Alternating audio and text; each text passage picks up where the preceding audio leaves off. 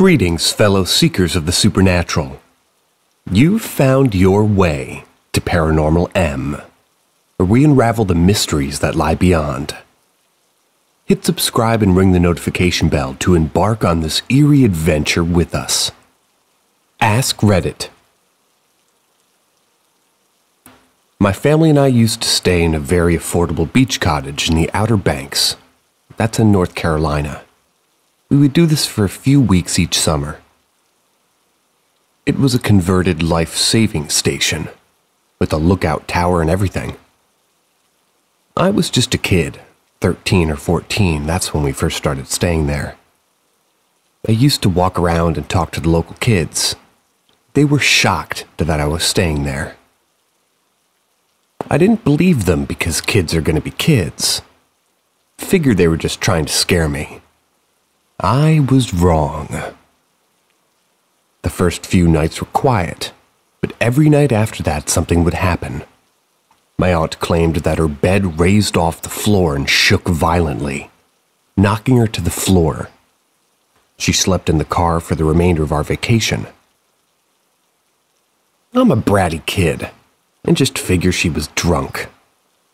I stayed upstairs in the room where they used to keep rescued and dying sailors. I woke up one morning to such a loud banging in my room.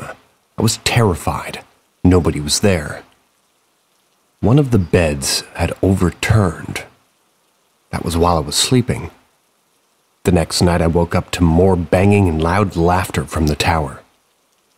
I figured it was my sister on the phone, but nobody was there. As the days went on, I felt like somebody was watching me any time I showered or used the upstairs bathroom. The banging in the tower was nightly at this point, and I was absolutely terrified.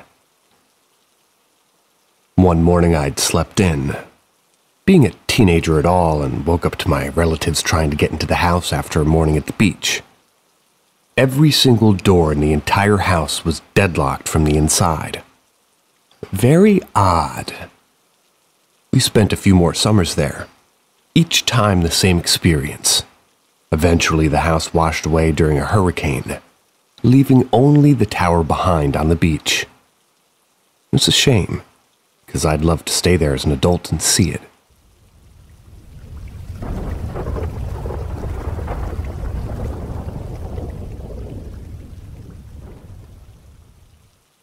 Odd experience or sleep paralysis. Unsure. The current place me and my fiancé stay at's been good for the most part. The office/game room I've noticed I've been getting really vivid nightmares in, as me and my fiancé have a spare mattress in the game room. So a month or two ago, while I was sleeping on the mattress in the game room, my fiancé came in and woke up, had a full conversation with me, brought me a glass of water. I have some water and walk over to bed. However, once I went to the bedroom, my fiancé was surprised to see me at this hour. It had to be like 4 a.m. I say thanks for the water, and she says, "What are you talking about?" My fiancé told me that she never got out of bed. I said, "Yeah, you did. You brought me water." She was adamant that it wasn't her. I found that odd because, I had a full-on conversation with her. I heard her go to the kitchen and grab me water. I asked her again the next morning, and again she stated that it wasn't her. My fiancé doesn't forget things or sleepwalk or anything. I found this whole experience to be odd, to say the least. We hung up crosses and put holy water in the room, and since then the vivid nightmares also stopped.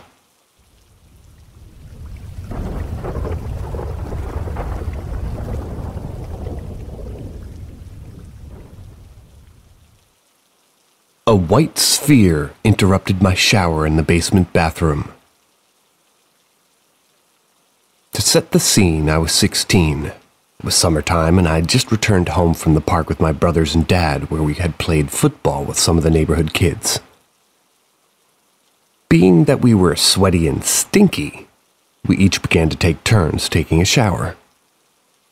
At the time, the shower drain on the first floor bathroom was clogged, so we were using the shower in the basement bathroom instead. I went last after my two brothers and dad had showered. I was all alone in the basement, which isn't a scary place. My parents had remodeled it years prior, made it nice and swanky. The bathroom itself had been redone with black and brown tiling. It was a nice little room. The shower itself had a glass door and a metal frame that closed magnetically, the kind of glass that's cloudy and opaque, so you can't really see through it except to make out a general blurry shape from the other side. The shower also had a recessed wall, so there was a perch where you could sit. So there I was, sitting on this perch, relaxing and letting the water rush over me, looking at nothing in particular in the direction of the door. That's when suddenly there appeared a white spherical object, about the size of a fist, and about 3 feet above the bottom of the door. It approached the door and knocked on it, causing it to rattle, and then retracted and disappeared.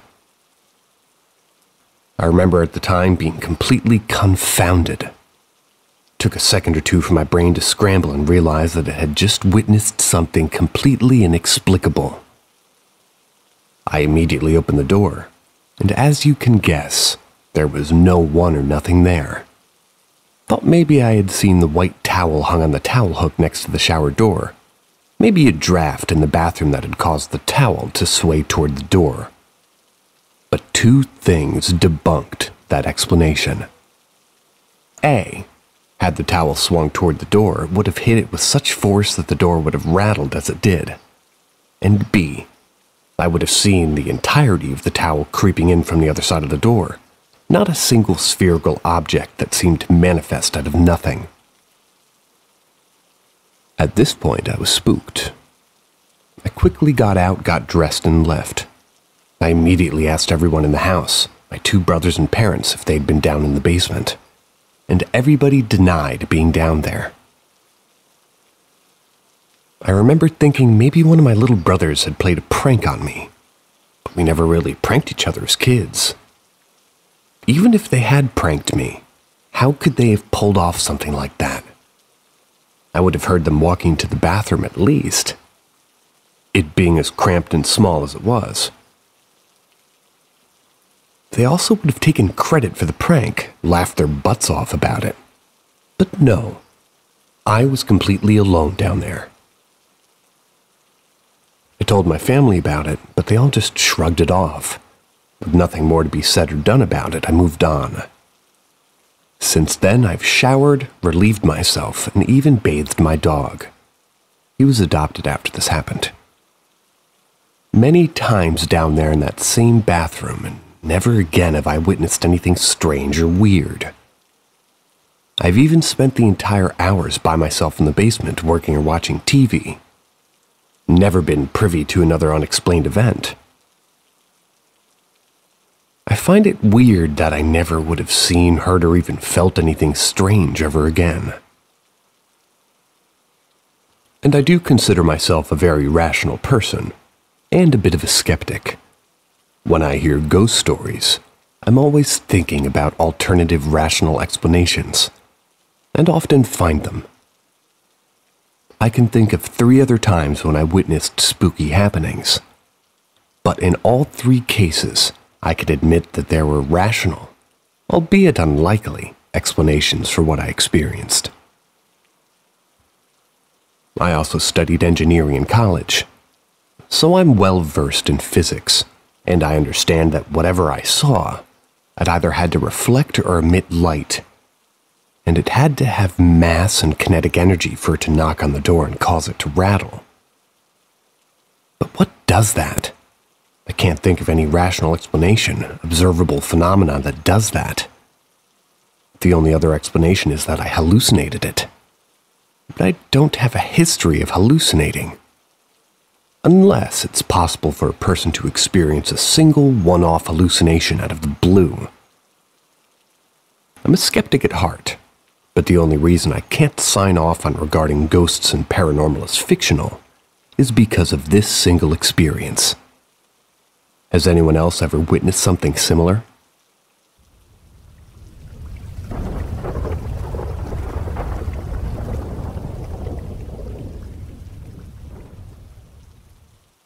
What came into my house? I have 2 adult children who were visiting me for Christmas. And on the day my son was going home, we live in different cities, I've asked him to go get me coffee from Tim Hortons before he left. He didn't want to, but finally relented. He packed his stuff and was going to head out right after he dropped my coffee off. Him and my daughter walked out of my front door and left. Or so I thought.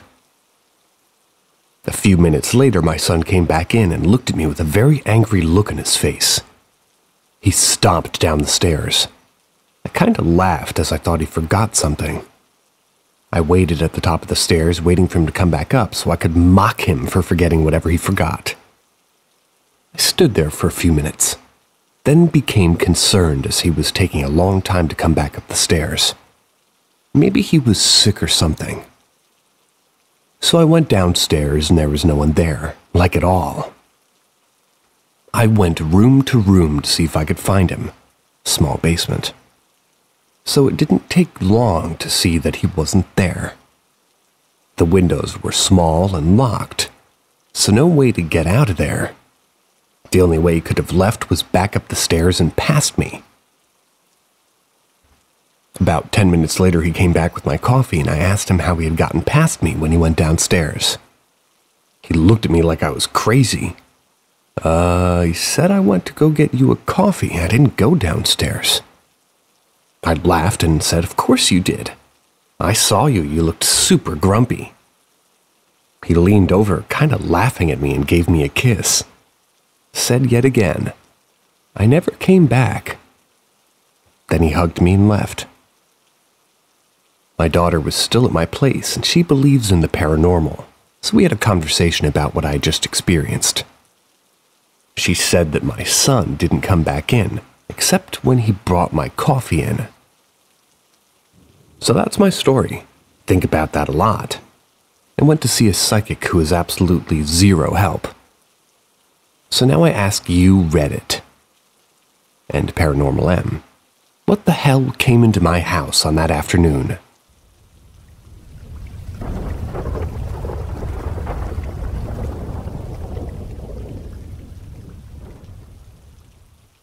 My own experience.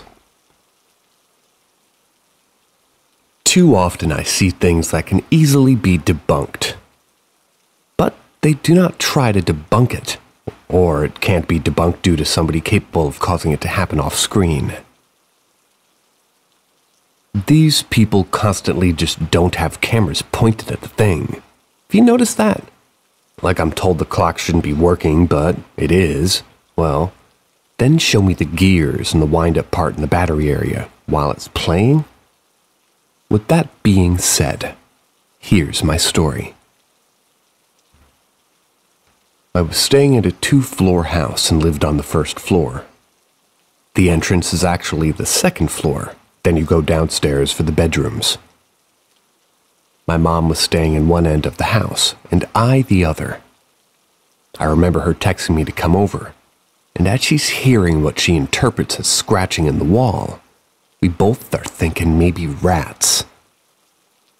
She just wanted me to confirm. But as I laid there, I heard the scratches, but more and more. Her bedroom is more or less directly under what we call the office room, and it sounded like somebody was in there. Not rummaging, but like it was sitting in the couch, repositioning their legs and a couple subtle feet hitting the floor. I laid there a bit longer, then heard it get up. My father, not dead, just divorced. Just left us prior to this. Would always stay up there late and often sleep up there. I became used to him making these noises upstairs. Walked to the kitchen and then back or downstairs. Makes me wonder if something attached to him. When he lived there, because we would keep hearing these motions upstairs after he left, So as I was just lying there with my mom hearing these steps, I believe someone was in the house. These were not light footsteps. These were loud, clear as day, too. I slowly exit a room to confront what I think is someone breaking into our house, and as I stand at the foot of the stairs. These stairs go up a little bit to a flat area, then turn back to go up to the second floor. At the middle of the stairs, there are two very large windows stacked on top of each other. As I'm standing at the bottom, you can look at the two giant windows and see out into the backyard.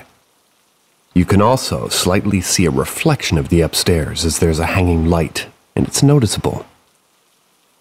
I see no one there, but chalk it up to a bad glare. I still hear somebody standing at the top and quickly run up to see nothing. Standing at the mid-level, looking back at the top of the stairs, and there's absolutely nothing. I reach the second floor, then start to check all of the office room.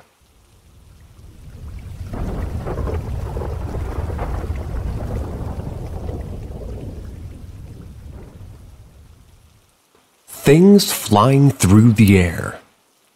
Please help. My grandmother recently befriended her neighbor.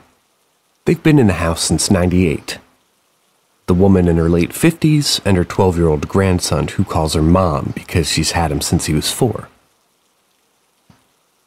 His dad, her son, abused heroin, and both parents were/are addicts.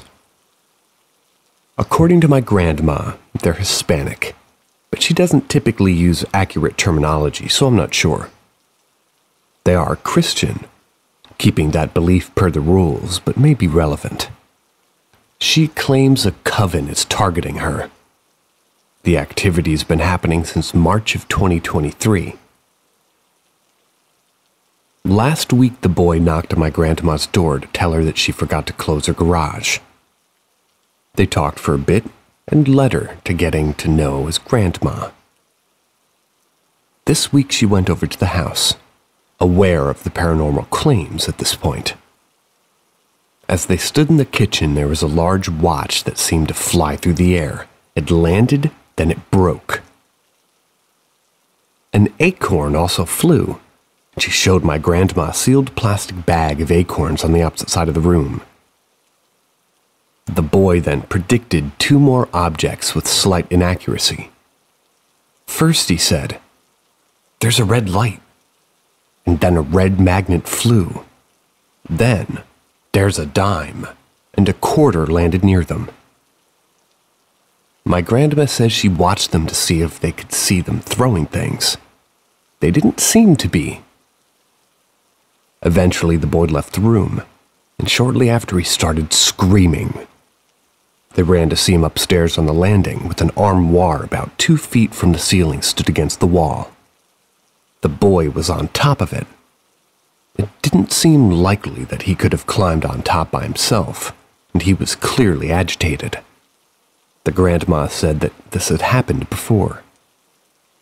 By this time, my grandmother was struggling to breathe, so the woman told her to go outside. She was fine immediately after. Then, right before she left, a clock by the front door slammed to the ground. The woman also says the AC often changes on its own, down to freezing temperatures. She woken up to nails, the kind for hanging things, all over her bedroom.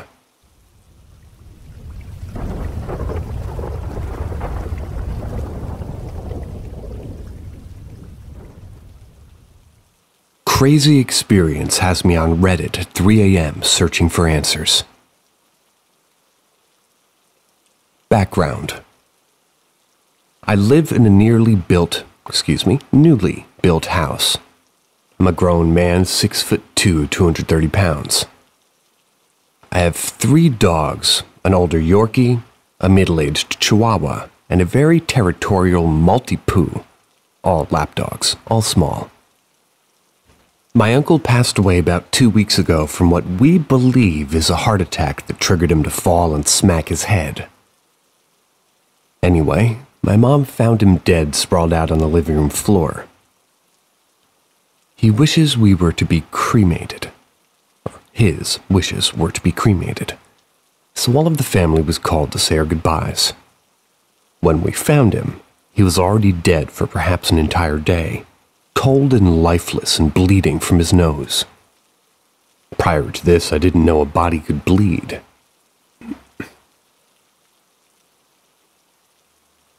After the police cleared the scene, we all proceeded inside to cry, mourn, and say our goodbyes. Being inquisitive by nature, I took it upon myself to use my phone to shine a flashlight on his wound. When I did that for the briefest moment, I felt like I messed up spiritually, even though I was physically fine and continued to look. What's weird is that since then, I've had really crappy experiences. From having my vehicle hit 3 times in parking lots, to almost getting into a head-on collision, to nearly being electrocuted on a construction site, to nearly being crushed by a tree. Over and over for the last couple weeks, I feel like death had tried to get me. Tonight my mother brought me some personal effects of my uncle, and I accepted, despite telling her I wanted nothing from the estate. Tonight I also slept next to my fiancé, and as usual, had the bedroom door open for the dogs so they could come and go. Sure enough, 2:45 a.m. while I'm doing work on my laptop, TV off, no noise in the house with just the nightstand light on, I see a flash or a shadow out of the corner of my eye above my screen. My bed faces the door. My laptop was at eye level. The bedroom door moved ever so slightly, making a faint noise. Suddenly, all 3 of my dogs, Chihuahua in the towel closet in the top laundry room 10 feet from my door, Yorkie at the end of the hallway, and 1 in my bed, they go absolutely fucking nuts. My Maltipoo next to me, foaming at the mouth, growling and barking very angry sounds. And the other 2 dogs that I can't see, I imagine are doing the same. My first instinct was that somebody was inside of my house, and somehow the dogs let him make it all the way upstairs. Didn't alert me until they were at the bedroom door. This being my thought, I slammed my laptop down and grabbed my gun and rushed to the door. Past the threshold, tap off my safety and search. Nothing. Check my laundry room, bathroom, nothing. I go downstairs and turn the lights on. Immediately I see my reflection in the sliding glass door in the dining room, and someone standing directly behind me. I turn ready to kill them dead, and there's nothing. Turn on all the lights in the main floor and keep ready, and there's no one in my house. With the adrenaline wearing off, I turn the lights off.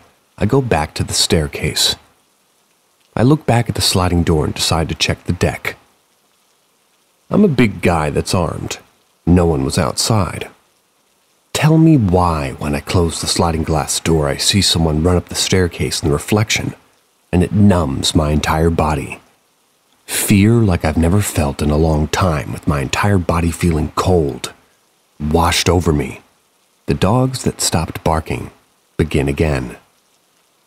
Of course, I run up the staircase and there's no one there, and of course the dogs calm down immediately.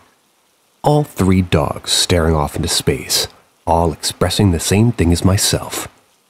What the fuck? Now it's 4 a.m. The dogs are asleep, and everything is quiet. The only thing is different is that the door is now closed, and all the dogs are nearby.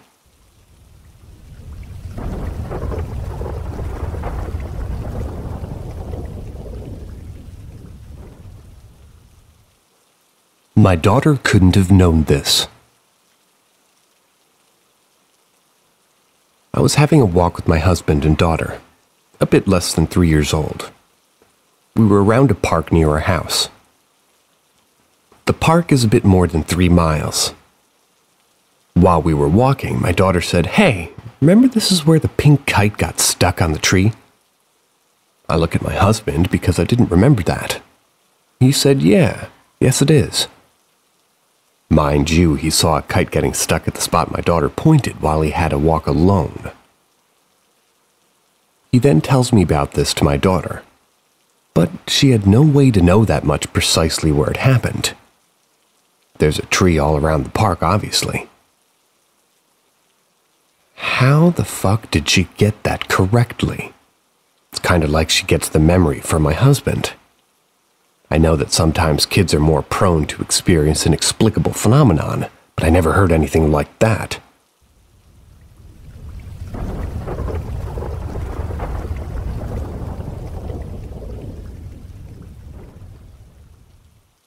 Glitch while I'm driving. Okay, I just took the last hour and a half to process this. That happened this morning, 1/27/2024, at 1:31 Eastern Time. This is my normal time to be awake, and I'm not tired in the least. I'm a third shifter. So I was driving home from a friend's house where we were playing a game. It's a 30-minute drive, and I grew up driving these specific roads. I'm 1 mile from my home entering the town I live, and I see my lights hit a speed limit sign that reflects brightly back at me. Excuse me. It's saying 50 miles an hour. As I'm looking at it, my windshield wipers move across my vision and seem to stop on the windshield halfway through their path. I have enough time to register this when my eyes go black and I can't move. All I can hear is my heater going, and I can feel the heated seat and steering wheel. It was like the power went out and the sensation that the vehicle had gone from 55 to 0 instantly. Then all of a sudden my vision snapped back on, and for a split second I saw that the windshield wiper was still stuck. As I acknowledged it, the wiper started moving normally, completing the movement. Everything was fine. I don't think this was death in one dimension. Moved to another, everything seems the same. I think it was a glitch and it only affected my eyes and my ability to move. I still felt and could hear and think. Maybe it was a time slip. Maybe something else.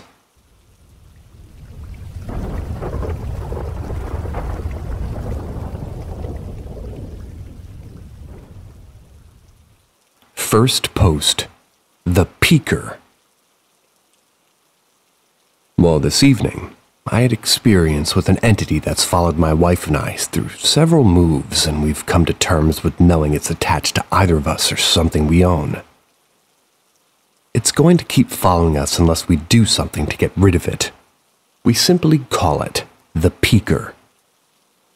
The Peaker is of unknown origin, but for as long as my wife and I have been living together, since 2012, we've had experiences with it. Starting off, while we were just dating, neither of us told the other that we saw it. You know, not wanting to sound too crazy to the other. We both have had paranormal experiences separately before we got together, and had had a few conversations about ghosts, etc. But it wasn't until we moved in together that things escalated a bit. We realized that the house we were living in was haunted. Perhaps it was being haunted by more than one thing. And slowly we talked more and more about those things. We were having matching experiences. It was great to feel validated that somebody else saw and felt and experienced the same crazy moments. But also mildly frightening because, ghosts. Well, the Peaker got its name from what it does. For the most part, it's a shadowy silhouette of a person that we would catch peeking around corners. Sometimes behind furniture, through windows and doorways. That would be before they would duck out of view just as you turn to look at it. It doesn't always duck out of view fast enough, though, and we see glimpses of it. One of its best tricks is when it peeks out from a mirror, like the mirror is really just another window or something. That always gives me a good scare. What's also been validating is that her dog has seen and reacted to it on several occasions, as well as the pets of some of our roommates that we've had over the years. Through several years of different apartments and different rented homes, it's come along with us, to all of them. And because it just gives us a bit of a jump scare and hasn't tried to harm us in any way, we've just cohabited with it.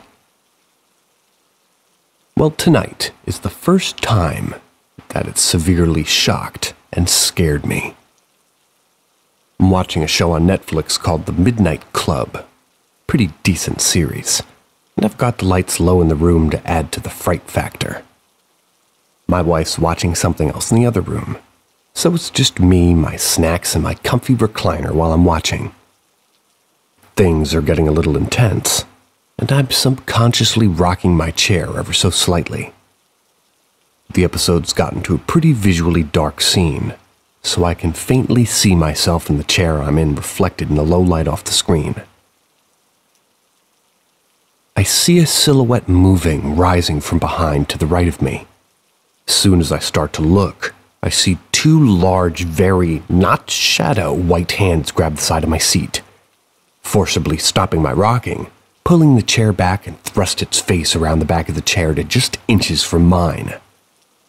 That's just before disappearing into nothingness. That was the most physical experience I've had with the Peeker, and probably any other paranormal entity that's come in contact with me.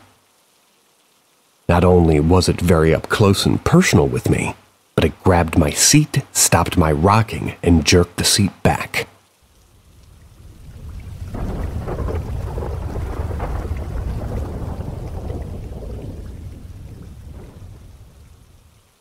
A comforting gesture late at night.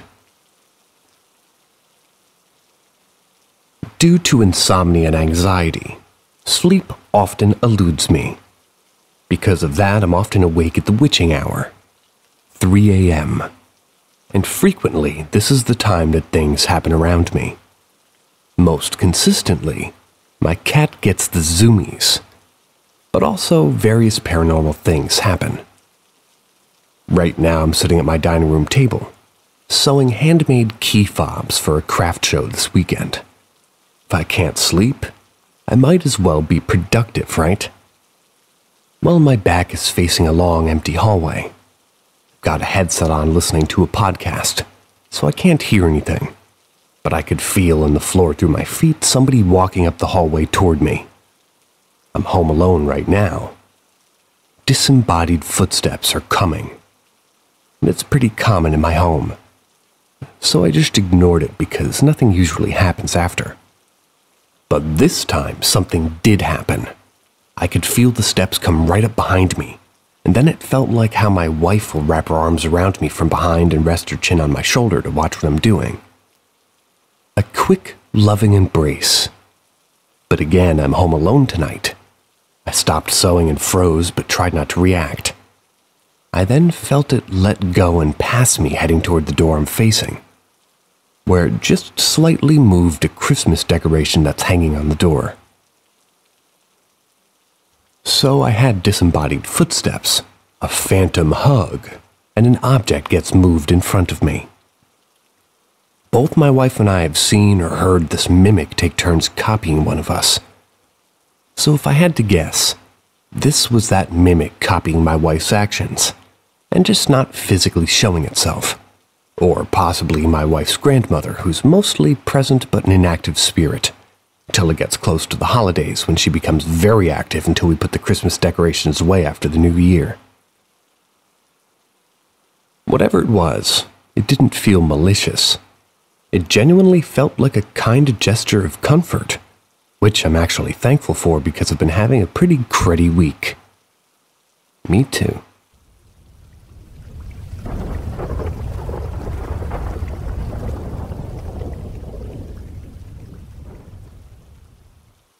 Ask Reddit. My house was built in 1905, and it was previously a small hospital.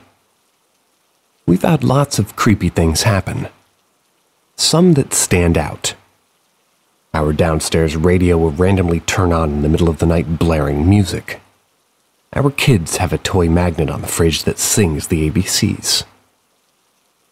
One night while fixing supper, it kept playing by itself, so I switched it completely off thinking it was the batteries. I took 2 steps across the kitchen and it went off again. When my kids were little, they would stare at the corners of the ceiling, kind of like something was there. They would even smile and laugh while staring. And the creepiest one was right before we moved in. My dad was helping us install our washer and dryer.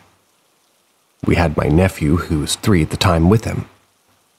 My nephew had to use the bathroom, so I took him. While in the bathroom, we kept looking at the ceiling. I asked him what he was doing, and he said he was listening to the kids upstairs playing. He then asked if he could go up there and play with them. The only thing upstairs was the empty master bedroom and bathroom. I told him there were no kids upstairs. He got really angry and said he could hear them. Why couldn't he play with them? I had to take him upstairs to prove that there wasn't anyone there. He shrugged his shoulders and said that's weird because I can still hear them. He still remembers this and hearing the kids upstairs.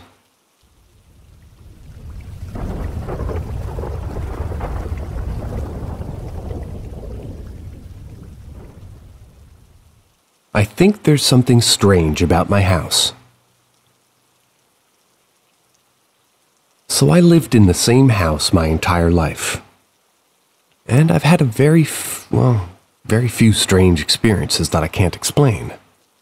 I'm usually not one to jump to conclusions, but after thinking for a while, I'm starting to suspect something.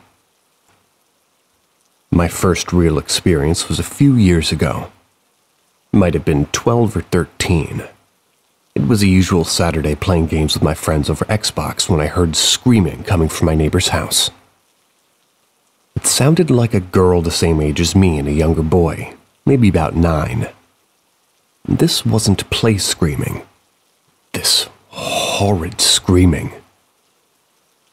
To give some detail on how easy it was to hear this, me and my neighbor's house is connected, so it was easy to hear it. I told my friends to pause their game and listen to my mic. They all did. So we sat there and listened to the screaming. I asked them if they could hear it, and they confirmed it. I told them that I would be right back before muting and defining my headset. I went downstairs and told my dad about the screaming. I noticed I couldn't hear it at all from our living room where my dad was. He questioned me and I told him to come and listen, so he did. When we got to my room, it was silent, no screaming. He looked at me as if I was crazy. I told him off and went back to the living room. After that, I sat back down and started playing with my friends again. Not even 2 minutes later, the screaming starts again, but this time I could make out some words the girl was saying. She was screaming about leaving her alone and not to hurt someone. I simply sat there and tried to tune out the noise. After about an hour of screaming, it just stopped. No other sounds, just silence. That entire experience scares the hell out of me. As the years went off, I started to feel as if there was something wrong with my house. Just everywhere I went in, felt off. Particularly the cupboard underneath my stairs. I'd sometimes pass it in the middle of the night and see that it's open, and I just stand there and stare into it. It always feels like there's a presence down there, and that it's looking right back at me. It's a hard feeling to explain. It's almost like something is mocking me.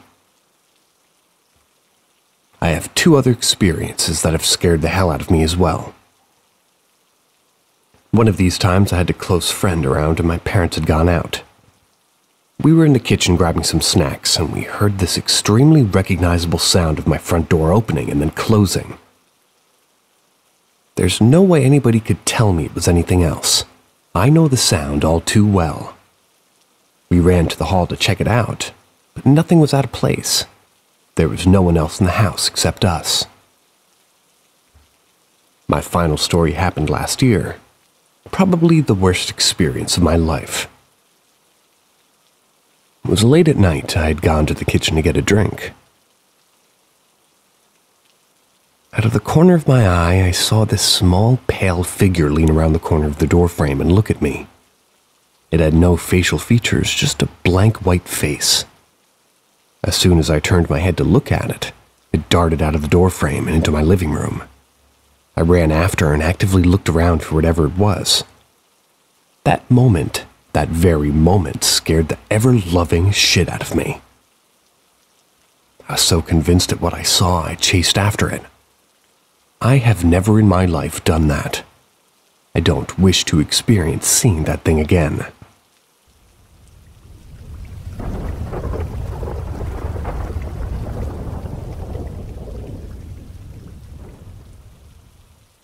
Weird event at home over the past 2 to 3 days. First, it happened yesterday at noon. My toddler and I were sleeping. My husband was at work. I thought he had came home already because I heard the front door opened, and I heard like he was opening his shoes. I was waiting for him to open the other front door and that would let him access to the main entrance of our kitchen. But he didn't enter, and I was weirded out. I texted him and asked him, "What are you doing there for a long time? Why won't you come in?" He didn't respond, so I decided to get up and check. He wasn't there. Nobody was there. I got goosebumps. And then while I was checking, I called his phone and asked if he was back. He said he's still at work. I got pale. Second thing that happened. It was around 6:30 a.m. and I was in the toilet. My husband and toddler was already sleeping. But before I came in the toilet, which was around 4, maybe 5:40 a.m., my toddler was still awake. Yes, I spent such a long time in the toilet watching Netflix. How do you fit in there? While I was in the toilet, I heard like my husband just got up and lifted the gallon of water to drink and heard the scrunching sound of the water bottle gallon.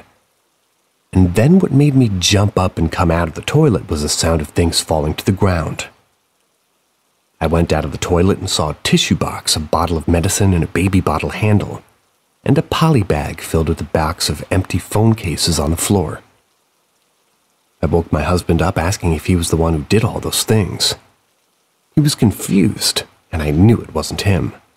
Thought it was my toddler who wasn't asleep yet, but she was already sleeping, in fact. I told my husband everything and showed him proof of the things that fell, and he was awake for sure after that.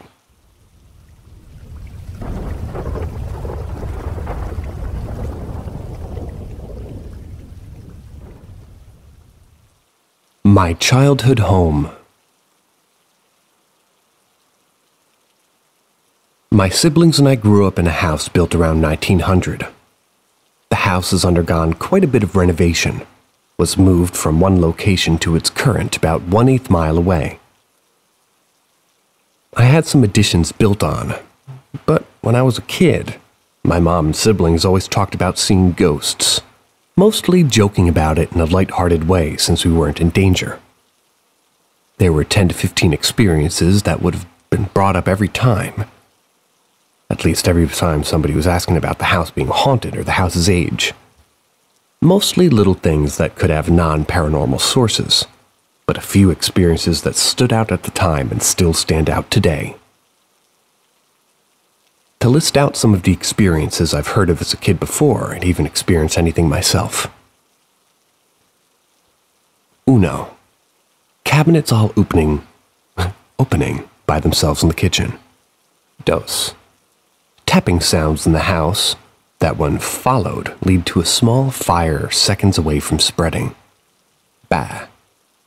Brother and sister unknowingly playing hide and seek with chased 2 other kids to the corner of the yard, only to find that their actual opponents were hiding the whole time and the kids they chased weren't actually there. 4. Mom saw the same 2 kids running down the hallway late at night. 5.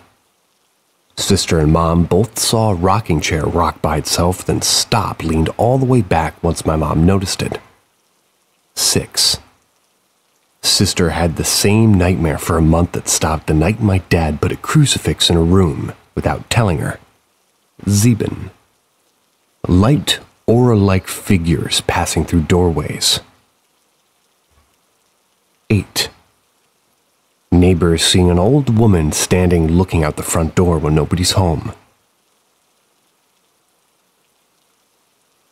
Brother seeing a little boy standing in the front window when nobody was home.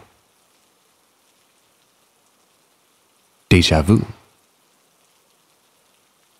Muy. Loud single bangs coming from a corner in the living room, followed by her normally quiet and peaceful dog snarling and barking loudly at the corner. 2 occasions of this. 11. Brother hearing small knocks and scratching at the walls of his bedroom consistently. When I was a teenager, I started seeing figures moving occasionally. But by then, nobody else in my family was really experiencing anything anymore. And besides my mom seeing a couple of weird things over the years, it seems everything has calmed down there in the past 10 years or so. I've told friends about the house and what it was like growing up there. I get a lot of mixed responses, with some super excited to hear the stories, some terrified at the prospect of experiencing so many things without any reasonable explanation, and a good number thinking I'm crazy or that I'm making it all up. I know what we all experienced, and I've never stretched the truth on any of it, partly because I've gone through a lot of denial and skepticism around it myself. I prefer to retain as many factual observations around these experiences as possible.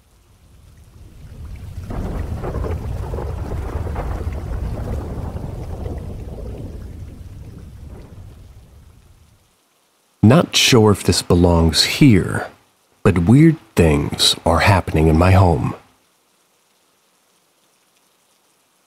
Okay, so there's something weird going on in my house.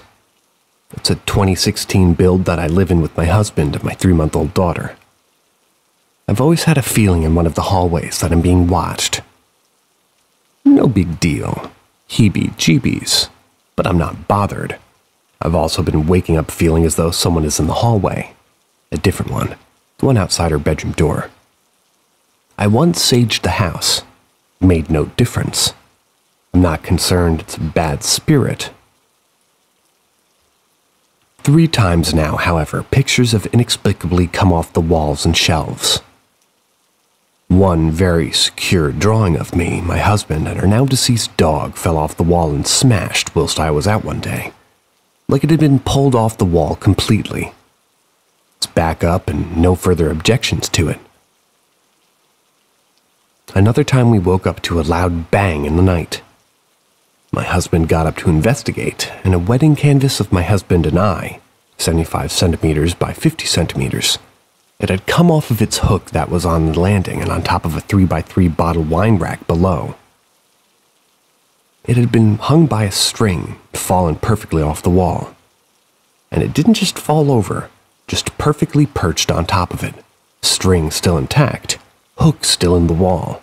Back up, and again, no further objections. This time, however, has annoyed me as it was my daughter's room. Noticed about 6 weeks ago that 3 animal pictures on high shelves had somehow moved out of line. Figured the wall or the shelf just must have vibrated a bit.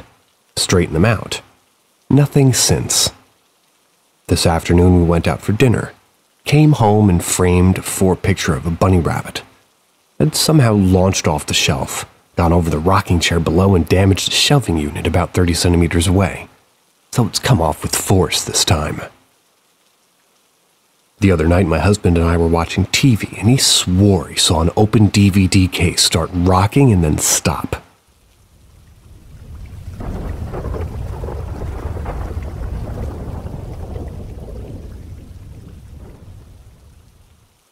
Ask Reddit. I was in college in the Midwest. To freak ourselves out, we would go to the tunnels underneath the downtown at night. They were really fairly large sewers that created a maze underneath the town. The town was definitely a hotbed for cult and sacrifice stuff. Think rabbits and the like. So it was fun to find that stuff and get freaked out. It honestly was a regular thing along with sort of caving around the area. So it didn't scare us as much as it initially had. I was in a group of 5 this time. and we'd been exploring with our flashlights for quite a while. We'd gotten near a central part of the system where 3 tunnels converged. We heard another group coming down one of the other tunnels and decided to hide behind a smallish pile of rubble.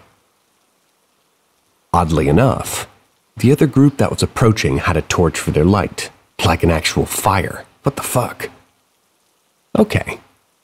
Anyway, they walk right to the entrance of the convergence and turn to the flat of the wall. With all 5 of us peering at them from across the room, one guy puts his hand flush on the wall and we hear the eerily loud sound of concrete being pushed.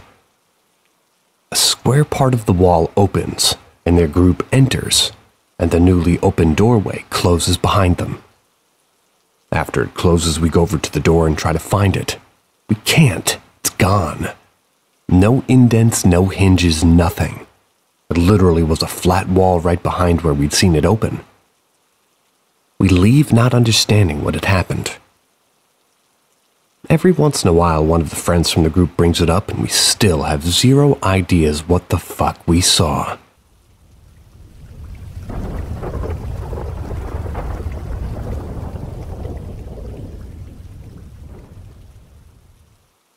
Voices in the baseball field.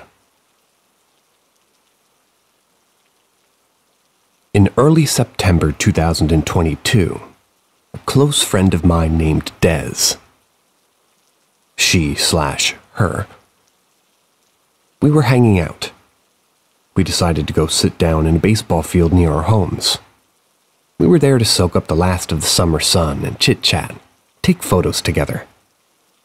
We laid down on a blanket and sat across from one another. Behind her is a small skate park, and behind me is the rest of the field, and then the road. To our left side, it's a small, slightly woodsy hill connected to a playground, and to our right is just the field. We're sitting on the far end close to the hill. We are alone in the field. The skate park is empty, and so is the playground. It's around 5 p.m. Our area other than us is just silent, other than the slight breeze and the birds. Des and I are talking about the beginning of her other senior year, and all of a sudden as she's speaking, my hearing goes silent. The best way I can describe this is in a movie or a TV show, where the character's hearing a voice in their head or saying something to themselves, and the noise and background all around them goes away. All you can hear is that voice or thought. As this is happening, I hear a woman's voice as it was directly whispering in my ear. It says, "I run." Clear as day, it was just directly in my ear. Then as quickly as it happened, the background comes back and I hear nothing but the breeze and the birds. It felt like time slowed down. It was nothing but me in this voice. While the words were said quickly, it literally felt like my entire world just paused. My eyes went incredibly wide and I dropped my jaw slightly. While I'm processing, I look at Des and I notice that she has the exact same facial expression that I do. I ask her if she heard anything. She asks me if I heard anything. It turns out, at the same time the woman's voice spoke to me, a man's voice spoke to her, said the exact same thing in the exact same way, with the exact same world-pausing feeling. We were so incredibly shaken up. It felt like we had just time-jumped and we were in a new reality of some sort. We packed up our things and left within 5 minutes. We talked for hours about what it could possibly be. Looked up things and everything. We couldn't figure out what the hell it could possibly be.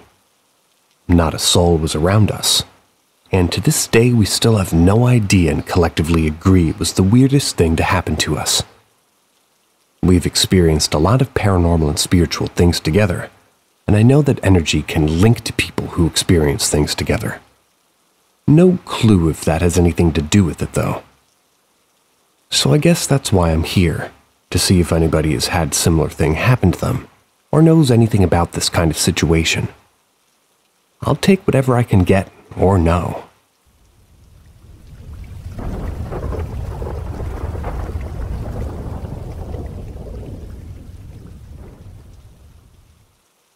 dream vision of being nailed into bed. As a general rule, I'm absolutely terrified about waking up on time. While I am ironically a morning person, and that I enjoy waking up early, I heavily struggle in doing so. I'm always still tired and sleepy when I wake up, which often results in me snoozing or rolling back over. However, there are times when it feels different. I've never been diagnosed with depression, but at the end of high school and the beginning of college, I've been through some very rough periods of depression-like symptoms.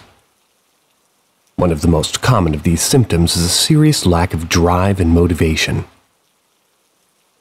On certain mornings, this feeling becomes overwhelming, leaving me curled up in bed till late in the afternoon or evening, unwilling to face the world. I've always felt that there's something more than normal going on when this happens, due to its spontaneity and severity, but I always chalked it up to mental health until something happened the other day to make me question that. The last time I experienced this, I was laying in bed awake but dozing off.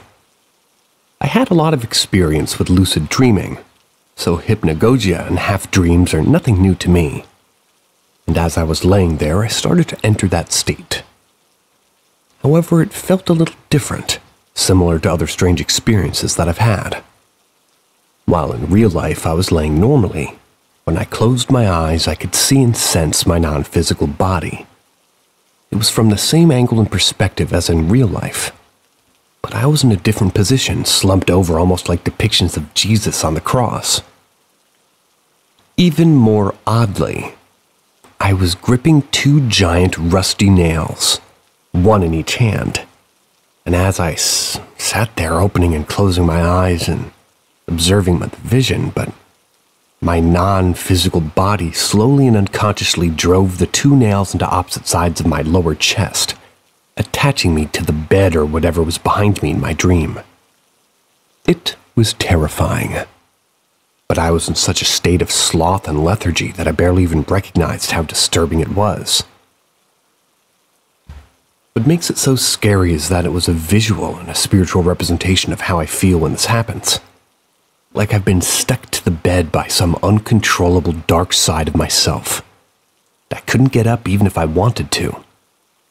I don't know if it was just a subconscious representation of how I felt or a vision of what's actually happening to me on a spiritual level. But either way, it was not a good feeling. I'm interested to hear y'all's thoughts on the matter.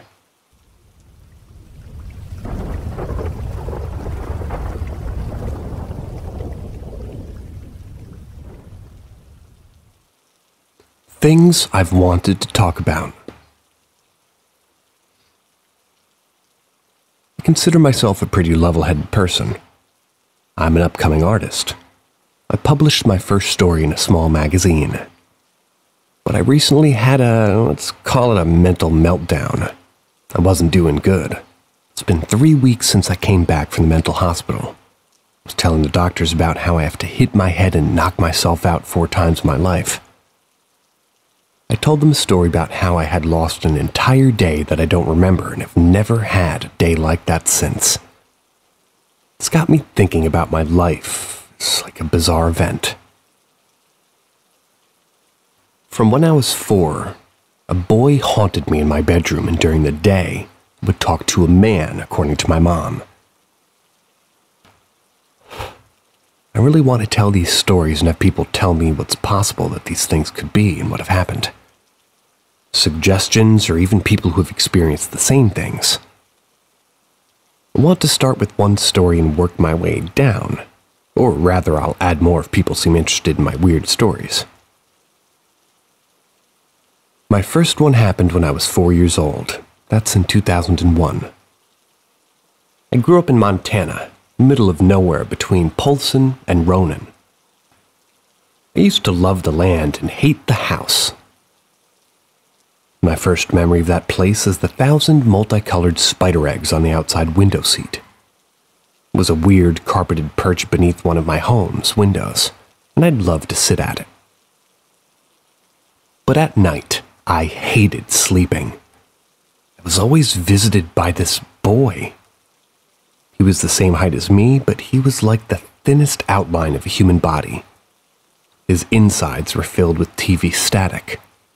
I used to put my head underneath the blankets and peer out because he would laugh and walk around my bed.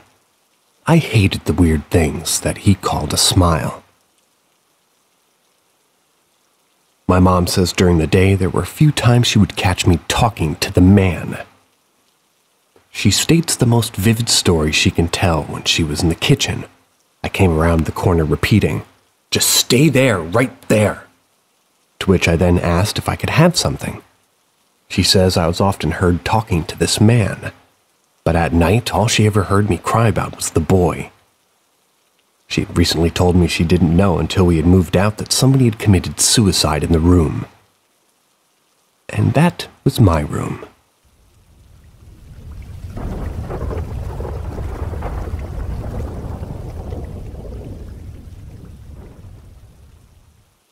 This happened when I was about 16. My best friend Eve and I have known each other for over 15 years, so it isn't uncommon for Eve to wake me up in person and hang out with me. But this one day I was home alone. Although I didn't know it at the time, I was going to the washroom and I heard footsteps. So I think to myself, okay, no big deal, my parents are home, and they would have let Eve in. Because Eve and I had planned to hang out that day as well, so I thought she'd come early and I heard Eve's voice say to me, "Come on, dude, we're gonna be late." I responded with, Okay, I'm hurrying as fast as I can. I then finished going to the washroom and the house was quiet. You know how you know your house and its noises, and you know when you're home alone and those noises are not there. Well, in the bathroom, it sounds like my family was home as all this was happening. So I think, okay, that's weird, my entire family was just here a second ago. So I go around to my entire house. Nobody had been there. I'd been hearing footsteps in my house. Never downstairs, always upstairs. And it was for what felt like an hour, and no one was home for the entire day.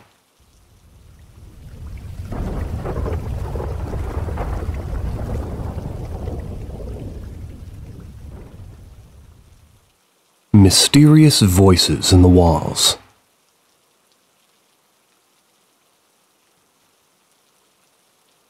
I work for a property management group, so we hear about strange occurrences occasionally from our tenants. About a year ago, one of our tenants moved out of a little one-bedroom fourplex. She insisted that there was a little black man living in her walls. She said that he would come out from underneath the kitchen sink cabinet, so she had to start barricading the cabinet so he couldn't get out. One day we had to complete a work order in her unit, and the maintenance guy confirmed that she had the kitchen cabinet handles wrapped in a way that they wouldn't be able to open. She told him about the little man in the walls, so we carefully undid the wrappings on the cabinet handles and opened the doors. No little man. No sign of a little man. She moves out shortly after. Fast forward to present day, and her new tenant for that unit comes in to pay rent. He complains of a voice in the wall that can tell him exactly what he's doing while he's doing it. We've never mentioned the previous tenant's complaints to anybody else, nor does anyone else in that little fourplex complain of anything unusual. Or if they do, they don't share it with us. And the current tenant didn't mention wanting to move because of it.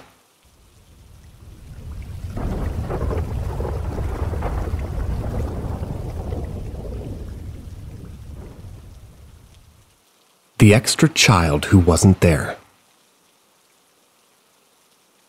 I worked at a childcare. I was temporarily left on my own in a room with 4 small children. I stood at the staff area at the back of the room doing paperwork. From there, I could see 2 children sitting in the quiet area reading books, and children playing with a new tent that we had bought secondhand for them. There was 2 children outside the tent, tapping it with their hands, and another in the tent moving about. All well and good, until a child comes out of the tent and chased the child tapping the tent. The both ran around the room, but the tent kept moving as if a child were playing inside of it. Confused, I checked our register. We definitely only have 5 kids. I go over to the tent, and I look inside. I find one of our kids on the register rolling around. I said hi, and then looked around the room again. There were 2 kids in the quiet area, still reading, both on the register. One still by the tent, and one child running around the room making tiger noises. Nice. Also on the register. He was on his own. There was no other kid chasing him. I asked him who he was playing with, and he laughed and just kept running. I have no idea what happened, or what I actually saw, but I definitely saw another kid chasing the tiger child. But no matter how hard I tried, I couldn't remember who it was. There was definitely only 5 kids there.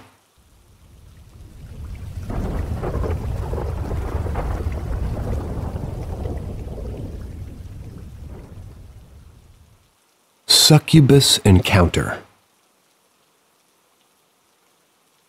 This girl that looked like a girl at school. I have a little thing for appeared in my dream. She started kissing this girl in front of the whole class. But strangely enough, I was the only one there. Anyways, the girl she was originally kissing didn't want to, I guess. She didn't want to kiss anymore. And then the girl from school approached me. She walked over and asked if I could kiss her, and I said, yeah. I kissed her, and as my tongue was kinda in her mouth, I could feel the sort of shape of her jaw. Her jaw felt so small, and like her teeth on my tongue were like animal-like, almost like dog teeth. So I eventually just got turned off and tried to pull away from that girl. Listen, I couldn't move it. It was like I was strapped to a papoose board. And as I was trying to get the as I was trying to get the hell away from her, I was now very scared. There was a pair of what felt like literal hands on my neck. Like it felt so realistic, but the girl was still kissing me and her hands didn't move once. I'm still confused as to why. Finally, I was able to pull away from whatever it was that grasped me, and I just woke up screaming, no! I was scared shitless. I don't know if this was an encounter with the succubus, as I'm a female. Lesbian. And I read that encounters with them were strictly male experiences only. Also, before this incident, right before I had fallen asleep and dreamt this dream, I tried to go to sleep 3 times, and each time I was woken up by either a boom or someone calling my name. I also felt like someone was breathing or blowing air in my face. I'm so scared and I don't know what to do.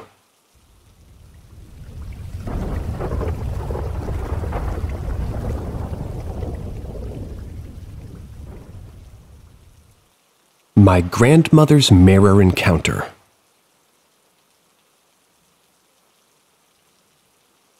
Grandma and my great-uncle, who I'll be calling V and R respectively.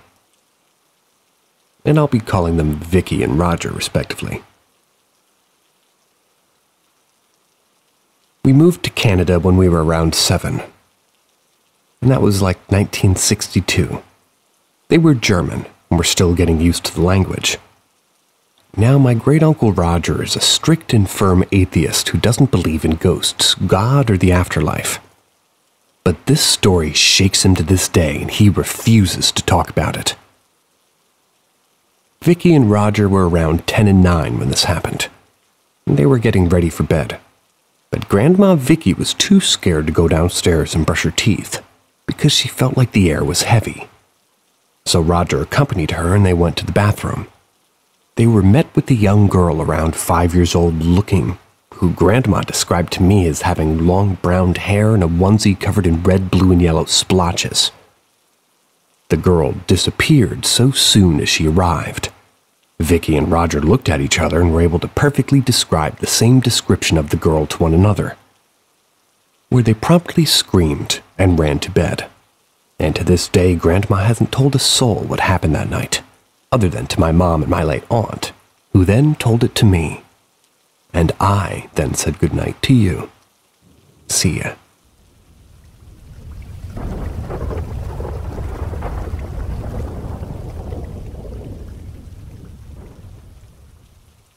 Step into the shadows with Paranormal M, your gateway to the otherworldly. Subscribe now and enable notifications.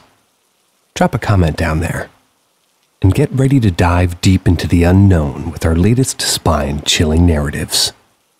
The door handle shook wildly. In 2017, when I was 11, I was headed to Disney World with my family. Before we got there, we stopped at my grandparents' retirement community to stay the night. Let me be clear as far as paranormal reasoning, you could say. The retirement home is the infamous The Villages, the community which has a whole documentary, and their house was brand new. No one lived there before my grandparents. So no one died there, or there was really anything like that. During the daytime, my sister, who was a very logical 20-year-old at the time, we were sitting on the bed of the spare room. My parents and grandparents were in the living room, about 20 feet away from where we were. While we were just chilling, the handle, it was a handle to a completely closed door, started to go up and down like crazy, as if someone was outside of the room, was trying to get in as fast as possible. It continued to do so until I grabbed it and opened the door to find absolutely nothing on the other side. We immediately told my family. They had no idea what we were talking about. None of them did it, and honestly, nobody could have run away from the door fast enough for me not to see them when I opened it. It wasn't wind or anything like that, because it was a thick metal handle shaking like crazy. To this day, we have no explanation for what happened.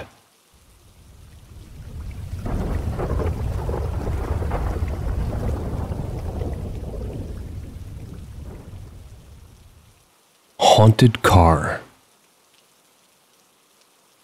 My daughter purchased an old blue Hyundai. It was for her first get-around car. It was a little beat up, but nevertheless it got her safely from A to B. She told me one night as she glanced into a revision mirror. Revision mirror? I'm gonna go ahead and change that to rear view mirror. She saw a young girl with long plaits sitting on the back seat. What's a plait? It was for just a second, and when she looked again, she was gone. She said she'd seen her on multiple occasions, but for some reasons she never felt scared, just weirded out by the experience. She also explained the radio used to turn on and off by itself sometimes. Even the volume would go up and down. I thought it was creepy, but I put it down to an old car with old electricals. Maybe she was tired and the streetlights played with shadows, experiencing pareidolia. One day she was driving us to the shops, and as we were chatting away, I saw the radio knob literally turn itself as the music volume went up. I sat there stunned for a moment and in disbelief as to what I saw. I told my daughter what I'd seen. She just laughed and said, "See, Mum, I told you the car was haunted." I couldn't believe it. Anyway, fast forward a few months. She decided to sell it. The new owners called her and said that they lost the keys. Then they found them. Then they called again, said the car wouldn't start. Then it started. Just weird stuff. It was a week after she sold it. She was coming out from university. Parked next to her new car was a blue Hyundai Excel. She checked the plate number and it was definitely her old car. She was really taken back as there are literally hundreds of parked cars, and hundreds of parks. It just happened to be parked next to her. This only happened once, and she's never seen that car again.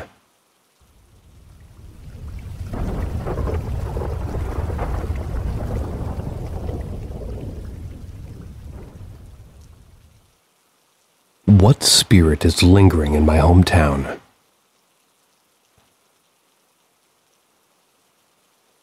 When I was approximately 14 years old, that's 10 years ago, my friend had stayed at my childhood home in a small town in Missouri.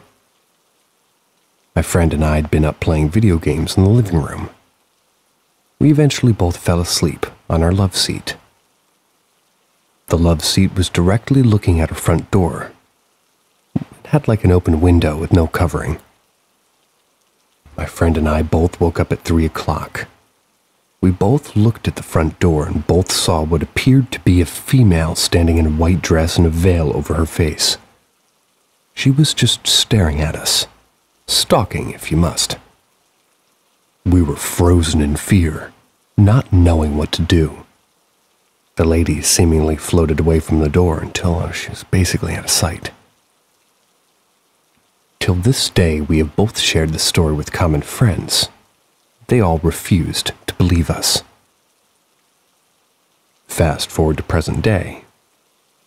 I currently work near my hometown. My work partner and I were cruising in my hometown. He looked at me, knowing I grew up in the area, asked if I ever saw anything creepy here. I mentioned my old house being haunted. I didn't go into detail. My partner continued to explain that during his teenage years he was driving on the main road in the town.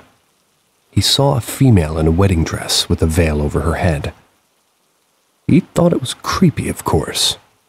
He told me that he was still driving at over 45 miles an hour, and the female was chasing him, matching his speed.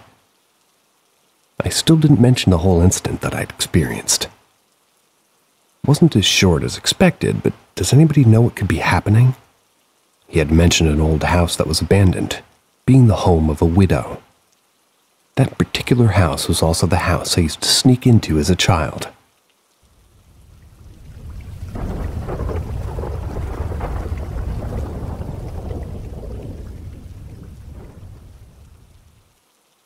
Ask Reddit.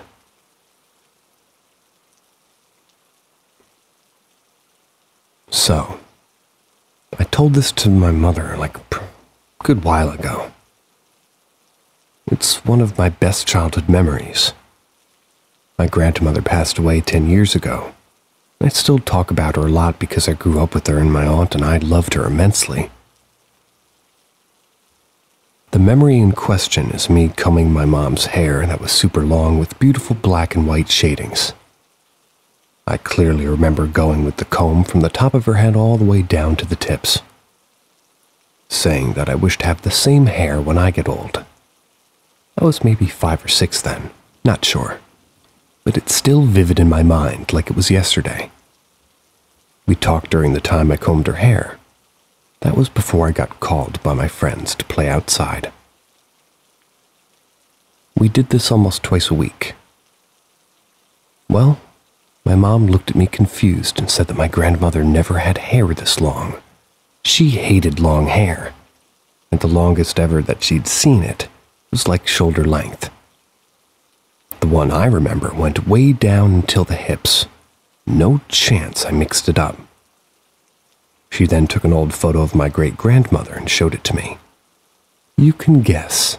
Her hair was very long, and from the black and white photo, you could see the shades of it was like I remembered.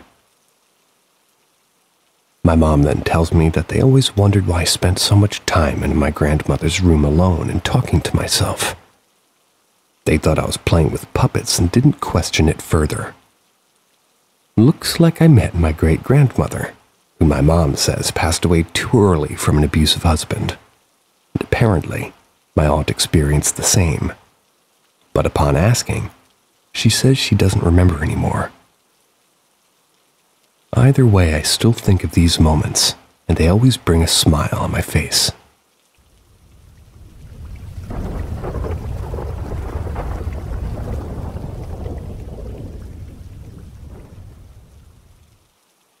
Ask Reddit. traveled with my family to the island of my father's birth in the South Pacific. We were staying at a hotel on the beach. 3 things happened, and I recall them with clarity. The first was our first day there. My parents are walking on the beach, and I'm getting acclimated to the hotel room. There's a sharp professional knock on the door. I peep through the keyhole. There's a man standing on the other side in the employee's clothing, pushing a cart with dirty dishes on it. I open the door and no one's there. Second, my family all shared the one room, with my mom and sister on one bed, my dad on the other, and me on the floor. I woke up at 2 a.m. I looked out the window on the patio and I saw my dad out there smoking a cigar and watching the waves. So I get up to go hang out with him. But when I opened the door, no one was there. I turned around and he was still in bed. So I went back to my sleeping bag and looked out the window one more time. Still saw him sitting out there. So I covered my head and didn't sleep till morning. Finally, I was going to the bathroom in the middle of the day when a smacking sound on the window caught my attention. This window was frosted and only a foot wide, but floor to ceiling. Pressed up against the top of the window from outside near the ceiling was a hand. I stared at it, and while I was watching it, it smacked the window twice more, then vanished. That bathroom wall abutted a small rocky cliff, so there was no place for someone to stand and reach for.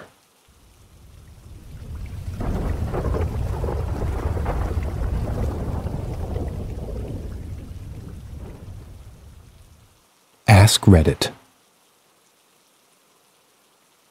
My husband and I were staying at my sister's place. She was out of town. We had her 10-month-old with us. We had set him up in a playpen in her room, as we were sleeping in the guest room. We had a monitor on so we could hear if he woke up. The monitor kept crackling. It was the strangest thing. It sounded like static and it was very loud. We moved the monitor around several times and even snuck into his room to try to move the receiver. We were thinking something might be interfering, but the crackling continued. Though it wasn't constant, it was very intermittent. We joked around that it must have been the ghost of the man who lived there before my sister. We went to bed and had the monitor on, but the crackling was so annoying because he'd just drift to sleep, it would start to crackle. Then it would disappear. Then it would start again. We got up and moved it 3 times. Checked on the baby again to ensure everything was okay.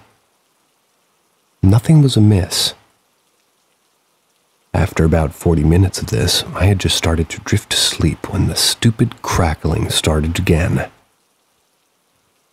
"Must be a ghost," my husband joked, to which I remarked, "Okay, ghost, I'm sorry, but you're gone, and you should go to the other side now. There's nothing here for you." The crackling abruptly stopped, and it didn't make a sound ever again.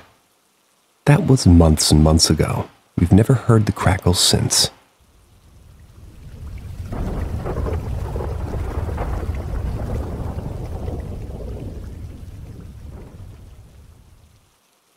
Ask Reddit.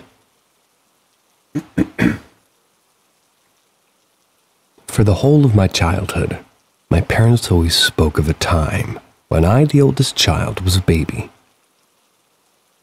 They were in the room of our house in which one full wall was a window. This window overlooked the garden. My parents were just watching TV one night. It was probably about 10 p.m. Apparently, they heard a very clear knock on the window, which made them both jump. Now, you may think that the sound was probably just something falling on glass or brushing against it. But my dad describes it as 5 loud knocks on the glass. This was confusing to them since the security light, which would often light up because of a fox at the bottom of the garden, or moths a meter or so away from it, hadn't been triggered. There is no way to get into the garden without passing the security light, other than climbing a brick wall that has bushes and trees all around the garden, which are all in clear view of the house. There's literally no way to get into the garden undetected. Anyway, my parents immediately looked out the window, but couldn't see anyone, so my dad goes into the garden to see if there's anyone in the garden. Perhaps they were setting off the security light in the process. They never found anyone, and the CCTV footage showed that no one was in the garden at all until my dad went out. When I was 10 or 11, still sharing a room with my sister, we heard the same thing. Roughly 10 p.m. again. Different house, same city. Our bedroom was upstairs, however there was the roof of a downstairs room which you could climb out onto from our fire safety window. Being like 8 or 10, we were too scared to look behind the curtain, especially since we both knew our parents' story. We both heard it, meaning 4 people in our family have witnessed the knocking.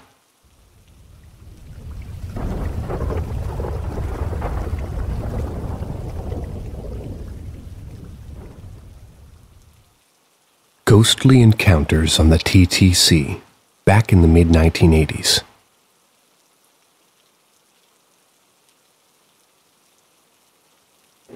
Back around 1986, I used to live in East End of Toronto. At the time, I was 24. I used to work at a company called Atlantic Packaging in Scarborough. It's like all blue-collar workers. I had a strict schedule in order to maintain my sanity in working rotating shifts without getting burnt out. My shift that week was the midnight shift. So I leave the house, head to Coxwell subway station heading towards Kennedy Station. That's the last stop. So I get on at Coxwell and sit at the front of the car. As per my habit, I scope the car to see what entities are surrounding me. Human types. I'm sitting there for about 20 minutes, until finally the subway lurches into Kennedy. Now in the car was just some guy in front of me further down, and another few guys. No women. So I get up and walk toward the door when I feel someone close behind me. I was surprised only because I was the only person at the end of the car. I figured for a second that the guy further down had decided to walk towards my end.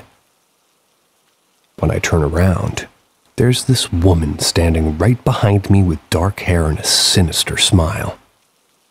Honestly, if she was a ghost, she noticed my surprise. I got off the subway car and watched her walk down the platform toward the stairs. I remember to this day that she was, well, everything she was wearing. She had this floral blouse on with tan flared pants from the mid-70s. Had like a Farrah Fawcett-styled hair flip. Now this was the mid-1980s, and that style was long gone. I remember running up the other side of the set of stairs. I thought, okay, maybe I just missed something. But no, she never emerged. Finally, I walked up to the dude who's been in front of me, who was waiting for his bus. I asked him if he remembered me on the subway. He said, yeah, you were at the other end. Now remember, the car was empty all the way to Kennedy, so there was little traffic. I then asked him if he remembered a dark-haired woman. He just looked at me and said no. I just saw you and no one else. To this day, I can only assume it was some poor woman who had committed suicide on the TTC, or had been killed in the mid-1970s. Even now, when I go to Kennedy nearly 40 years later, I still think about that woman on the platform, and whatever possibly happened to her.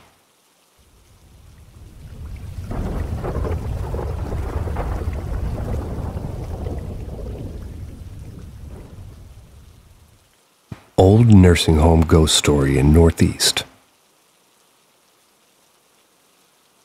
I worked at an assisted living facility that was in the Northeast. 2 buildings were extremely old on the property. They dated back to 1747. One was a stone house with a barn, and the other was a hospital/nursing home My actual facility wasn't built until 1890. It was a hotel at first, but converted to a nursing home in the 1990s. You can just feel the history of being on the land. Most disturbances happen in older hospital nursing homes. We used it for storage while we were updating to a newer facility. My first boss made the mistake of going into it by himself at night. There was no power to that building, and he ended up getting locked in there in the pitch black. He called me up, begged me to come open the door. The call was garbled and not clear, lots of static, and almost as if I was getting another connection to another call. When I got there, I couldn't budge the door. He was on the other side pulling. Finally got out, and you could tell he was spooked.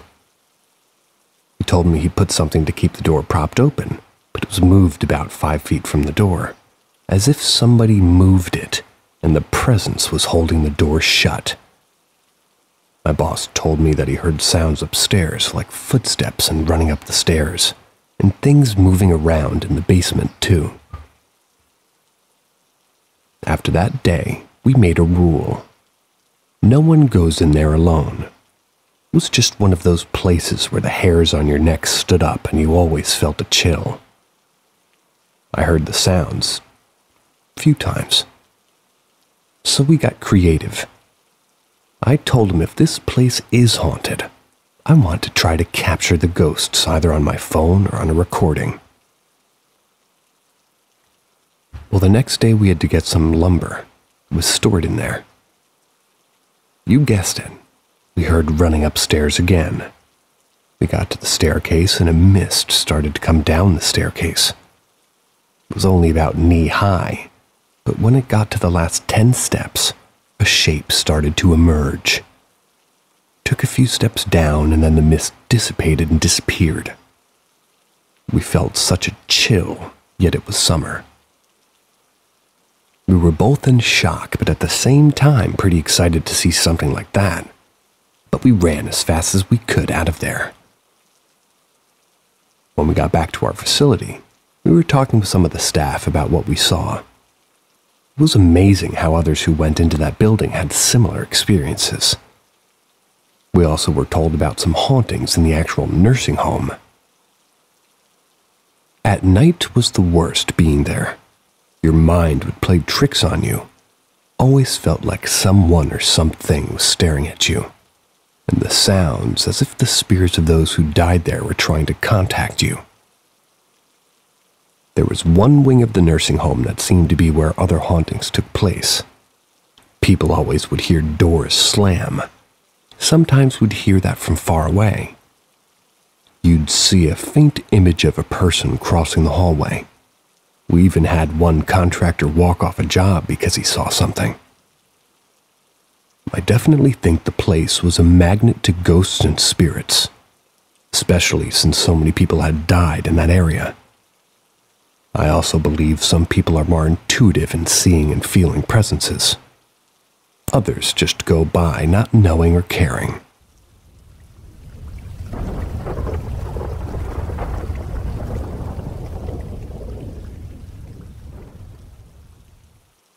Whispers of the past. For context, when I was little, my parents built a house. This house was built on the site of an older, incredibly small church. Really not big. The church was mainly used for funerals and honoring people. It wasn't tall either. In the past, I used to wake up, often in the middle of the night, to people whispering my name. Just whispering. Nothing more happened. 038. Danny. Not my name. Wake up, friend. Then you'd hear someone saying something in the background. It was bizarre. Then I would wake up and looked around and that was it. It stopped when I responded once. I said, "Hello, who's calling me?" After that it was over. Really never heard anything again. I didn't even find it scary, just strange. I also slept just fine.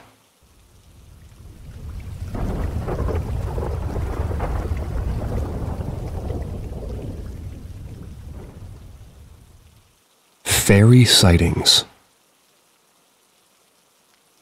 In the first grade, I slept over at my friend's house. We had done a lot of fairy hunting activity, more like trying to summon them. We made fairy houses, watched Tinkerbell, chanted anything you could imagine. So, I wake up and check my surroundings to see if anything had changed since I'd gone to bed.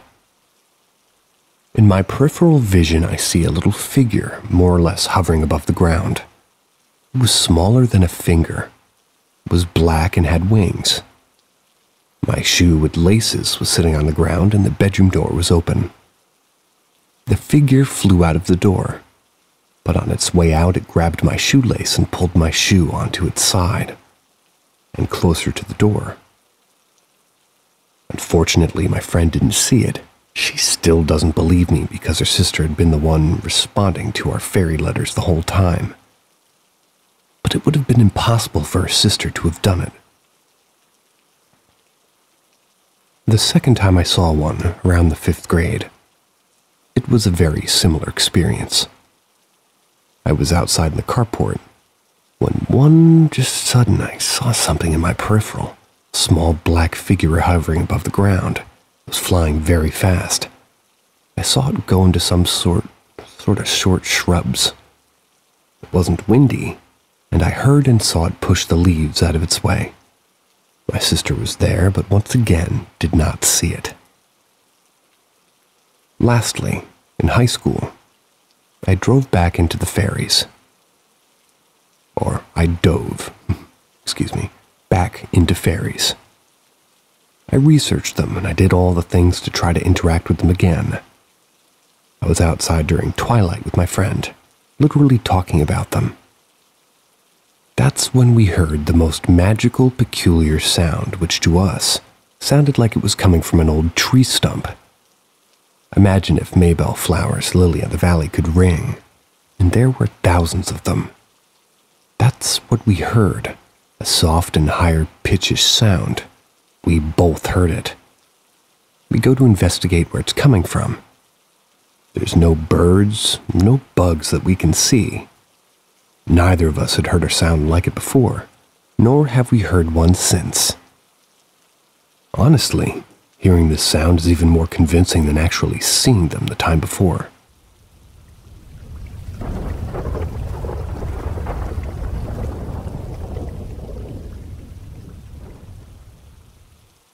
Nana came to visit.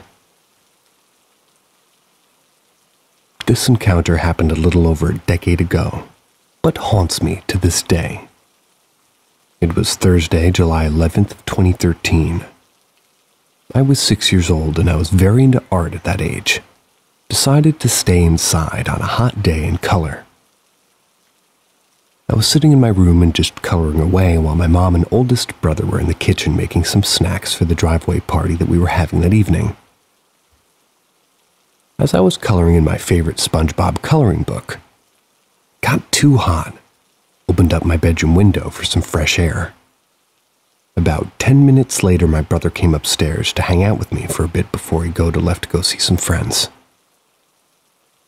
In the midst of talking about plans for the day, a gust of wind blew through my room and the smell of a very sweet and floral perfume came through. I didn't think much of it until my brother went running outside looking for my dad while screaming, "Dad, Nana's here, I can smell her perfume." I'd never met my Nana because she passed before I was born. My brother, however, was 8 years old when she had passed. Had the chance to meet her. We have a 15-year age gap. My dad didn't really believe me until another gust of wind hit the house again. He smelt it. My dad started bawling. That's when I came outside and asked. When I got the explanation, I understood why he was so upset, and my brother panicked. Years later, I smelt the same perfume of hers while cleaning my house and instantly knew Nana is always here. So I guess there sometimes is a sweet ending to a story.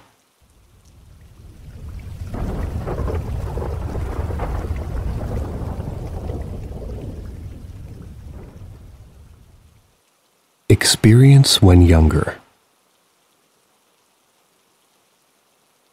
Not necessarily a scary one, but maybe one I should share. Mostly because somebody could have some perspective on it. I've always considered myself a very happy and positive person. Things seemed to be amplified when I moved into a cabin my family built on some family land when I was in my teen years. I'm sure it's just a coincidence, but when I moved there, I also started to feel very lucky and like there was a guardian angel looking after me. Not sure if it's relevant, but to my point, maybe someone is noticing a pattern that I don't. Anyway, fast forward and I'm in college. I meet a Navy guy, of course, and we decide we're going to marry and move away. I go back to my cabin home and stay in the basement, which I never did. My room was turned into an office. That's when I went to college. There were bunk beds in the basement. I recall waking up in the middle of the night to a very tall, broad-shouldered figure hovering beside the bed looking at me. It made me feel really warm, kind of like an additional blanket was on me. I also had a sense of relief, like they were telling me everything was going to be fine, even though I was moving away. I went back to sleep all comfy. The next morning I had a complete recollection of what happened. I was like, holy fuck. Really freaked myself out because I may have been visited by a ghost or something. So I explained it to my mom, but was also sure to tell her I felt that it was a good spirit. She said her grandpa was very tall and had broad shoulders, so maybe it was him. I believe in spirits and all things, but what does this community make of this? I still remember the feeling to this day. I still continue to live a happy life. Nothing very bad has happened to me, and I still feel protected to this day. I get these strange visions, but they aren't visions when it comes to certain things that become true. I can share those examples, but not sure if they're relevant.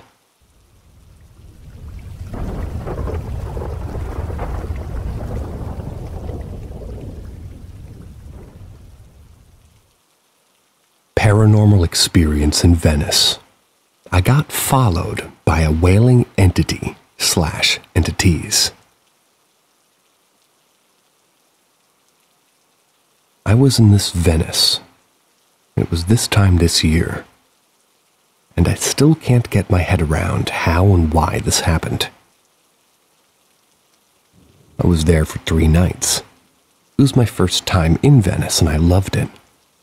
I was there with friends, but due to our poor planning, all 4 of us stayed in different hotels. I chose one near the station, which was an intimate hotel ran by a religious family.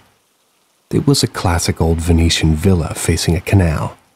The place had a chapel, a garden, and full of religious merchandise and decorations throughout. My room was on the 2nd floor. You had to climb 3 sets of stairs, and on the top you were met with a marble square lobby with a round table in the middle. There were few rooms around this lobby, and the rest of the rooms continued on 2 corridors that stretched on either side of the lobby. My room was one of the ones attached to this lobby. A single room that looked over the canal. It was a simple small room composed of a single bed with a cross above the head, a basin, and then a wardrobe. It was a cheap and cheerful hotel. I slept like a baby the first 2 nights. However, on my 3rd and final night, I had trouble getting to sleep. There were loud neighbors. They were watching videos. Didn't help. I had to bang on their wall around 1 a.m. after they stopped. Then I fell asleep. But I remember feeling uneasy and agitated that night. I woke up sometime between 3:30 and 4:30, which I guess wasn't unusual for me as I don't sleep well normally. That's when I heard a group of loud wailing people in the building that echoed into my room via the hall.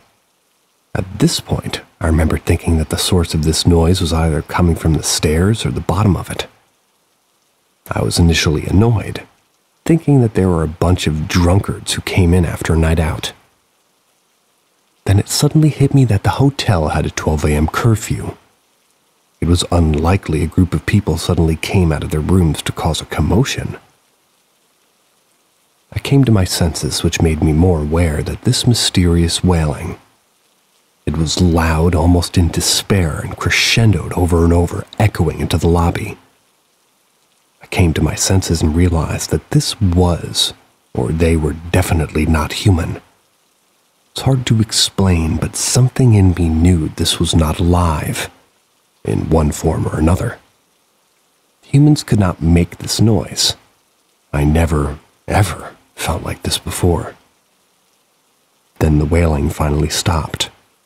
I was relieved, but what happened next is something I will never forget. The sound resumed from the foot of my bed, and this thing or these things wailing in my room at the front of my bed, very much present, closer and louder. I don't know what happened after that. I blacked out or passed out, and when I was conscious, it was around 7 a.m. To my surprise, I didn't feel as scared. Glad, though, until later on in the day where I tried to recap what on earth happened. To this day, I can't explain what this is. I wasn't a paranormal enthusiast or a believer.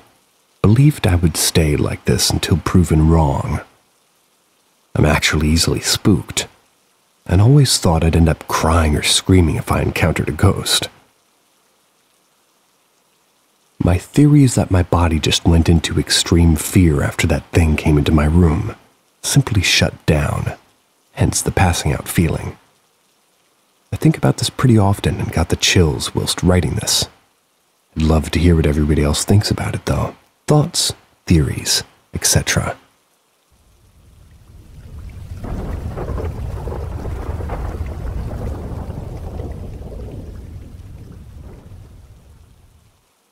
Spirits, ghosts, poltergeist, apparitions, etc. Here is what I can tell you based on our perspective as Muslims. When we talk about the afterlife, we refer to people's spirits in their graves, can communicate with the living. But those certain ways such as dreams. However, we do believe that deceased can't in no way or form cause harm or benefit to anyone, basically meaning that they have no power whatsoever to do anything.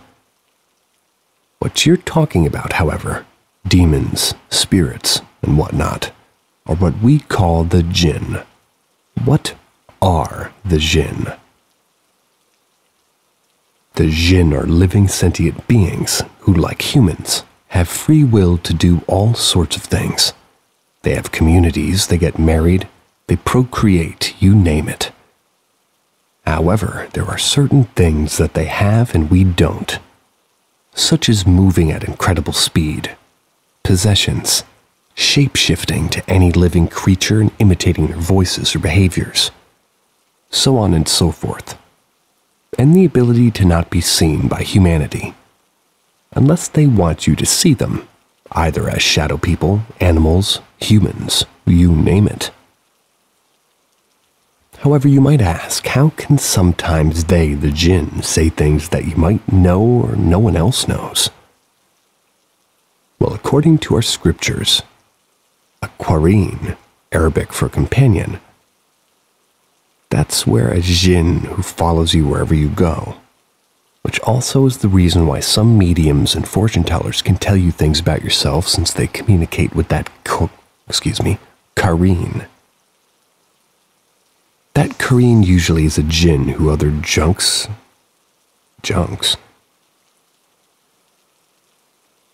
Gonna hazard a guess and say the qareen usually is a jinn who either just asks about you and gives them your information. The jinn vary from genuinely nice jinn who wish you no harm. They just want to go about their usual day. Others are pranksters that like scaring people, just for the fun of it. Others are downright evil, wish nothing but harm to you, whether by leading you astray or try to literally hurt you. And those are what we call devils, shaitan, and that includes Satan. In Islam, we believe that he's a jinn too, and not a fallen angel. Not to mention there are weak jinn. There are really powerful jinn. Usually the powerful variations of them are called ifrits. They have the power to move heavy things with little effort.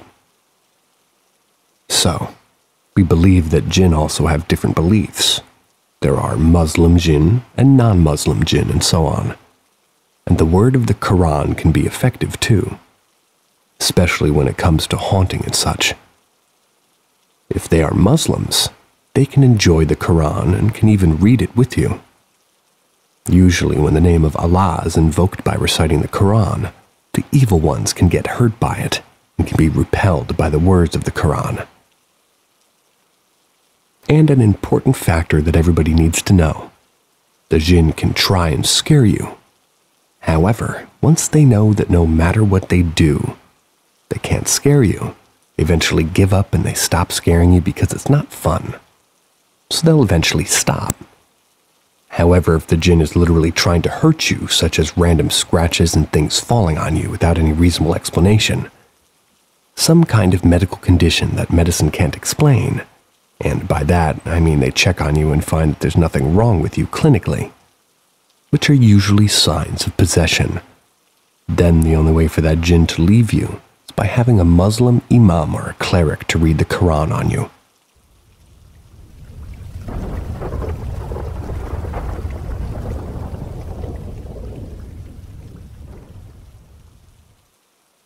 I think I might be a clairaudient.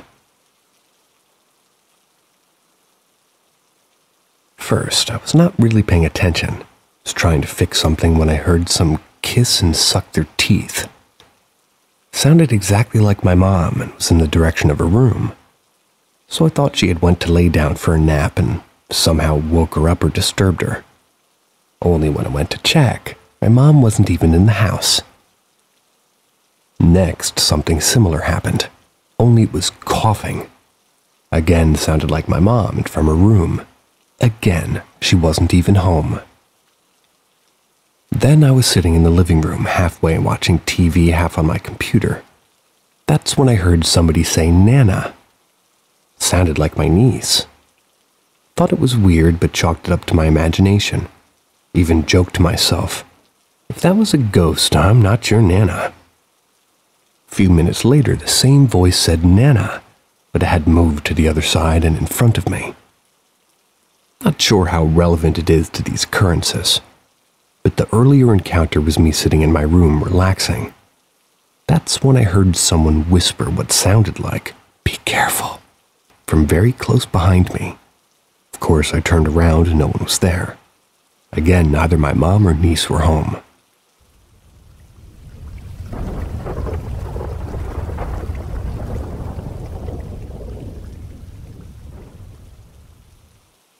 True event. The Lamp Post, 2023. My wife of 22 years died on the operating table. I was at a local regional hospital during a routine outpatient surgery. I was not notified of her death by the hospital, and that's a whole other topic of discussion. Kindly, before you criticize and scold me for why weren't you at her surgery, I had just gotten out of the hospital 4 days earlier for a brief 5-day stay, and my own surgery had my first post-op doctor's visit. Her mother volunteered to take her. I was finally informed by her mother in person of my wife's death. I was walking out of the door of my own apartment. You cannot understand the feeling of earth dropping out from under your feet until you jump from the bridge or off a cliff. Some is the grief one feels in the first few hours. Her family came over, her mother, father, brother. I had called my sons to break the news. We sat around and drank a pair of bottles of whiskey and too many cigarettes. They left around 9 p.m. About an hour later, I decided to go check the mail and walk down the driveway. I reached the mailbox, and as I was turning back toward the house, I noticed the lamppost in our front yard at the end of our little cement sidewalk blinking furiously. The light had stopped working a year prior. When we bought this house, 6 years, now 8, she and I went on about changing the fixture out. I wanted a regular electric light and she solar. Happy wife, happy life. Rule led me to installing a solar light, which lasted till about 6 months before her death, as mentioned. It was strobing, blinking, and flaring. I went and stood at it for maybe 5 minutes, transfixed. That was before my son, noticing me standing in the front yard at midnight, came out and said, "When did you fix that?" To which I replied, "I think Alice is trying to tell me something." In regard to the light, I stayed out there for another 45 minutes talking to this lamppost. And while I wasn't drunk, and while firmly gripped by grief and cataclysmic anger, this stupid little flickering lamp was comforting. There's a video of the flickering light and me talking. The light continued and then eventually went out. I then went inside and went to sleep. That light hasn't come back on since.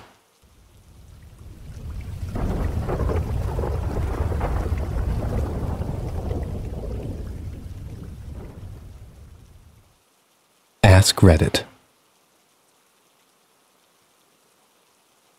I work in maintenance and hospital, but this story comes from out-of-work hours. Back in November, my grandfather passed away. He'd been living in a care home for several years now, and as we were from a smaller city, his main care aide was actually an ex's mother, who I'm still close to.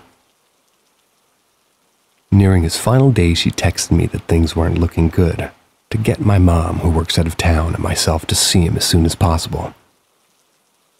The next 2 nights were exhaustive. Her and I barely left his bedside. We were wetting his lips, rubbing his head, and singing Charlie Pride and telling him stories from my childhood. At one point, is anybody going to San Anton? Antoine? I don't know how to say that, I'm sorry. At one point, the song on the CD player starts playing and my mom just tears up talking about how the song reminds her of her father the most. He wasn't really coherent besides a glimmering moment that the first day we had gotten there. By the final day, we were sitting watching the breathing turn and choke breaths. As the hour got nearer, my ex's mom was contacted. Came in on her day off to sit with us for the final hour. My mom had her father's head in her lap and was still had this Charlie Pride on the radio. She was whispering in his ear to stop being stubborn, that she would take care of her brothers, that she had me to take care of her. The gaps got longer and longer in his breaths. My ex's mom was sitting next to me, the CD player playing behind us, and my mom laying on the opposite side of the care home bed. All of a sudden, his breathing stops.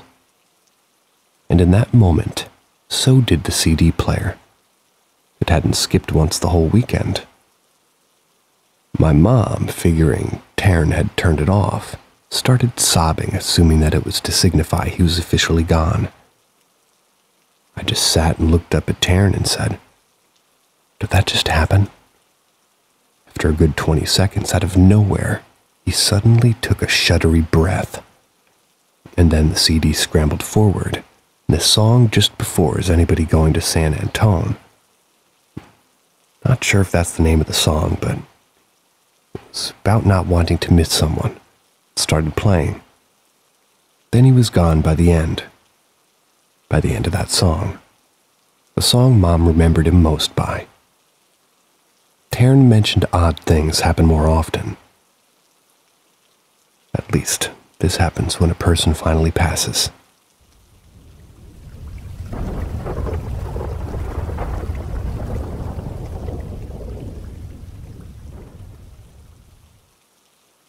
Bin bag entity falls from tree, nearly crushes chav. This didn't happen to me, but to a friend of mine who witnessed a bizarre moment with his friends in the woods. This would have taken place around 2006 in Cornwall of the UK. I was part of the alternative crowd, but had a few townie/chav friends as well, one of which was a guy called Richard. For those that don't know what the townie/chav folk tend to be, it's like run-of-the-mill anyway. They're working types who are a bit rough around the edges, but as a rule very down-to-earth. Zero interest in the paranormal unless they can snort it or steal it. So Richard's at a party in a place called Baldhu Woods one night. Side note, Baldhu Woods is infamous for being associated with all manner of occult practice, from witches and warlocks to devil worshippers. This was due in part to there being a south-facing church in the woods.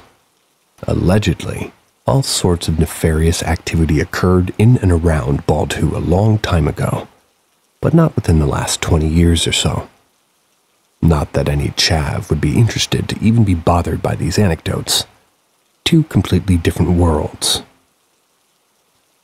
So back to the story. Richard and a group of 15 to 20 people were partying in the woods. There was some alcohol and drugs involved, but not for Richard and a couple other people who were driving that night. They made a bonfire, drink and drugs were no doubt flowing, and they partied until around 1 a.m. That's when they decided to move on to a house party in nearby Truro. They put out the fire and then started to make their way out of the woods. Now there's lots of trails through Baldhu. It's a popular woods during the daytime, but Richard left the path to go and piss against a tree. He didn't venture far, literally just a few meters off the path behind some bushes, up to this huge tree. He started pissing and then heard the creaking of branches above him. He stepped back and looked up to see a huge black mass falling down towards him. He jumped back and screamed, causing the group to come storming through the bushes.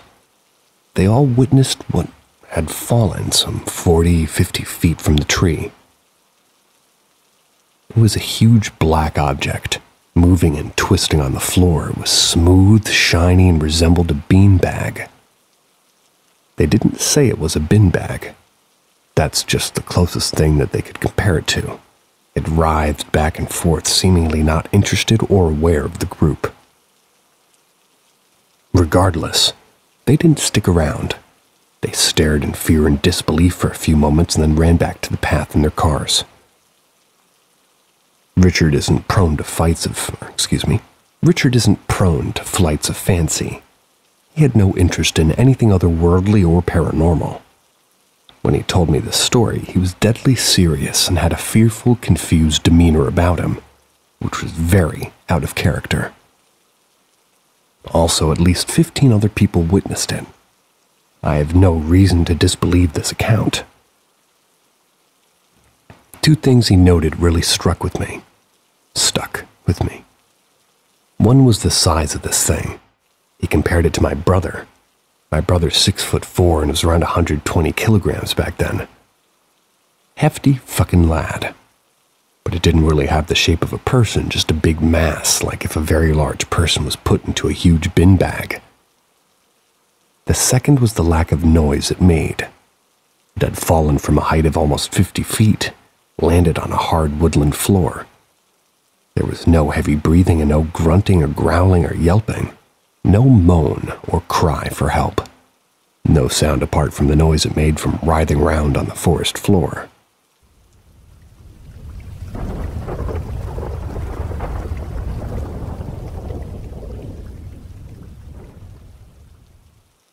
The Old Man in the Secret Garden. Background. I live in a small town, but in the popular fancy neighborhood that everybody made sure to hit up on Halloween night because of the full-sized candy bars. My family lives on a dead end, and in the deepest part of this small neighborhood which contains my aunt's house, my sister's, and mine. My house was the oldest house, as well as the first house to be built before the whole neighborhood. Before, it was all woods as far as I know. My aunt is very creative and artistic, so she turned this trail in her backyard into a secret garden. It was full of old angel statues, old bird fountain, and a bench, and just a lot of woods. Me and my cousins always played in these woods when we were kids, until we heard the old man. Note, by the garden there is a super old shed made of tin, and it was there before my house, I'm guessing. Also about 100 feet away of a slab of old busted concrete the size of another shed covered by a ton of leaves and dirt. Just thought I would add that. The beginning was around 8 or 9 years old, and after school I wanted to go play at my cousin's house like I usually did. So I walked up to the driveway. My older cousin, Em, nice, she was 12. She was playing with the basketball, stopped to ask me if I'd heard the old man. I was obviously confused.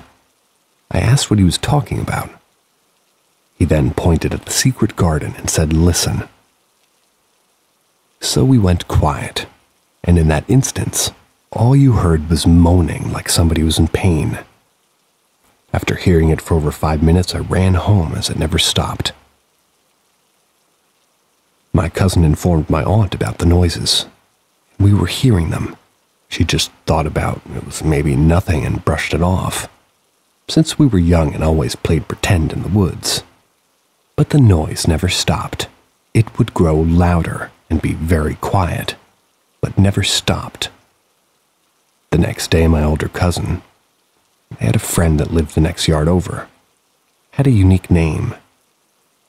He decided to cut through the woods as he usually did, get to my cousin's house, only to be stopped. He heard his name being called through the woods that went further back. He was there for a few minutes, guessing confused. My aunt noticed him.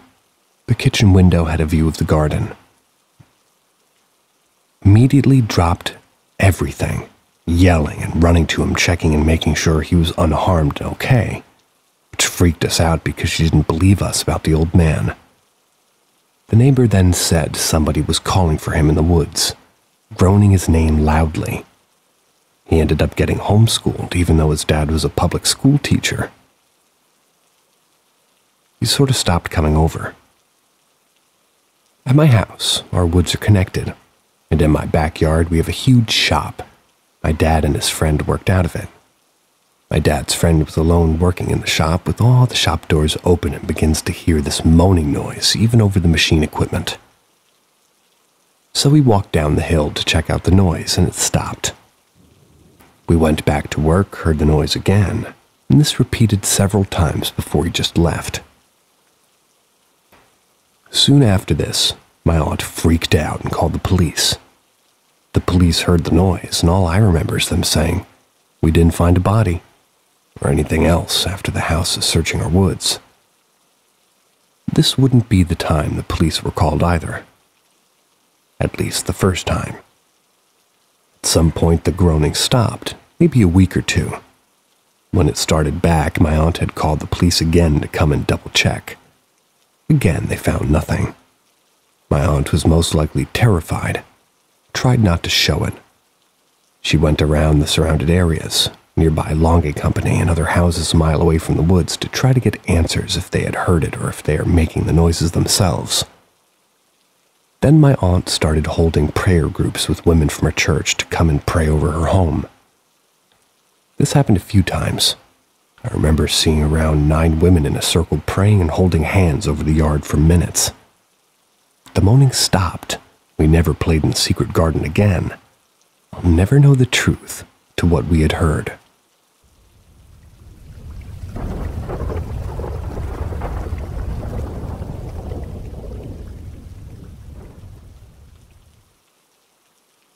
What I saw, but I know that I saw something out in the corn. I live in New England. My family loved to do corn mazes every fall. Even if we all scatter for work or life, we make a point of at least meeting to do a corn maze every year. A few days back, we're out in a corn maze on this really old farm. It's been there for forever, and they do corn mazes every year. I'd gotten separated from my brother and my mom, and I couldn't hear any other people in the maze. I looked through one of the walls to the next path over, and I could swear up and down I saw a little, like a plant almost. like 4 legs made of green parts with the branch that connects to a leaf to a flower but longer. All of them converged to connect at the single stalk that pointed up. There also wasn't any anatomy to it. It didn't have a head or arms, but the central stalk was as thin as a twig, not that big. I didn't think you'll believe me, but I saw it moving and walking for a few seconds, and then it moved out of sight. But it was moving on the other path, just on the other side of the corn wall. I don't know what it was, and I can't find any mythology or stories that seem to be like this. I'm not making it up. Just want to know if anybody's heard of something like this before.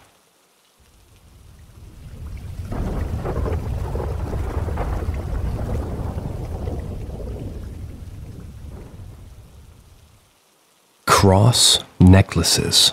Rosary changed location, tangled into a ball while I was away.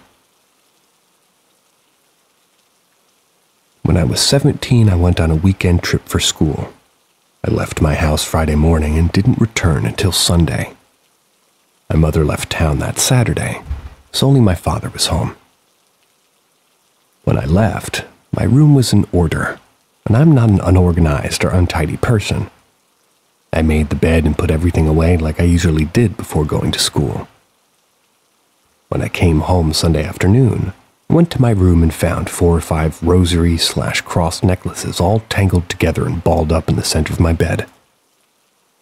Nothing else was out of place. I thought it was a prank and asked my parents about it, but they were both as freaked out as I was. My dad swore he wasn't in my room. My mom said that she only went in Friday afternoon to vacuum. I also asked the neighbor, which was my friend, if she did this as a prank. She promised she didn't, and was also quite weirded out. All of the cross necklaces had been in a wooden box inside my closet on the other side of the room. When I came home, the box was closed, but the closet door was cracked maybe 2 centimeters. Grew up Catholic, stopped going to church about a year before this event, but felt the need to save the crosses. Never really figured it out. And this was the only strange occurrence that happened to me that I can remember while living in a very old farmhouse. I put the necklaces and the rosary back and went about my business.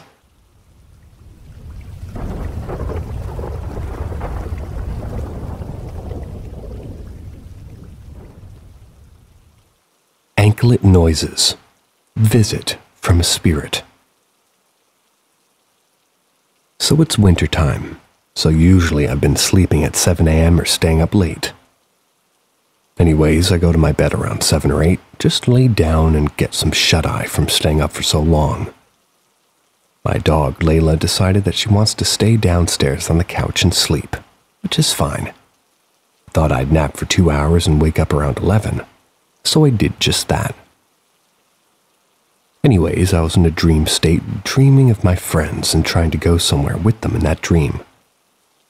That's when all of a sudden I heard these gung-hru noises in my sleep.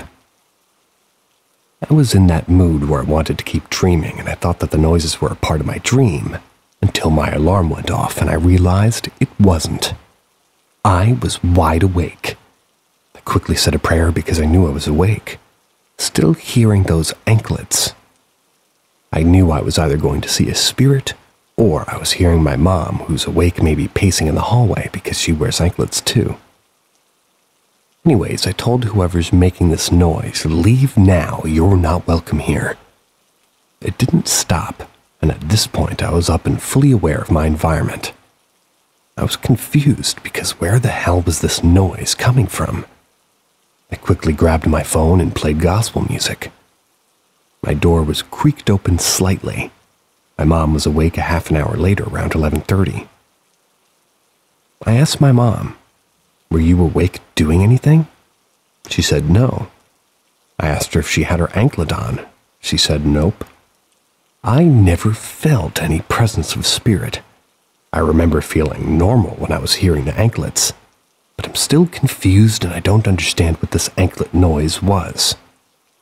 The music really helped because, like I said, it stopped immediately. I want an explanation as to why I heard this. Creepy as hell.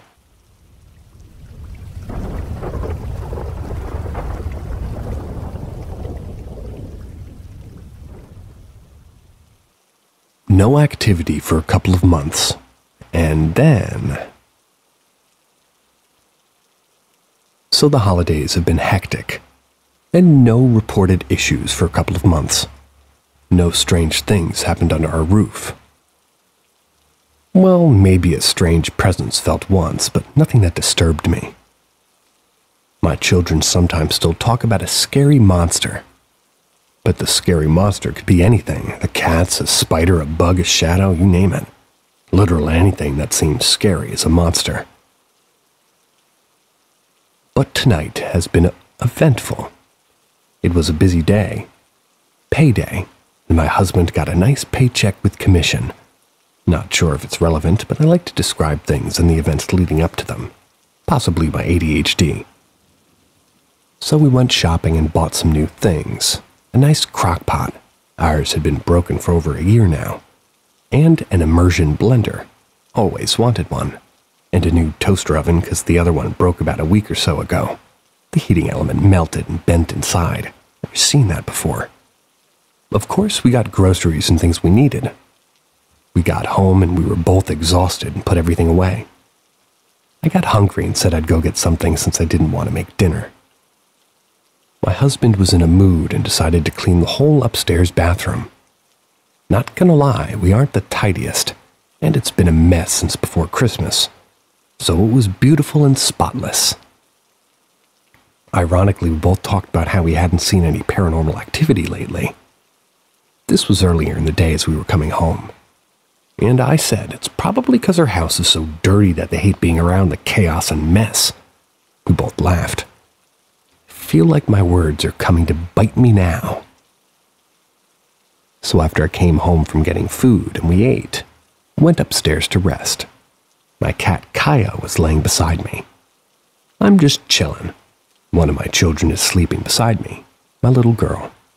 She's sound asleep, not a peep or a stir. And I'm reading on my phone. I'm facing up.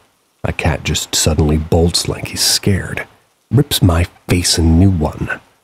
I'm not exaggerating when I say I had a literal stream of blood going from my cheek to my neck. Luckily, it was just deep nail indents and not scratches on my cheek. I freaked a bit because I'm feeling warm blood coming down my face. My husband patches me up. Such a sweetie. I don't know what really made my cat bolt, but he did it again later. I'm thinking, he's just getting a little senile. He's not a jumpy cat, but he's blind in one eye. He's pretty chill compared to the rest of my cats, though. My most loyal boy, too. Always comes when I call. Kind of like a dog, really. Didn't think much of it, though. Not ghost-related anyways. I was just thinking maybe another cat passed by and sort of batted him. I wasn't paying attention, perhaps. Arya is sneaky like that. She's my stealth black cat with sharpened needles for claws. But he's never been that terrified. Anyways, now everyone is in bed. I'm letting Kaio sleep next to me and soothing him because even though I was mad at him earlier, I can't blame the poor cat. He just came to lay next to me as I'm typing this. And then I hear it. It sounds like voices. It's been hours since we've gone to bed, but I have a tendency to stay up and read. Happened at about 2 a.m. It's 30 minutes past that now. At first, I'm thinking it might be the reading machine my mom got for my daughter for Christmas. They love that thing, but I'm realizing this sound is like an adult voice and different voices talking to each other. I literally sit up and say, "What the fuck is that?" My husband, who is snoring, and is now snoring, just stops and wakes up. He hears it too. At first, I'm like, did somebody break in? That frightened me. And since I thought it might be the dream machine, I checked my children's room first. They were absolutely passed out. Nothing was around them. By now, my husband has realized it's the TV. He said he was very certain he turned it off. So was I, because I hadn't heard anything for hours. We both went downstairs. Not gonna lie, I told him to go down because I'm a total wimp. But he said, "Can you go with me?" I realize we're children, so we both go down. The downstairs is completely dark as my husband turns off everything before going to bed. The TV was indeed on. And how, may you ask, are we sure that we turned it off? Well, when I first turn on the TV, it goes straight to channels. We don't ever watch these channels. We straight up stream everything. Plus, Cocomelon and Bluey are on 3/4 of the time. It was on some weird-ass karate movie on one of the channels, so it had to have been turned on. We also don't have a remote for this TV, so... My son sort of dunked it in his drink. Still haven't replaced it. We just use our phones. But my husband was asleep and his phone was dark. He got his phone out when he realized the TV was on and opened the app and saw it was on. It wasn't opened before, so no way. Well, he was asleep. I was reading and my app wasn't on either. But right before the TV came on, my cat jumped again. Luckily not on my face this time. So something spooked him. He's not one to be spooked, at least not like this. So, I believe the spirits come and go in my home. I guess they came to visit once again. One strong enough to turn on my TV, which is creepy to be honest. I mean, maybe we just got hacked. That was my second guess, but my cat's reaction makes me think otherwise.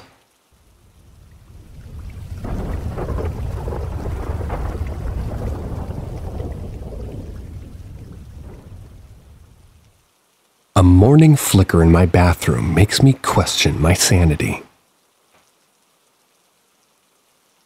As my previous posts have possibly shown signs of paranormal activity in my house, thought I might add just another for documentation.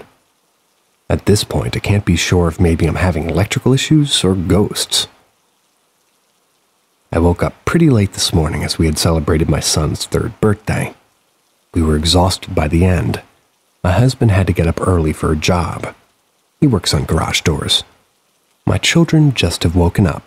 It's 9:50 a.m. I always check my clock when I wake up. As per my morning ritual, I go to the bathroom and pee first. I turn the bathroom light on, actually a bit unusual for me to do that, but I guess I was feeling like really getting myself awake.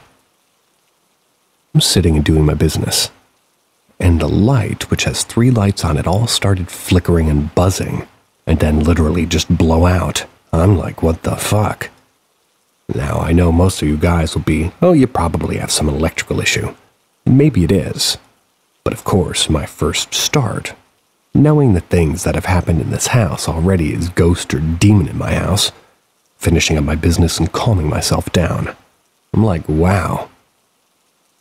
Being a bit delulu, it's probably just an electrical issue. Yeah, that was my thought, till I turned my light back on. I don't know much about electronical stuff, but I thought I should turn the switch off, just in case, right? Turned it off, but the lights came on and they were completely fine.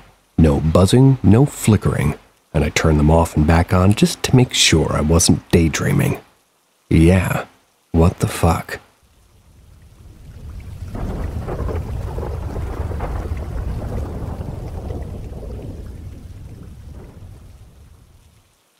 Ask Reddit. Several people, myself included, have seen or felt a presence which we have affectionately called the Man in White. In order, here are the stories. My brother was cooking with his girlfriend in the kitchen, and from the periphery he saw a white figure pass in front of the kitchen door as it was walking through the hallway. I was in my room and he asked me if I'd passed through there. I hadn't. The maid was cleaning the bathroom. She felt like in a really intense manner that something was looking at her from the bathroom door. She told my mom about it, was really affected by it. A different maid was walking through the hallway that connects the bedroom on her way to clean the bathroom that's on the way to my room. When she got to the bathroom, the door was open, saw a figure standing in front of the toilet. She assumed it was me peeing with the door open and quickly turned away. continued on to the bedrooms to tidy them up. I was in my room, so when it got to it and saw me, she turned around to the bathroom to check if there was someone. She screamed and sat on my bed pale with goosebumps when she noticed it wasn't anybody anymore. While I was in that same bathroom brushing my teeth, I saw a shadow pass through the hallway. Granted, I don't give my story much importance because it might have been nothing, just my brain forming patterns. My mother's sneakers fell to the floor from the top of the washing machine. It wasn't turned on. My mother even brought one of my uncles. He's a priest. He came to cleanse the house. That was before the second maid and I saw him. I know these stories are pretty mild, but the man in white is pretty chill. He's become a recurrent joke at our house. The dogs are looking fixedly at the hall. The man in white. I lose my socks. The man in white. Someone feels a presence somehow. Chill out, man in white. And I hope you guys all chill out. See ya.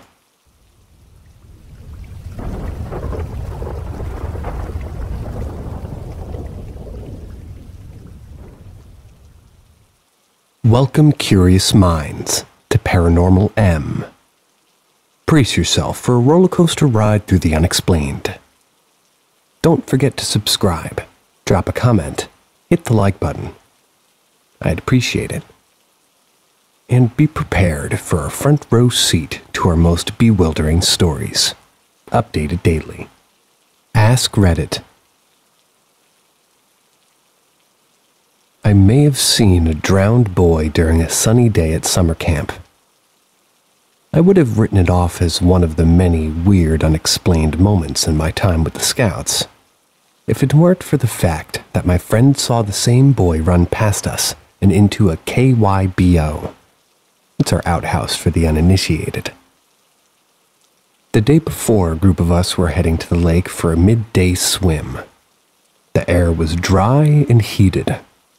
All we wanted to do was to get away from the trail dust permeating the entire camp. The shoreline was close. We could smell the water. We became excited and joked loudly enough to not hear the ambulance trundling up the dirt road till it was in view. No lights, no sirens. We got to the shore, and there were many camp counselors there, hugging and weeping into each other's shoulders.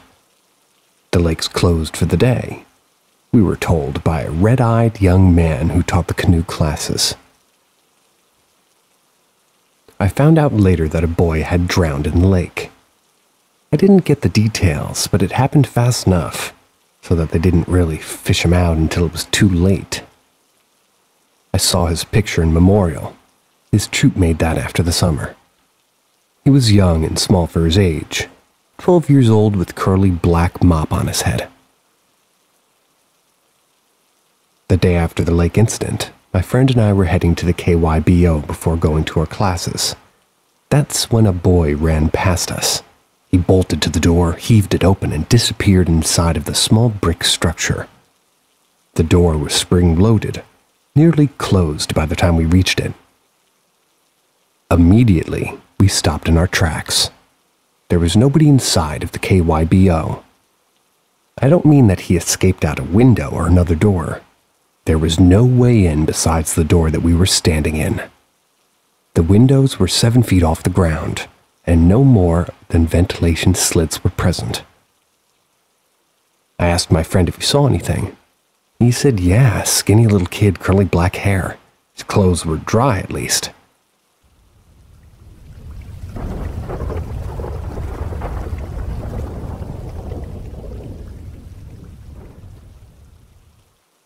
I saved a girl's life, and I can't accept it was just a coincidence. A few years ago, I was on a train home. It was a warm summer afternoon, and I remember being in a particularly good mood as I stood by the train doors looking out of the window. The sun was shining, I felt good, and I didn't want to spend the rest of the evening stuck indoors. So I thought, why not get off the train a stop early, walk the rest of the way home? So that's what I did. I got off the train at Lewisham Station, southeast London, which is around a 30-minute walk from my then home, which was situated not far from Hither Green Station, my original destination. Slowly started walking home. I could have taken a shortcut and followed a busy road towards Hither Green, but instead decided to walk the longer route through the nearby shopping center and up the busy Lewisham High Street, in search of some smiles and some excitement. The high street was unusually quiet that day. I'm not sure if there was a big sporting event happening or something, but I remember there weren't as many cars or people around as usual. I had a pleasant, slow walk along the high street, enjoying every last photon I could absorb. Came to a junction where I had to turn left onto Court Hill Road, which leads up to a hill to Hither Green Lane. As soon as I turned left onto Court Hill Road, my attention was immediately drawn to, on the opposite side of the road, a lady pushing a pushchair up the hill. She had a baby in a buggy that I couldn't see at the time and a small toddler walking and skipping alongside her. She was holding onto the left handle of the buggy. I smiled to myself, thinking how heartwarming they looked together, remembering back when I was that age, happily skipping along holding onto my mother's hand. They were probably 75 meters ahead of me when I turned onto the road, and we were walking at pretty much the same pace.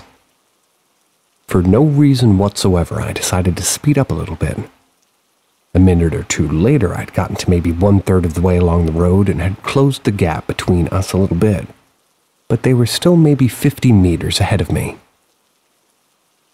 For no reason whatsoever, I suddenly felt like jogging. So I very lazily start jogging, more like bouncing up the hill, and all I could think about was this family on the opposite side of the road. I was fixated on them. Then again, for no reason whatsoever, I suddenly wanted to cross the road, despite the fact that I lived on the left side and crossing was the opposite of what I'd normally do. It made no sense for me to cross over, but I wanted to. So I step out into the road, which was totally silent with not a car in sight. Start bouncing diagonally across the road. I physically couldn't have jogged any slower. I was in this relaxed, zen-like state. I was in no hurry to get home, but had this urge to get closer to this family walking ahead of me. They were like a magnet drawing me closer. I was jogging straight towards them. I got to around 30 meters behind them, in the middle of the road now. Still not a car in sight. Decided I'd speed up a little, not much. I was still bouncing, but with just a little pinch more effort. They were almost at the top of the hill at this point, and I was maybe 2/3 of the way up. Suddenly, for no reason whatsoever, the toddler, a little girl, decides to dance straight into the middle of the road. Her mother, in an obvious panic, screamed at the girl to get out of the road, which instead caused the girl to panic herself. Frozen to the spot, she started crying. The mother, still holding the buggy, had also frozen in panic and stood screaming. That's when I heard the engine. At the top of Court Hill Road, it's a right turn that leads to Hither Green Lane. Both sides of the road have trees and brick walls lining them, so it's impossible to see around the corner no matter which direction you're heading. Vehicles often drive far too quickly when coming down on the hill, and usually exit the corner at the top, maybe second gear around 30 miles an hour. I could hear a vehicle coming, a diesel engine by the sound of it. It was revving hard and the girl wasn't moving. I didn't speed up, I just kept bouncing straight up the middle of the road toward the girl at the same pace. Total zen, totally relaxed, almost too relaxed. My mind was clear. She was facing uphill and had no idea I was coming. The mother also had no idea I was there. I got to around 10 meters behind them when the white van came flying around the corner. In 5 seconds' time, the van would be where I was currently standing, 10 meters behind this girl, and it wasn't slowing down. The girl was frozen in a panic. The mother was frozen in a panic. It was time to be a hero. I got to the girl and slipped each hand under each of her armpits. I looked up and see the van is 2 seconds away, if that. I lifted her foot off the ground, turned right, and took a step toward the pavement. I was still in the road. I knew the van was going to hit me, as there's no time. As I thought that if it did, and I was still holding the girl, that she'd end up being dragged backwards along the road with me. So instead of putting her down on the ground, I stood arms out straight, holding a foot above the pavement, thinking that, after the impact had taken me out, gravity would be the stronger of the two forces and would gently pull her down toward the pavement. The van flew past, and luckily I was only clipped on the left shoulder by the wing mirror. Barely touched me. I put the girl down on the pavement, who was now standing silent and totally confused as to how she'd somehow floated the 10 feet from the middle of the road to her mother's side. Spun her around to face me, got down on one knee and said sternly, "Hey, look at me. Never go in the road again, do you hear me?" At which point she realized what had happened, started crying again. Maybe I'm just ugly and my face scared her. The mother, who was still frozen in fear up until this point, now stood staring at me, jaw open, wondering where the hell I'd come from. She snapped out of it and started thanking me. "Oh my God, thank you, oh my God." I just smiled, nodded, and walked on. I turned and looked back and saw the mother rubbing the girl up and down, checking for injuries and hugging her, and I laughed. Over the years, I've replayed this event 1,000 times in my head. 2 seconds, that's all she had left. From the moment I scooped her up to the moment the van flew past us was 2 seconds. If I hadn't gotten off the train to stop early, she was dead. If I hadn't sped up at the bottom of the hill, she was dead. If I hadn't decided to start jogging for no reason, she was dead. If I hadn't decided to cross the road and head straight towards them, she was dead. If I'd done anything differently that day, the world would have lost this beautiful little girl. I often wonder how her life turned out. She's probably a sassy teenager now. I cannot accept that everything that happened leading up to it was random coincidence. It felt like I was being sucked towards them. Why did I start jogging uphill? Why did I cross over? Why was I so fixated on them? Why did I speed up walking when I was having such an enjoyable slow walk? Why was I so relaxed that even when I saw the van meters away from my face, I didn't break out of the slow jog? It's like I just knew I'd get there in time and everything would be okay. The world is weird, and I have many questions.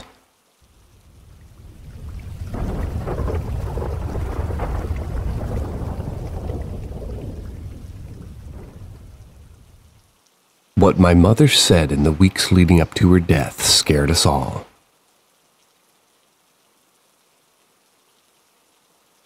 A few years ago, my mother died after a long battle with cancer. In her last few weeks, she was bedridden at home at one point and in heavy pain medication. The whole family took turns to help and spend time with her, and what she told us toward the end gave us all a shock. She kept having a scared reaction to something. She'd jump and say, "Oh God," or she'd swear as if something had made her jump. She didn't say anything at first, but then after a week or two blurted out something one day that gave us all the creeps. "I wish she'd stop scaring me. Tell him to go away."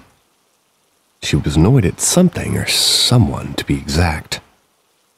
Confused, we asked her what the problem was, and she told us.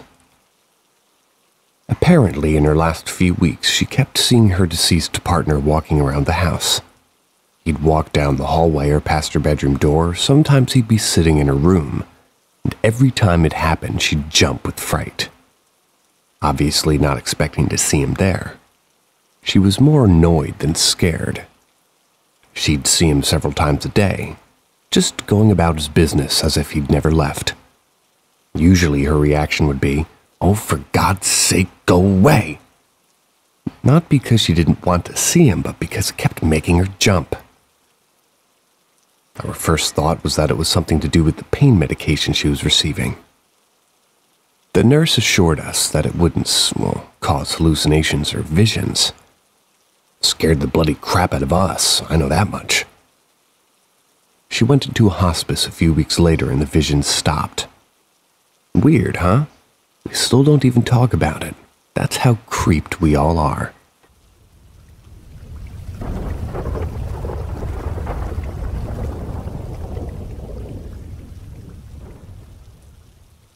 Around 1980, I was 15 then.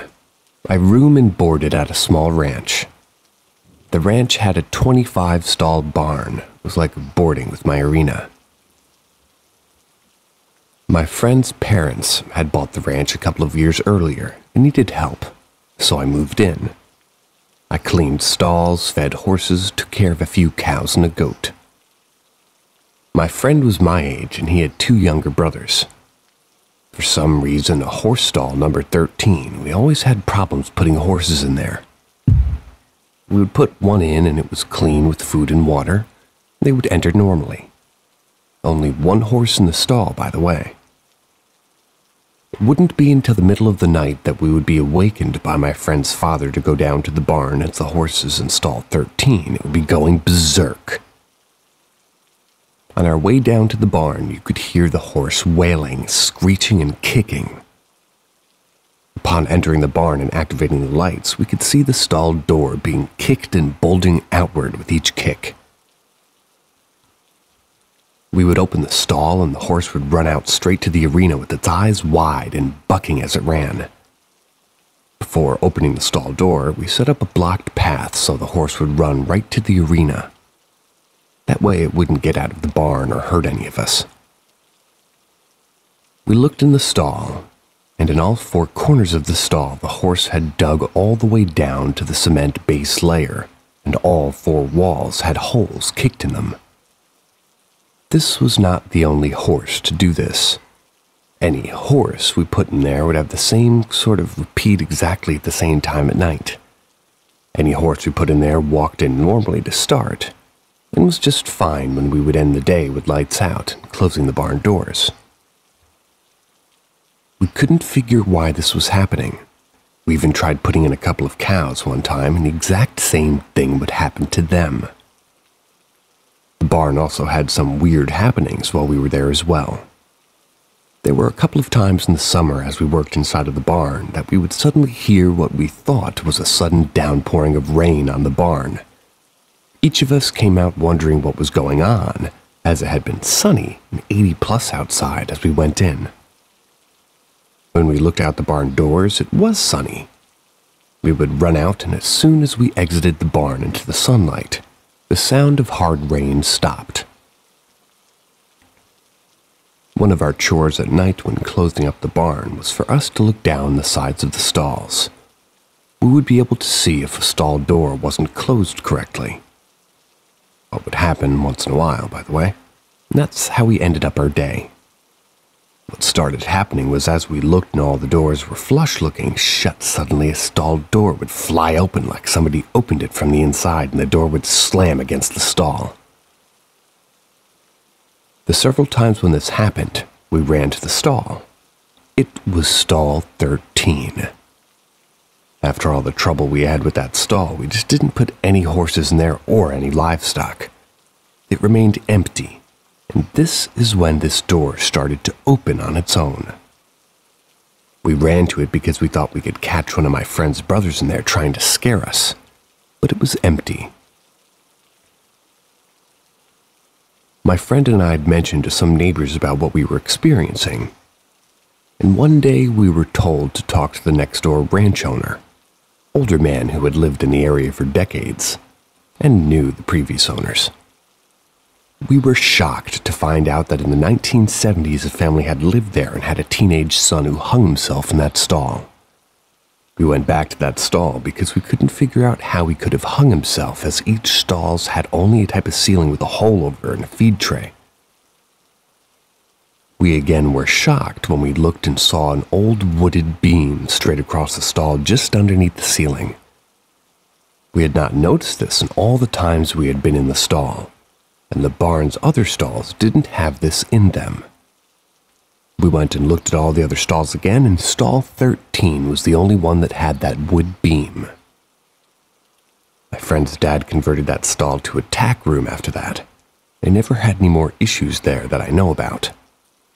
I was there about 2 years working and boarding and had moved on to high school in the U.S. Army after.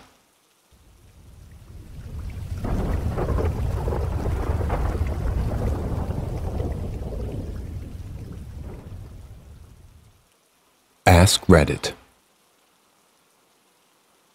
So I was raised Christian, only in the sense that Jesus and God were about as important as Santa.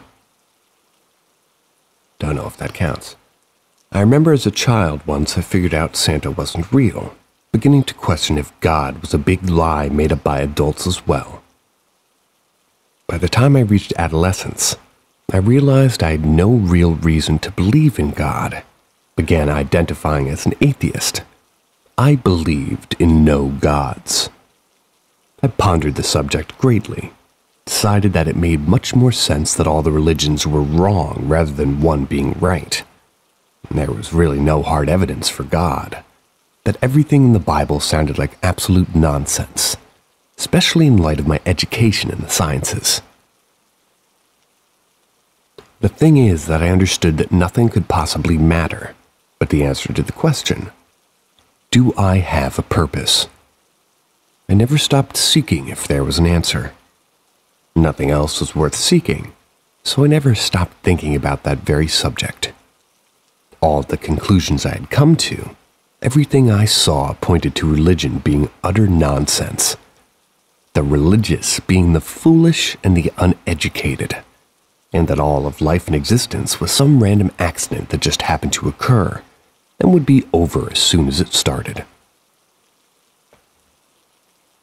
I never questioned that stance until the day I had a good friend talk to me. He didn't have incredibly thought-provoking statements. He didn't have nearly any answers, but he had faith.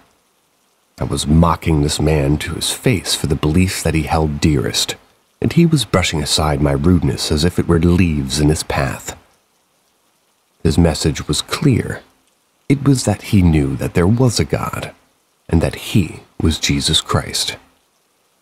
He confessed himself that he didn't have all the answers, but he knew religious leaders and I could talk to them. He was sure. I laughed off the entire conversation at that moment, but I distinctly remember in the moment before I fell asleep that night asking myself, could I have been wrong all this time? It was the first time I was no longer 100% sure there was no God. It opened a new chapter in my life. I had spent years finding every single reason to not believe in God, but had never taken the time to consider that there might actually be reasons to think that he does exist. I began to see them. The fact that the theme of human existence is the struggle between good and evil point directly toward him. Without God defining good and evil, all of our struggles, all of our dreams, all of our desires, all of our love, all of everything was just a bunch of complex chemical reactions. Everything I knew told me that, well, we experience and what we live is real, it's tangible. I was living it after all.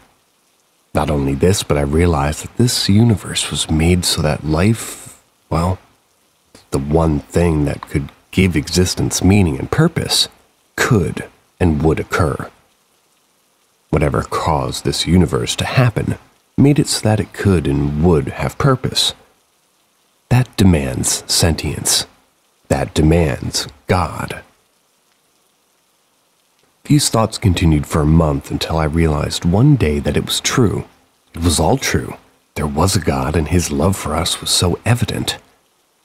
The love of a God that put breath in our lungs. The love of a God that let the sun shine on our backs. The love of a God that's, well, lets us look into our loved ones' eyes. It's the same God that multitudes have claimed to have witnessed to walk this earth in the flesh and laid down his life to save us. Everything became so clear in that moment. That night was the most incredible night of my life. I fell on my knees in repentance of my sins, willing to follow Jesus as my Lord. I received the Holy Spirit. I was born a new man who put all of his sin behind him in that one moment. I went to all those in my life, all those I'd instilled my brand of atheism into, and professed to them that I was wrong, that they needed to repent as well. I found myself in the midst of a group that was getting more heavily involved in crime to fuel our drug usage.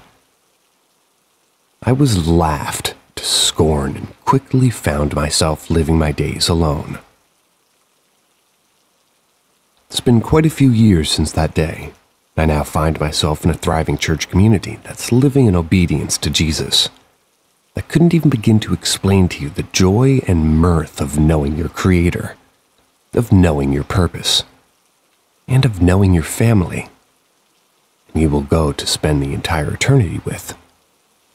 This world is just the beginning of the beginning, that only those who are willing to repent of their sins and obey God will find eternal paradise to be their end.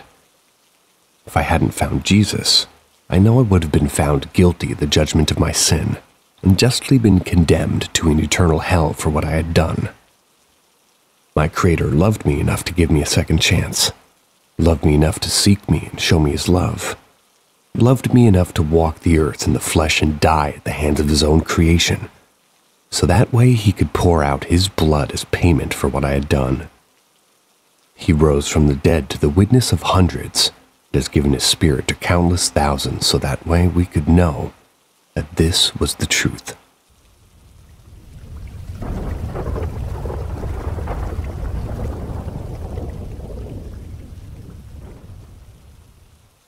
Ask Reddit.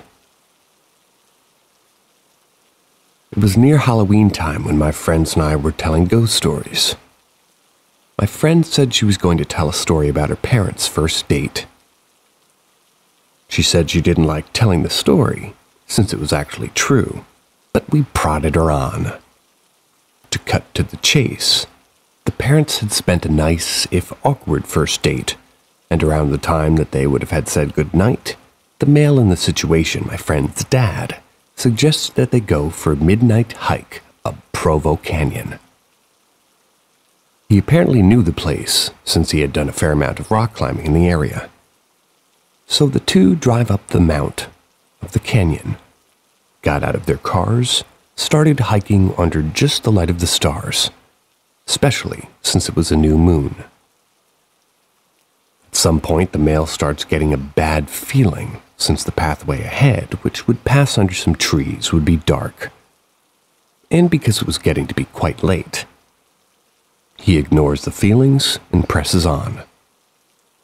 In later rehearsings of the story, the female would say that she had felt the same feeling as what was probably at the same time, though she didn't know the trail like he did. A minute later, the feeling came back to the male. He ignored it again and started walking a bit of the way into the trees when his foot hit something soft in the middle of the path. Under the trees, it was too dark to see just what this soft thing was, and the feeling came back stronger than ever. Instead of finding out what his foot had bumped into, he and the female both agreed to hightail it out of there. Years later, after being married for some time, they were watching an interview with the serial killer Ted Bundy. In response to a question asking him to describe the time that he felt closest to being caught, he explained about the night that had lured a girl into Provo Canyon and had just killed her when he had heard some people coming up the trail. He explained how he hid in the trees just in time only to watch some guy walk right into the body. For some reason, just turn around and walk away. Yes, I heard that noise too.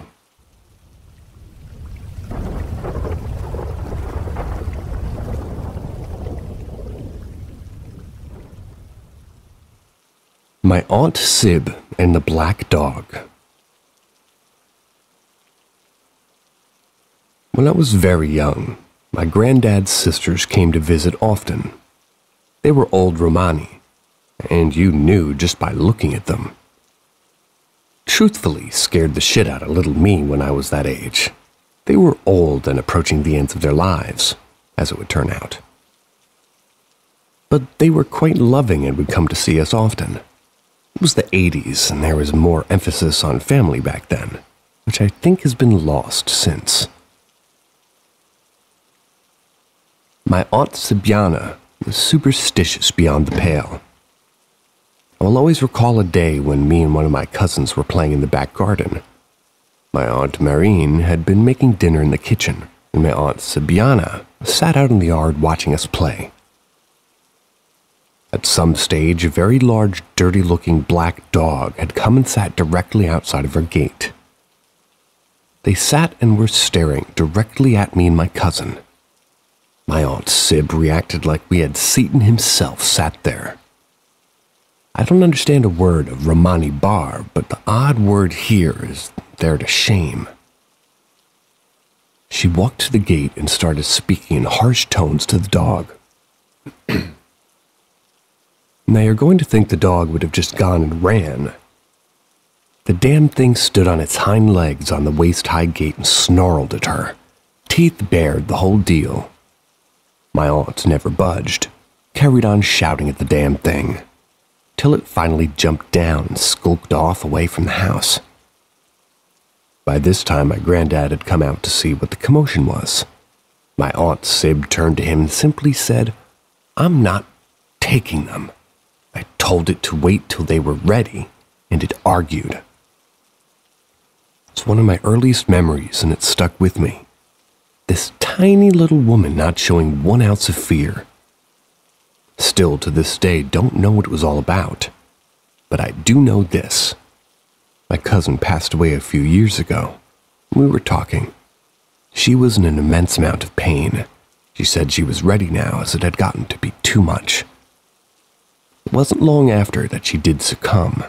It wasn't till very recently that I remembered what my aunt said that day. I told it to wait till they were ready. Gave me a shiver, that one did.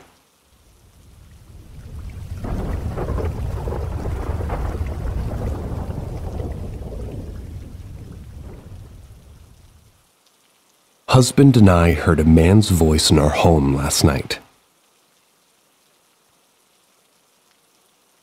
So my husband and I were watching a scary movie. We don't usually watch scary movies, but we thought it would be fun since our kid was staying with his grandparents for the night. About halfway through the movie, we got bored of it, decided to call it a night. It was around 11:30 p.m. We were watching it in our bed, so we just turned off the TV and lights and laid down. Within maybe 30 seconds of turning off the movie, I hear a man talking. It sounded like it was coming from our basement. We live in a log home and we sleep in the loft, which is open to the rest of the house. The stairs leading up to our room are made of half logs, so you can peer through them and see down the stairs, and that leads directly below into the basement. By the way, the basement also has no door. At first, I thought maybe I was imagining it. I do have auditory hallucinations before I fall asleep all the time, so I thought that's what it was. We have a German Shepherd who sleeps at the top of the stairs in the loft with us. She hadn't seemed to notice anything. About 10 seconds after hearing the voice, I hear several other sounds. Sounds of something moving in the basement. Jostling and gentle thuds. At this point, my husband whispers, "Did you hear that?" And I'm like, "Yeah." And he says, "It sounded like a man talking." And I'm like, "Oh my God, yeah." So he jumps out of bed, puts on his robe, gets the gun, and starts checking around the house. I have my phone up ready to dial 911 if the windows are closed and locked, and the alarms on them are undisturbed. Same with the sliding door. We checked the rest of the house and still nothing. I'm super freaked out at this point, and he has to get up early for work, so go back upstairs to our bed. He goes to sleep, but I'm too freaked out, and I stay up with a lamp on, ready to attack the sneaky intruder, till about 2 a.m. when I was too tired to stay up any longer. I heard a couple more strange noises up until I fell asleep. Most of them I attributed to the house shifting. My box fan made a high-pitched squealing noise a few times, which I've never noticed before. Almost sounded like bats squeaking. I just cannot relax about the situation, because I can't come up with a solution as to why this happened. The house was secured. There's no way anybody could be inside. We live in a rural area and know our neighbors.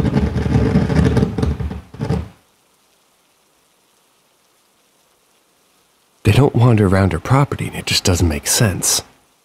The voice didn't sound particularly threatening. It sounded like a country boy talking to his buddy. Not super loud, not quiet, just a casual interaction. Jeez.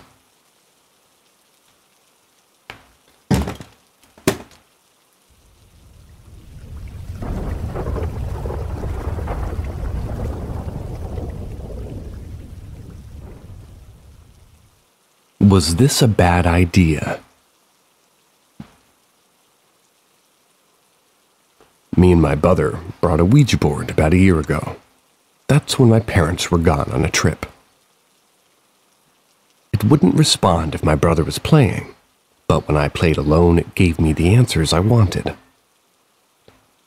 Prior to this, I had some things happen to me, such as hearing voices and sleep paralysis episodes. I believe it all started about 4 years ago when me and my brother decided to do this thing that we've seen on YouTube called the Dancing Chair Ritual. Basically, it said play this song, Tiptoe in the Tulips. If the song stops, you have summoned a spirit. If the music plays all the way through, you won the game. If the chair flips over, then don't go in that room alone ever. So me and my brother, being us, like 15 and 17, we were skeptical. So in the middle of doing this, the music stopped. We didn't think anything of it and played the rest of the song, then had a few laughs. The next night around 3:50 or something, our bedroom door started rotating slowly. I pointed it out that my brother called out "Paw Paw" and nothing responded. He said it again, and then once he said it, the door handle shook violently like somebody was trying to rip it off. My brother yelled "Stop," in which it did stop. Got up, looked around, no one was there. Really wished I could have filmed it. Then after that, a week or two later, we were at my cousin's house and we heard the piano play, which we were confused, because all of the adults were helping move, so we asked everybody if they played the piano. Everyone said no. This was shortly after my great-grandfather's passing. Then we asked my dad, and he said no, which this is what terrified my dad. No son, whatever was here as your pawpaw was here, is now gone. That left chills down my spine. I have a video that I can get from my dad or something sounding like it's dragging a body or something from upstairs, but I'll see if I can get it first.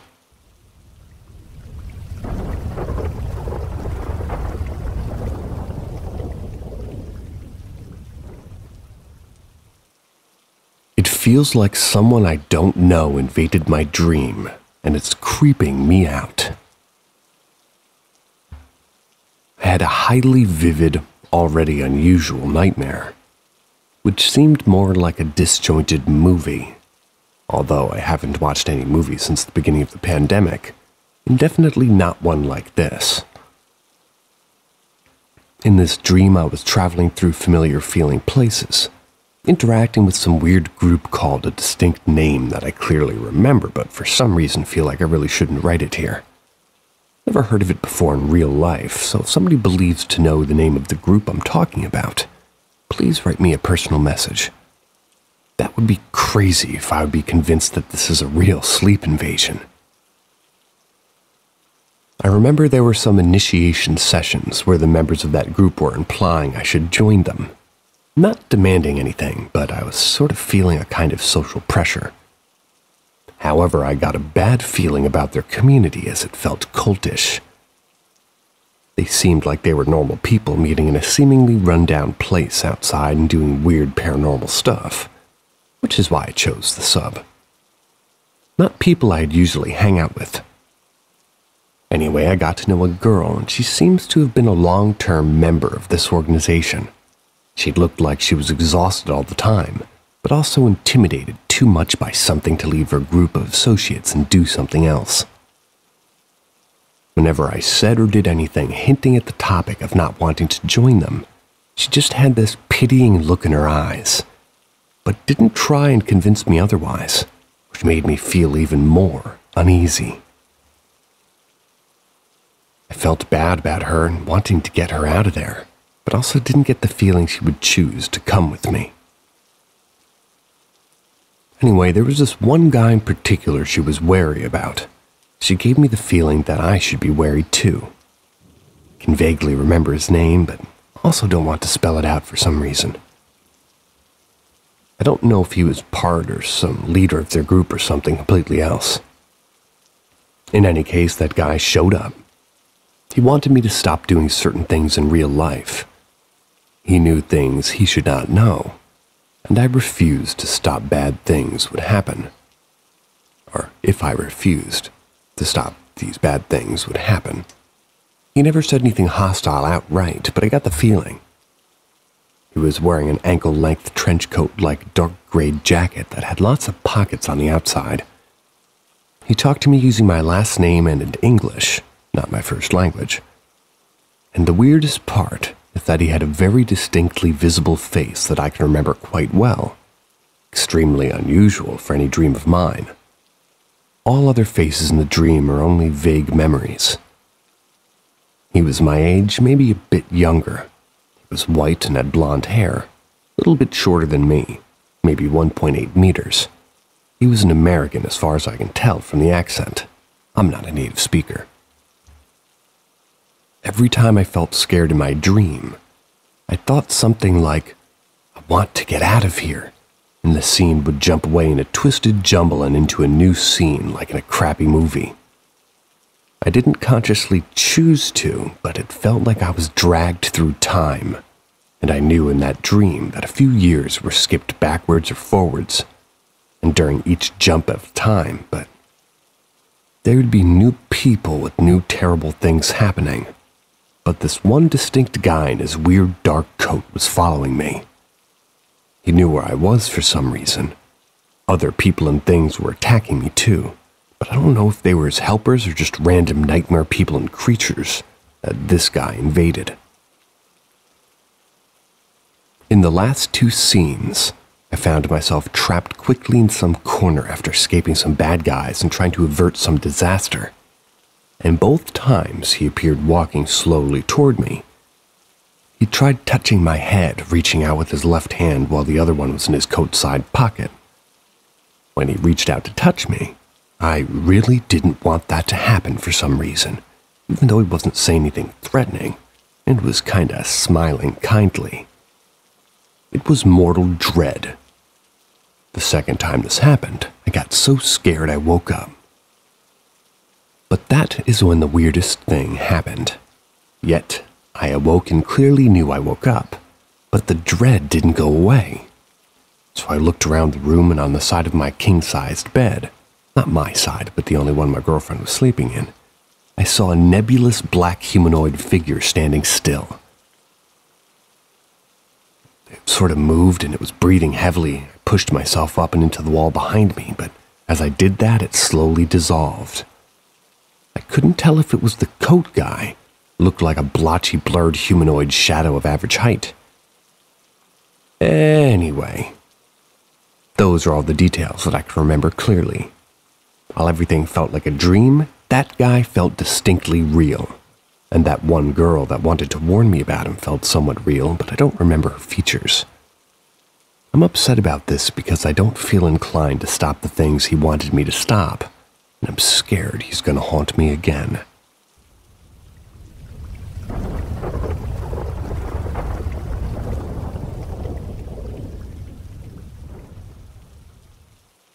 The Pink House. This house had been in my family for a little over 40 years, and throughout that time, everybody who's ever lived there, just about every extended and immediate family member, at some point, has experienced paranormal activity. I am still determining how much of them this happened in 2005 in South California. Excuse me. We had just been evicted from our house, found ourselves at my Nana's house again. I hadn't lived there since I was 4 years old, but here I was sleeping on the floor of the second story with my mother and 2 brothers. We had left our former house with nothing but clothes and trash bags, moved the bags against the wall so we had room to sleep. The entire floor was bare with no furniture, not even a curtain rod for the windows, so it was just the 4 of us and our trash bags. The second floor had been an attic before they converted it, so it ran the length of the house and was wide and long, with 2 small storage closets that always gave me the creeps, and a standard closet on one far end of the room. It was dark, and my brothers were sprawled far away from me, my mom on one side of the room and us on the other. I was having trouble sleeping. I remember there was a storm with lightning that would light up the room occasionally from the flashes. There was one large window facing the house's west side and one smaller window facing north. I couldn't sleep and felt uneasy, like an energy shift had happened in the room. I had seen things in that house before at that point, but tried my best to chalk up my unease to nerves and stress. I scanned the room, made sure it was just us there. Nothing looked off, so I laid back down and closed my eyes again. This was before the cell phones of today. We were too poor to afford any cell phones anyway, so I had nothing to distract myself with in the dark. And I still had that strange feeling of something being off. I opened my eyes again and started to stare at the wall in front of me as I lay on my side with my back against the opposite wall. That's when I began to focus on a black trash bag. It looked more prominent than the others, off in some way. I remember a flash of lightning lighting up the room and seeing that trash bag I was focused on was just pitch black. No glossing effect like the others. Now I was terrified. What the fuck kind of trash bag was that? No one had a duffel bag, and we all grabbed what we could and stuffed them into a big hefty black bag. I could feel my heart racing as I watched the trash bag move a little. Like it, whatever it was crouching down facing the wall with its back to me, shifting its weight trying to make itself look small. I can only describe it as something cloaked in the blackest material I'd ever seen. Pressed myself as close to the wall as possible, didn't take my eyes off it. I contemplated screaming and waking everyone in the room up, but then it shifted in its crouched pose again. I did what my Nana had always said to do when I was scared. I started to recite the Lord's Prayer in Spanish in my head, just like she had taught me. It then started to turn its head very slowly, like it knew it was there. Words cannot describe the side profile of this thing. It had black skin and a nose, and like those silly 90s Halloween prosthetics witch kits.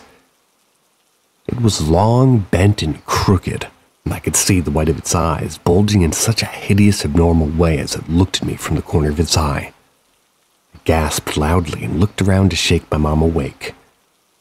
I wouldn't be alone looking at this creature if she woke up, crouching in the dark. My mom was pissed that I had woken her up. When I told her there was something evil against the other wall, she got up angrily and snapped on the overhead light. There was nothing but the trash bags we had brought with us. She told me to stop being a baby and let her get some sleep, so I begged her to leave on the closet light. I practically clung onto her like a giant koala, which is embarrassing as I was 14 at the time. Whatever the hell I saw had scared me so much. It didn't show itself to me again, and that face haunts my nightmares sometimes. For years, I told myself it was just the stress of the move and the overall chaos that my life was at the time, till my siblings and I were reminiscing about our experiences at that house. As I relayed this story to them, my sister cut me off and said, "You saw that too, like a witch thing." My brother chimed in, stating that he had a nearly identical experience, but thought it was a large pile of clothes on the floor that he saw. My sister saw that thing crouch as a shadow one night when she lived on the second floor alone. When she had left, we moved in shortly after, and she said she slept with the light on for weeks after her encounter. We all had seen it separately, but described it all the same. Hunched down or crouching with black skin, huge bulging eyes. Think of Jeepers Creepers 2 when he licks the bus window. And a big, long, crooked nose. I don't think it's a witch, I think it's something very old and very negative. Something evil is up there. I think it showed itself to me that night. I lived there for 4 years and had plenty of awful things happen, but thankfully I didn't see that thing again and haven't seen it since, and I hope I never see it again.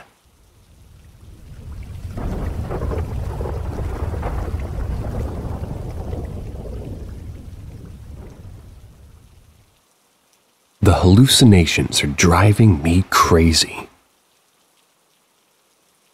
Some insight first. I've had sleeping issues ever since I was a middle schooler, and sleep paralysis ever since high school. I'm 19 now. The paralysis has always been scary, horrifying, and terrifying enough that I wouldn't want my worst enemy to experience it. I've always pushed through it all myself since my family couldn't be bothered by it. They think it's nothing to worry about. Mind you, I usually sleep at appropriate times as well. So them being very scary didn't affect me a lot, but recently, the paralysis has become downright creepy. It's like something is trying to lure me. Whatever it is has been intimidating my family or friends in the hallucinations I experience. It's trying to do something to me that I don't know. Let me tell you about the recent sleep paralysis experiences. The first one goes like this. I'm laying on my bed sleeping. I see my mom approaching my door and looking through a small crack. I thought maybe she just was checking on me, which is very normal. But then I experience a certain feeling of dread. Chills throughout my body. That's when I realized that it wasn't my mother. It was just darkness looking through the creek. That's when I managed to break through the paralysis. Left me numb for a bit. And now the latest one. As usual, I'm hallucinating while having sleep paralysis. I'm at this alleyway which is very long and dark that's right in front of my home. There's a door there. A very close friend of mine is standing next to it, asks me to pass through the door. I felt as if I was sure, why not? Went through the long alleyway. But right when I was about to pass through the door, the feeling of dread hit me again. Same goosebumps rose throughout my body. The person standing there wasn't my friend. It was the same thing from the previous experience. Glad I didn't get to see whatever was up close this time. I broke through the paralysis right at that moment. Also, a few days ago, I woke up at around 2, sleeping next to my mother because of bad health. That's when I heard a specific noise made by her ankle bracelet throughout the house. It was everywhere. My mom is a light sleeper. Kind of wakes up easily. I tried to wake her up a lot, but she didn't wake me up. I don't know why. Now, today, I realized something else too. I hallucinate a lot whenever I'm trying to sleep. It's not the sleep paralysis type of a hallucination. It's just hallucinations I see when my eyes are closed. And these always revolve around family members of mine being overly aggressive and creepy around me. I don't know how I didn't notice this before, but now that I do, I'm even more scared. This one time I actually felt someone pinch me at my knees that I was hallucinating something creepy. When I was out of the hallucination, I actually felt physical pain at that very spot. I've seen out of the world bizarre stuff in my sleep paralysis stuff. I want to mention them all, but it's just too much. This one time I was bombarded by horrifying images, one after another at a haphazard speed, which was done by a doll that laughed while I was scared for my life.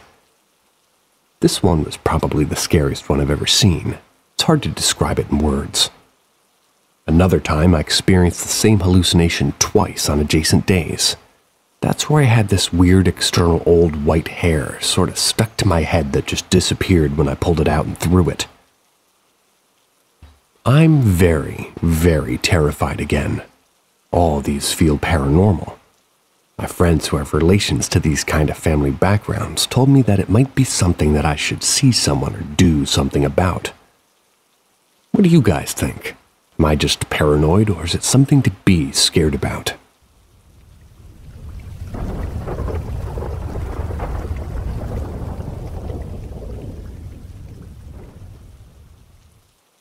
Seeing figures pretending to be my brother. So this happened as two instances, one on February 5th, 6:30 a.m., and today at 6:16 a.m. So I'll start the first time that it happened. I went to the laundry room to put my clothes to wash, and only lights were on in the laundry room. The light in my room, which illuminated a bit of the hallway. So when I was finished with my laundry, I heard footsteps. I saw a dark figure running at me with heavy footsteps, so I automatically assumed it was my brother. So I yelled his name, then the figure took a sudden right to the living room a bit confused, because he would usually answer. So I turned on the light to the living room, and to my shock, there was no one there. Went to my brother's room to ask him if he left his room, to which he replied, "No, I haven't." So that sent a shiver down my spine. So today, around 6:15, still in my bed, I opened my eyes and saw my younger brother standing next to the closet holding his tablet. Not facing toward me, just the whole body was pointing at my closet. Thought it was a bit weird because my door was closed. So I closed my eyes, trying to fall back asleep. Then I decided to open my eyes, and I see him much closer, like standing on the side of my bed from me. Still in that same position, just way closer. I tried to say something, but felt like I couldn't speak. I fought, and then I said, "Talk," multiple times, and then it vanished. I got up, went to my younger brother's room, and there he was, fast asleep. Sent shivers down my spine. Thought about it, and maybe it was sleep paralysis. I'm not sure because I was still able to move, and I know what sleep paralysis feels like. Didn't feel anything like sleep paralysis.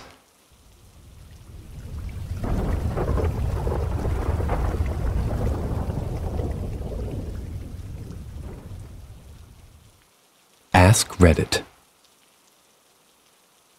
If it is possible, then our brains sure suck at it. If déjà vu really is seeing the future, why is it always about mundane things? If we were real neurological power, why don't we see the future about things that would actually be helpful?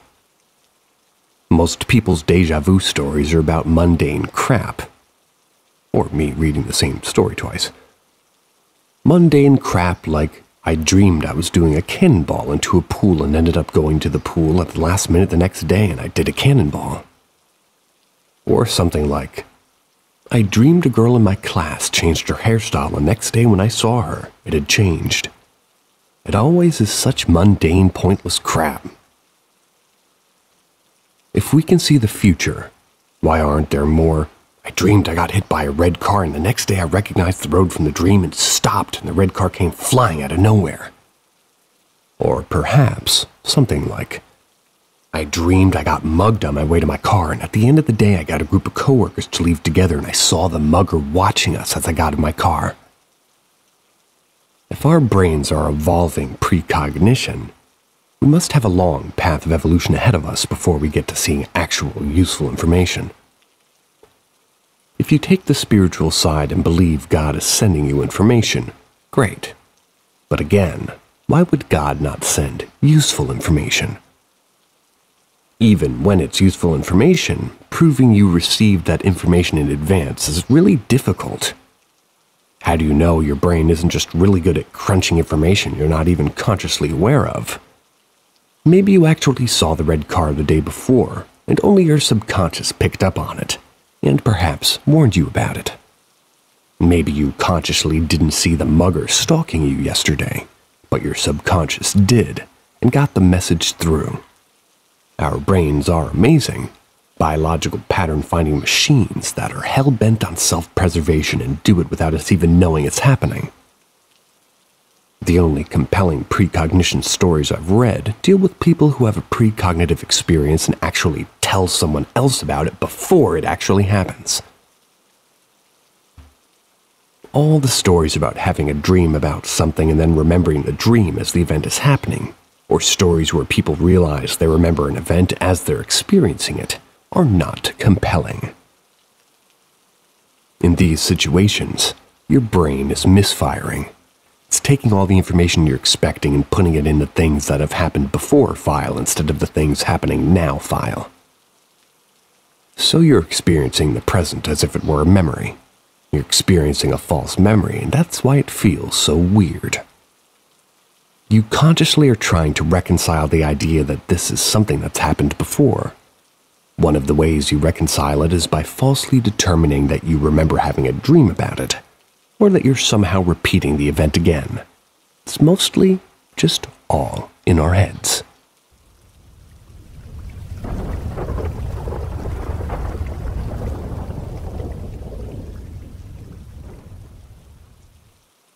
Ask Reddit.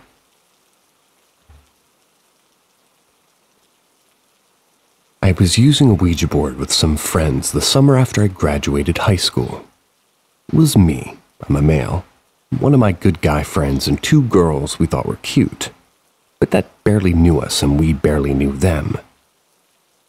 Now let me give you some background. After about 3 months before this happened, my grandfather died. I was not close to my grandfather because my father despised the man and made a point of keeping my brother and I away from him. But I had met my grandfather 2 times, as a very small child and then again on his deathbed when I was 18 or 19. The only reason my dad took us to meet him when he was in the hospice was to rub it in his face. It was my dad's way of saying, "Look what I did that you couldn't do." I didn't realize that was the reason until much later, and I felt bad about it then. But I don't think my grandfather even cared that that was the reason behind the visit. He was just so happy to see us before he died that the emotions poured out of him. He passed of lymphoma and complications of being a lifelong cigarette smoker. After he died, I really wasn't that sad. Didn't think about it that much since I barely knew the man. Back to the Ouija board. These 2 girls knew nothing about me or my relatives or life, and my good friend that was with me knew I had a grandfather that died, but didn't know any of the details about his life or even his name. We were playing around with the Ouija board for about 10 minutes, and we were about to call it quits and say that they don't work, and that's when it started moving. We only got 5 words to appear on the board, but they absolutely shocked me. The words were, "Melvin, Bob, Gamble, so sorry." Now I'll explain the relevance. My grandfather's real name was Melvin, but he went by Bob all the time. Only his family knew his real name unless he would have to give out his legal name. For instance, when he was in hospice, they called him Melvin because he had his legal name on the system. The reason my dad despised his father, my grandfather, was because my grandfather was a gambling addict who had taken all of the family's money, dipped to go lead a life of drinking and gambling not once but twice. My dad used to tell me stories of my grandma crying at night trying to figure out how he would get enough money to pay bills and feed my dad and my 2 aunts. No one with me knew any of this information, so I knew no one was moving the Ouija board on their own. As it hit me that what I was reading came from the board, I was shocked. After thinking about it and reflecting on it for quite some time after the event happened, I became very happy that it happened. It made me forgive him. Thought about how difficult his year in hospice must have been, laying in a bed fighting for every last breath you can take, all while thinking about how your own family and your old children despise you enough to not even let you see your grandkids. I wish I could see him alive one more time so I could tell him that I forgave him. I always considered myself a skeptic of the paranormal, but I just don't know any other way around. This little board could have been giving me these kinds of intelligent responses. That's one of the more compelling Ouija board stories I've read or heard about, and also kind of beautiful.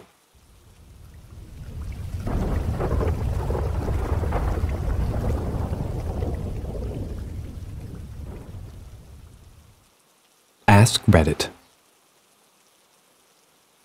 About a year ago, my girlfriend and I moved into a place with a few friends. Prior to moving in, I had been over a lot. It's above a music venue which one of my roommates manages. There's always people in and out. A large majority of those who have lived with her stayed over for quite a long period of time.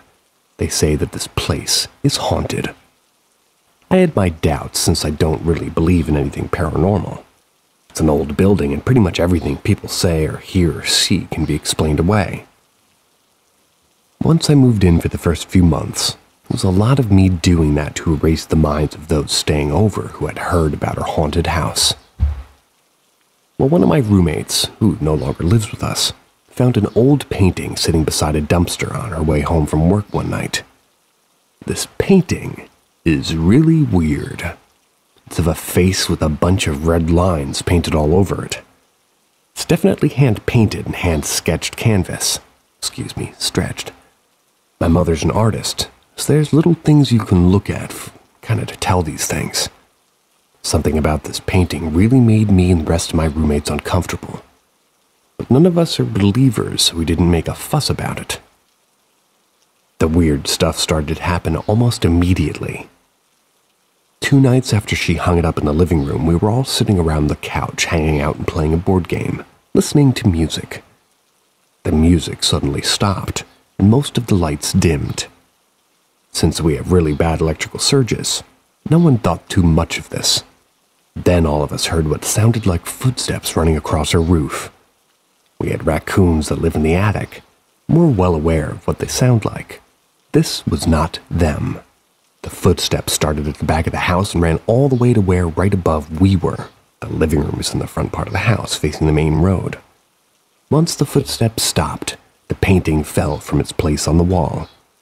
My roommate, for whatever reason, didn't want to throw it out right then and there, despite all of us being very uncomfortable. She did, however, move it into her room. The weirdness didn't stop there. I would occasionally hear a faint male voice coming from her room when no one was there.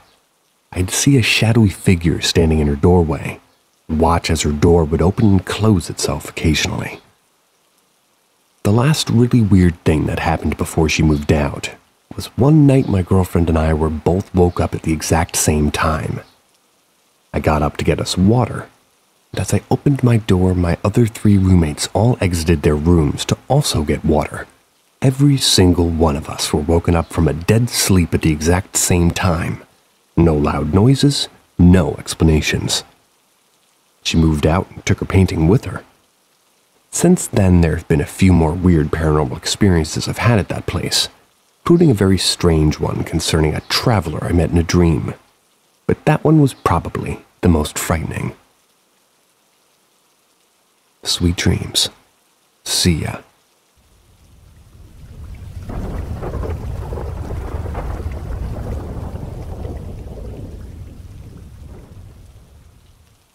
Greetings, truth seekers. You're about to embark on a journey into the paranormal with us at Paranormal M. Hit that subscribe button and turn on notifications to stay informed about our latest hair-raising chronicles. Ask Reddit. About 17 years ago, I met this woman. Let's call her Nicola. It was through a mutual friend. Initially, she was just getting out of one physically abusive marriage, which produced 2 lovely, humble, and helpful girls. And some years later, her second husband was now emotionally abusing her. She confided in me over the years, and we grew close enough to the point where we realized we loved each other. And once we'd said it, realized that we had to act on it. Planning her escape gave her hope. And even though she was still living with her husband, they had a young son together, she was checked out of her marriage, bar the paperwork, with everything stuffed into a big pink suitcase, her preferred color, and she was ready to leave. I was over the moon as she was more than worth the wait, wanted to start our relationship off right, so booked us a trip to New York City for Valentine's Day. A week before, she goes radio silent, but but I get one brief message that husband is being difficult and threatening. On the Sunday evening before we leave, one of her daughters calls me. Not a regular thing at all.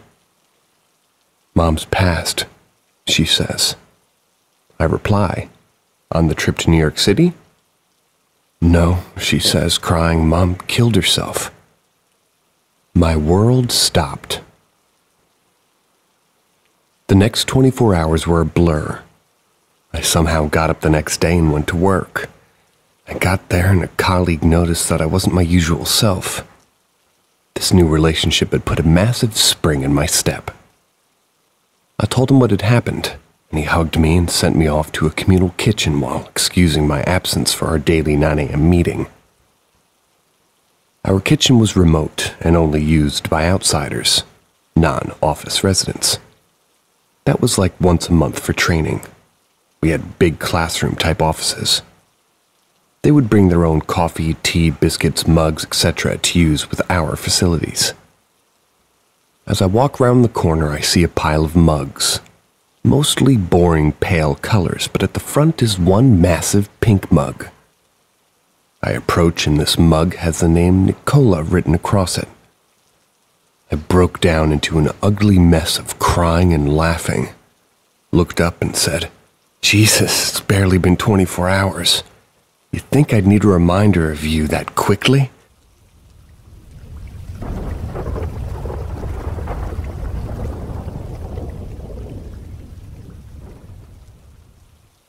Ask Reddit. This happened back in 2017 when I was 18. That's when I was just starting university. It was early October and my now ex-boyfriend and I were in his driveway late one night. We decided to go on a quick walk before going to bed. He lived in the round part of a cul-de-sac, and the only street light for the whole street was located on the opposite side of the circle where his driveway was. We were just about to exit his driveway when we happened to both look up. About 9 feet above our heads was this flying drone-like thing. It was about 6 feet long and 5 feet wide. It was in a delta shape and had white stripes on it. They were painted with a 90-degree angle. The bizarre thing about the whole experience was there was no noise with this huge flying object. I swear I could have underhand tossed my phone and hit the bottom of it with no issue. There were also no lights anywhere on this machine. We watched it fly from the beginning of the street right over our heads and into a tree line for about 15 seconds. There was no wind around us when it passed over us, and it barely made the leaves on the trees move when it disappeared into the tree line. It had a shadow from the streetlight. We got a really good view of it in the light when it hit the tree line. When it hit the tree line, it literally disappeared. It was almost as if it had camouflaged, like it went into the foliage and it was just gone. We looked for weeks after to see if there was some new type of drone that looked like it, but we couldn't find anything. There were other reports in our area from a week-long time period. Might have been 2 weeks, but it's been years since I last looked this up. It was of people seeing the same exact thing. A large, unidentified object flying low to the ground with no noise, no lights, and no disturbance to the surroundings. Nothing ever came of it. We didn't ever get any answers. Both of us to this day know exactly what we saw. There isn't a doubt in our minds it was artificially made, no matter who or what the source is. The whole experience was bizarre, to say the least. If I ever get a chance to have one question from my whole life answered, it would be what the fuck was that thing we saw that night?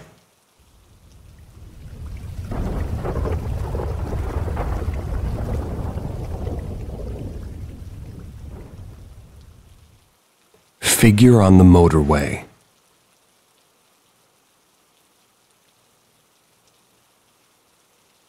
The other day I was heading to work at around 4 a.m. was along a stretch of motorway which is not lit by any road lighting, so I use my auxiliary lights, which are ridiculously bright. As I was about to go under the third bridge, I saw a person. At the time, it was not a ghostly-looking figure, but a person in a black hooded Adidas top, black pants, and white trainers. They were just stood on the hard shoulder looking at the floor. I didn't see a vehicle nearby, and there's a good mile walk to the get-off of that section. All of the walls are very high. So I went down to the roundabout and headed back up to look for the person I had just seen, but saw no signs of them. I came off the motorway at my town's exit. Got back on again to see if I could find them to offer assistance. No, I'm not going to lie. I was on my motorbike when this happened, and the speed limit is more of a guideline to me rather than a rule at that time of the morning. So it's taken me about 2 to 4 minutes max to get back around to where I saw the person. I was concerned for their safety. They were gone. Now it's a good mile to the nearest point where they could have left the motorway. And it was very strange how this person was just stood there looking down at the floor. Even stranger is that out of all of the detail I could see of this person, I could not see any sign of a face at all. No sign of a nose protruding out from under the hood. No light reflecting on the color of the skin. Nothing. This made me feel very uneasy, and I've since tried to find out if there had been any deaths or other strange occurrences happening in this area, but I cannot find anything. I hope this makes sense to you, well, if you read this. One of my workmates thinks I've seen something of the paranormal nature. This isn't the first time either, if it is.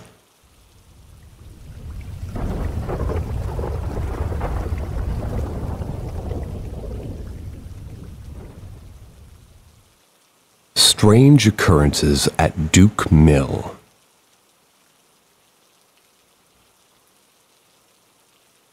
I've been working in the security industry for the last 15 years.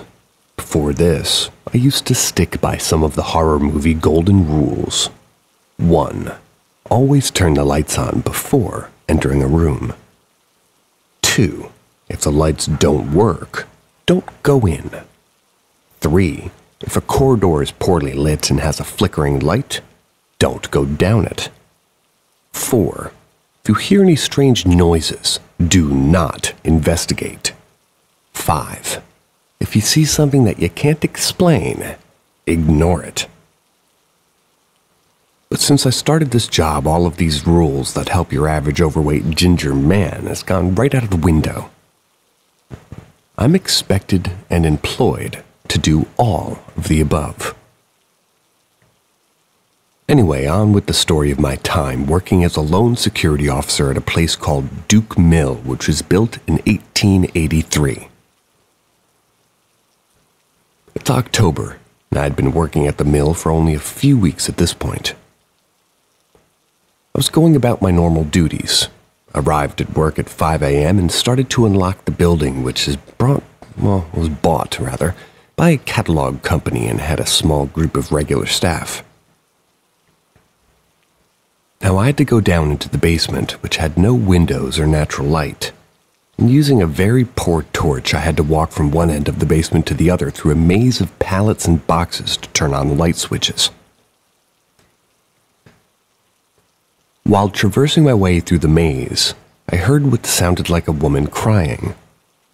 So me being the silly tool that I am, perhaps fool, instead of turning on the lights first and then investigating, I took my pointless torch and went to investigate.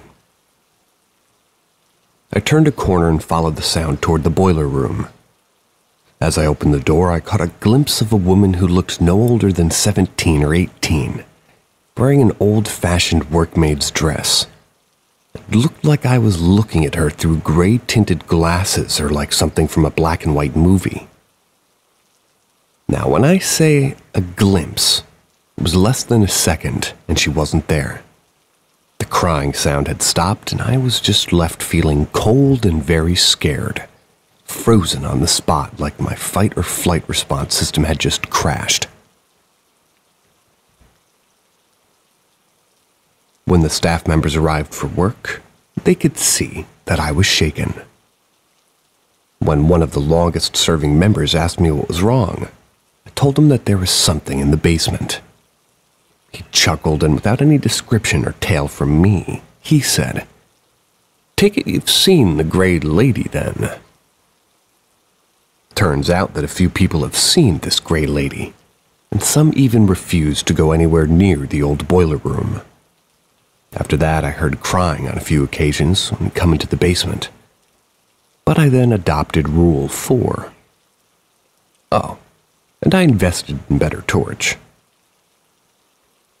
My second occurrence at Duke Mill happened in the summer.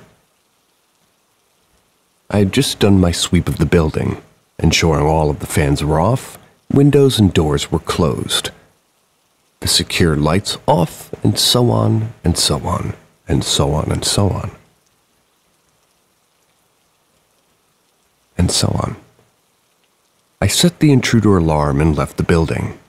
I moved my car outside the gates and started to lock them. And while doing this, I looked up and noticed that all the windows on the top floor were wide open. So as you do, I thought 12-hour shift. I must be tired and dozy arse here forgot to close the windows. I went back into the building, turned off the alarm, and headed up to the very top floor. When I reached the floor, all of the windows were closed. So I began checking all the floors again on the way down to make sure everything was closed. I got back downstairs, set the alarm, and locked the doors. Went back to my car. And when I looked up, all the windows on the top floor were again open. Now, no one is allowed inside the building without coming to me to sign in, and all the members of staff were signed in. They were out by me, as they had all searched before leaving the building. So I run back to the building, not bothering to turn off the alarm. I ran up to the top floor to make sure that somebody hadn't snuck in and I was pulling a fast one. I nearly ripped the top floor door off its hinges going in there to confront whoever was messing. As I entered the floor once again, all of the windows were shut and locked. Standing there, I remember quoting the great James Woods from the start of Scary Movie 2. "Fuck this." I hurried back downstairs, reset the alarm, looked for the door, and jumped in my car. I took one last look at the building, and all the top floor windows were all closed. I stayed there for 2 more months, putting up with the random sounds of a woman crying and something messing with the window, until I requested a transfer to a different site.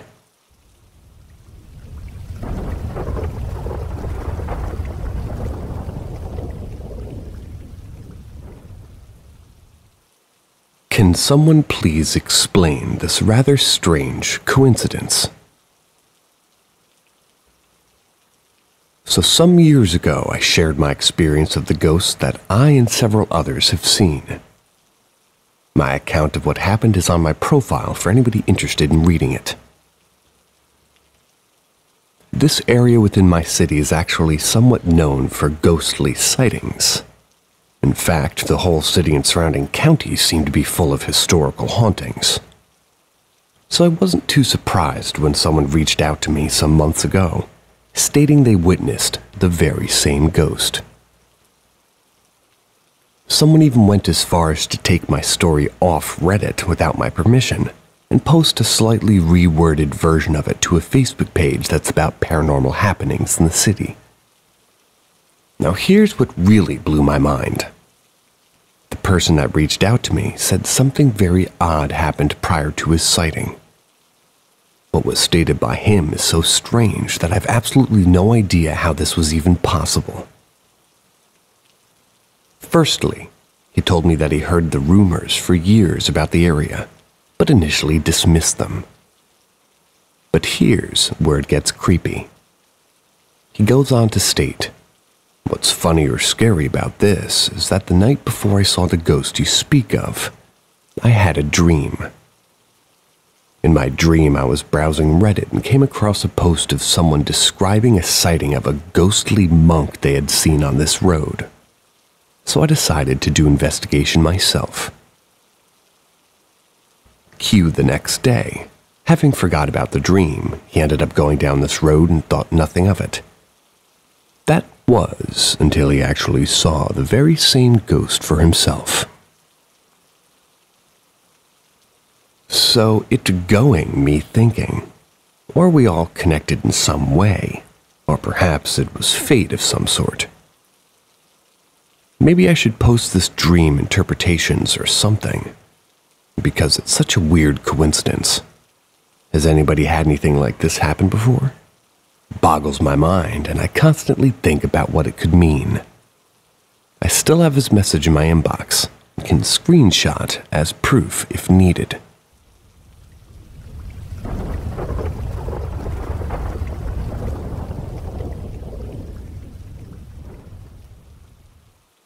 I can't be the only one who saw an alternate timeline. A long time ago, I was graphic designer for a newspaper company. When Kate Middleton gave birth to her daughter, my job was to edit the image's color setting to prepare it to be printed. You need to lighten images because newspaper acts like a super weird toilet paper that will absorb ink and darken everything. It's been years and years, but I am to this day absolutely convinced that the image I first edited was that of the Duchess of Cambridge, proudly presenting a set of twins to the cameras, a boy and a girl. They were dressed in little ceremonial dresses as if they were about to be christened. That was while she wore a pale cream dress and a matching band around her head to keep her hair back. The little girl was born a few minutes before the boy. Naturally, the image and news that ended up being printed was about a little Charlotte. It's like my entire life has led me to 2 or 3 days after editing that image and then paused. The space and time between editing that image and where my life was paused was erased. The next thing I know, I'm editing Kate William with Charlotte. Naturally, it took some time before I realized, wait a minute, wasn't there another baby? Then wrecking my brain because reality does not sync with my mind. I've asked around, but people gave me the same, "You're crazy" look so many times that I eventually stopped.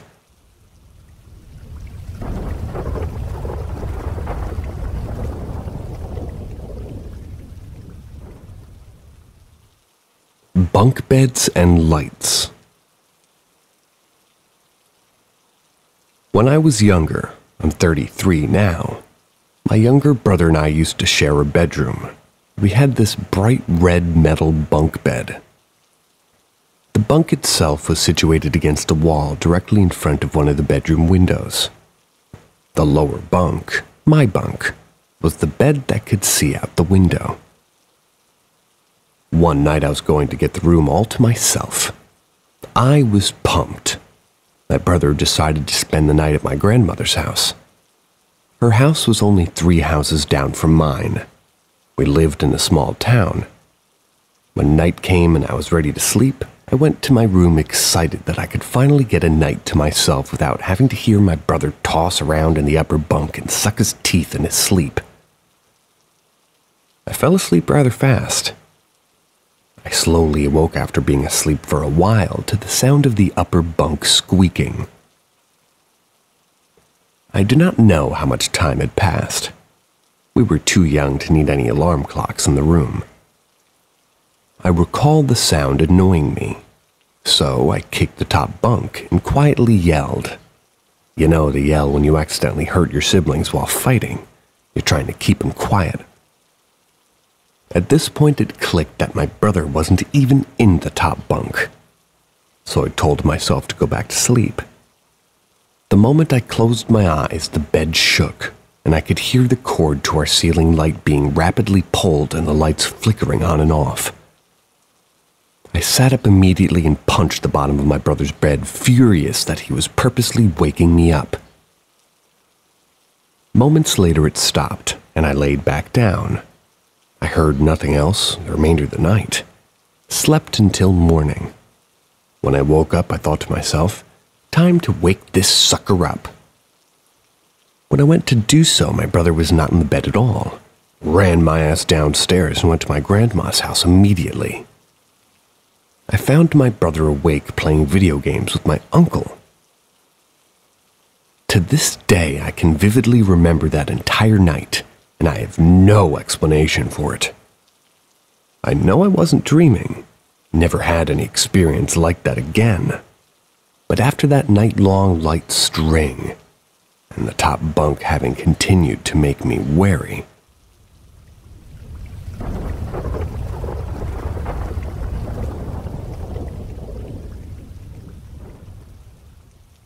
was I slipped into a parallel world, or was it just an insanely detailed dream? An incredibly weird thing just happened to me while I was sleeping. Basically, I just had a pretty boring dream where I was doing chores around my house. But then I saw my cat that had recently died. Alive. Just sitting there. I instantly thought this was a dream and tried to pet her before it's over, as all dreams tended to end right after I realized that they were in fact dreams.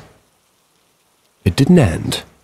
I looked closer at the cat to test if I'm in a dream, since when I focused on something in particular, in dreams they usually ended, and it didn't end. I slowly walked from bathroom to where the cat was sitting to the kitchen, feeling every step thinking if I'm in a dream, in a different world, or have gone insane. Asked my mother if the cat that we had is in good health right now, as not to draw much suspicion, just in case. She said that the cat has needed a lot of care and was saved from dying recently at the cost of not tending to carrots, but doing fine now. Which is kind of a weird thing to say. I would agree. Carrots. Anyway. Then I walked to another room where a computer's located in both the reality and that dream.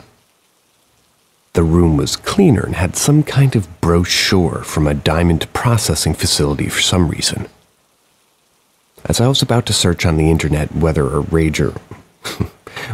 recent major political event and such happened, at this point, being about 90% convinced I'm in a parallel reality or something like that, I kind of heard a "found you" in a previously not heard by me, ever not very masculine, but definitely male voice, and immediately woke up. That was weird, so I went back to lying on my bed with my eyes closed, until I suddenly continued the dream, somehow completely remembering what happened in that dream and me thinking about it. Except, I was on the outskirts of a town now. There was a weirdly small amount of cars and a weirdly high amount of people walking. I walked toward the town while looking around. All of my dreams, that was before, that had a town in them, were of places I've been to before. I've definitely never been in that place. Most buildings were 2 or 3 floors, but there were some high ones. Eventually, I stumbled upon a building with a very weird design. It had lots of metal-looking cubes of different sizes on its walls. Most likely decorative. Can't imagine what purpose they would serve. I decided to go inside. It looked half renovated with some walls and a mechanical door to another part of the building looking brand new, while floors were just wooden with a pattern that's quite common. I can easily find an image of it on the internet, and I can link it if needed. An announcement was being said every few seconds about some newly installed AI door and other stuff control system being tested. There was a room with computers that looked a bit old and a lot of wooden furniture to the left. It had no door. Closer to the left was a map I decided to look at. It was a map of this building. There was a huge vat of cesium of weird shape, and a bunch of smaller vats with other chemicals with longer names which I didn't have time to memorize as the single person that was sitting in the room with computers rose up and I quickly exited. That facility's map gave me an idea to try checking the map of the city using my phone, which probably wouldn't have worked anyway. But as I reached for my phone, a voice similar to that of my mother said, "Where?" And as I thought maybe it was my mother, saw me disappear from the regular reality or something, and I suddenly woke up again. My mom was still sleeping. This is very weird for multiple reasons. How was I able to see text in my dreams, especially as long as what I saw? And why was I only able to wake up after some random people said, "Found you," and where? Everything was insanely detailed for a dream, and there wasn't anything so weird it would be impossible within laws of physics. Figured people on this subreddit might know how to tell apart a regular dream from something actually weird.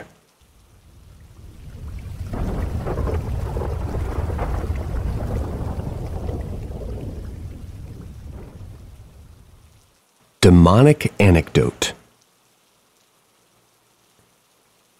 Was going through a dramatic spike in depressive symptoms. After it subsided, something weird occurred. Out of the corner of my brain where I felt the depressive disturbance mainly, it itself turned into a form, an entity in that same exact region. It was a skinny bull without horns. I could smell it. It smelled like sulfur and smoke mixed with a trash bag. It was bubbling with smoke intensely, very strong smell and presence. It made sounds that a bull would make. It was as if it emanated smoke and flames every time it cried out. It was envious of me. It was so envious that even though it thought it was wiser than me, could not have what I have. It appeared that this envy is what manifested in this heat eminence. That's how intense it could have been resenting me. It was brownish and had very long ears, almost like deer length. They had been bitten off slightly around the edges. It had various indentations around its face that seemed to be out of self-harm. It seemed to have piercings and bandages. It was staring at me intensely, as if I was its prey. It seemed to have arms and legs, and it was an authoritative presence in this world that seemed to be smarter than me, as if it knew the past, present, and great detail. It also seemed to be very demanding. Eyes were black.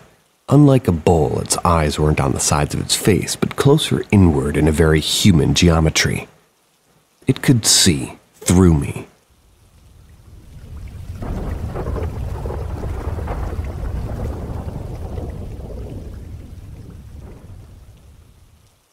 Don't put a dam in the river. The town of York held a meeting discussing the high water flow and possible dangers it could have on the land and wildlife. For the first time in my life, I attended the town meeting, stumbling in and sitting in the back just as they begun the session. People argued, I held my tongue. Though as the people of the town, they were swayed by the concept of a new dam, with a car bridge and a sidewalk that would allow for much more control over the water levels. Disappointed, I left the meeting having only asked one question. When will construction begin? I asked the mayor. We begin this weekend. At this moment, I realized I either needed to flee the country or get my act together if I wanted a chance to make it out of this a free man. I sped home in my Toyota Camry, ran into the attic. I grabbed a snorkel, a rope, 4 bottles of kerosene, matches, and a space balloon to capture any smoke that may leak into the sky above. I headed for the river where the dam was being planned around 6:30 p.m. I know it's early, but I need to see it for myself. Arriving at the location, I was pleased to see no vehicles or any sign of life before the dark riverbed. I grabbed the rope from my trunk and waded into the rushing high waters, feeling around with my hands for the bottom of the river. After about 15 minutes of this, I realized that there wasn't anybody here anymore. Could the water have taken them? I waded further down into the water when I saw bright white lights appear in the tree line. It was a police cruiser and they pulled up directly next to my car. I let the water take me and flowed down the river away from the police and my trunk full of explosives and matches and tarps. 2 days later, they drained the river for the dam's construction, found the worn out and decayed corpses of 16 people, limbs sticking out of the water. Smelled like the ocean out there. Birds picked at the skulls and bodies of the victims. I started to hear the groan and moan with my frothy water pouring from the eye sockets.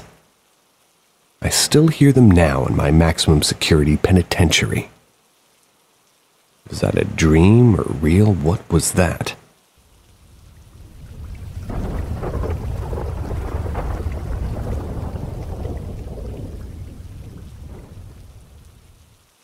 Treading lightly in Amber Lake.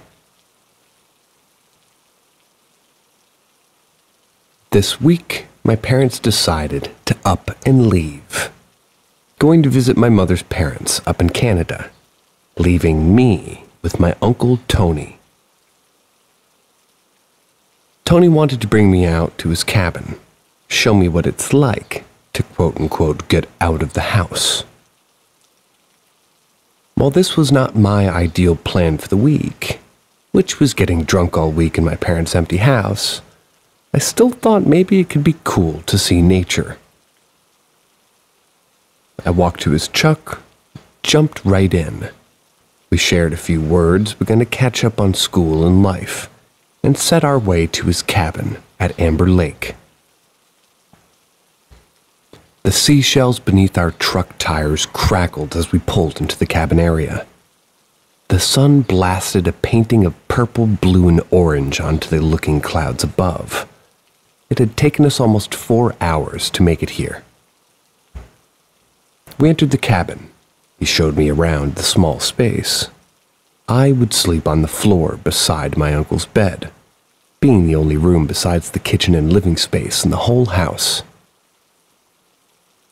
We sat outside and set a fire, drinking beer to my delight, and listened to the shimmering lake splash onto the small shore, crickets buzzing. Eventually, my uncle went into bed, and I cracked another beer.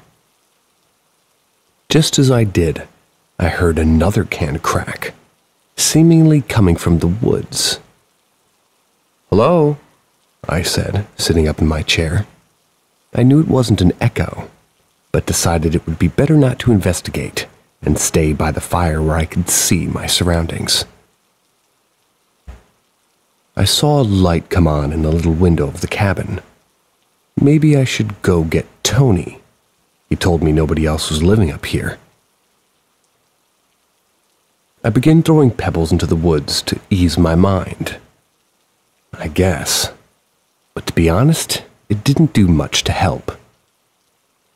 I heard a door open and immediately spun around and rose to my feet. "Tony! Tony!" I panicked and ran to the house, standing before the open front door. I walk into the lit cabin as I see every single drawer and closet and cabinet is left gaping and empty. I run to the bedroom and see Tony hanging from his arms, leg, and penis from the ceiling fan, spinning as his open intestines swing around dangling from his open chest cavity.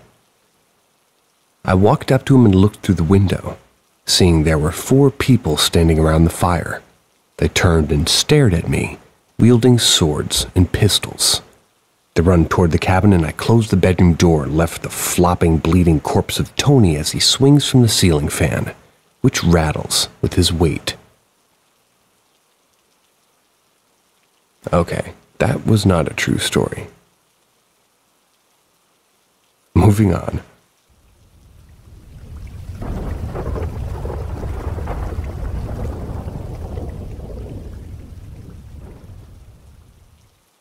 Wandering drunk. I lay my back against the front window of the bar.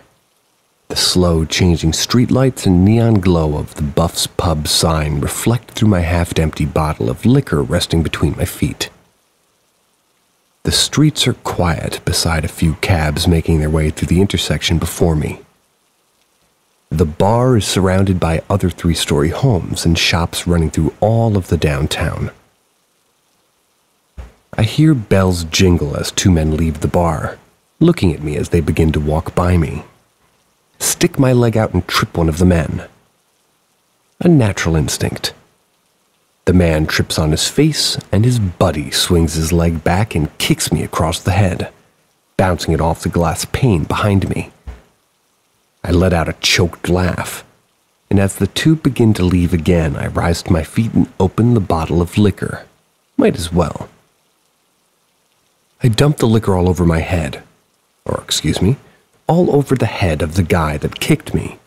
It pours down his face and back and shoulders as he shouts in confusion and surprise.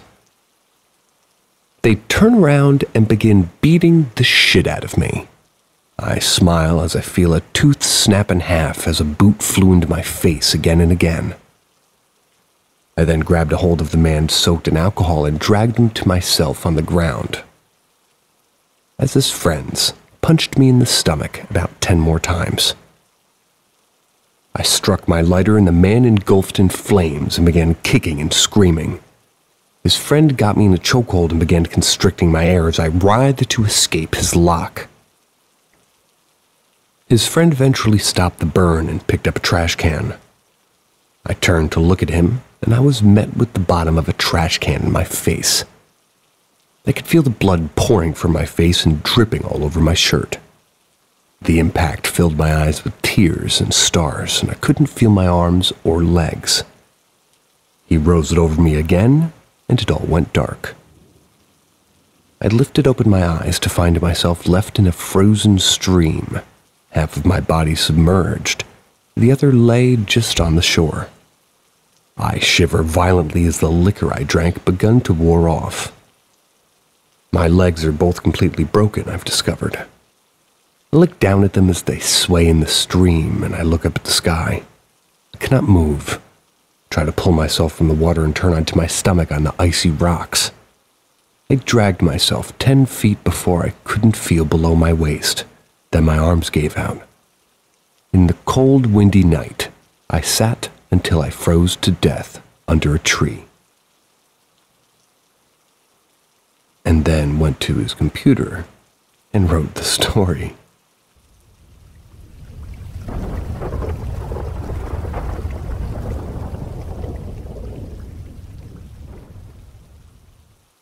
The Pumper. I'm 17 years old, a football and basketball star, pretty much the coolest guy on this planet. Never smoked a cigarette, never had a sip of alcohol so far.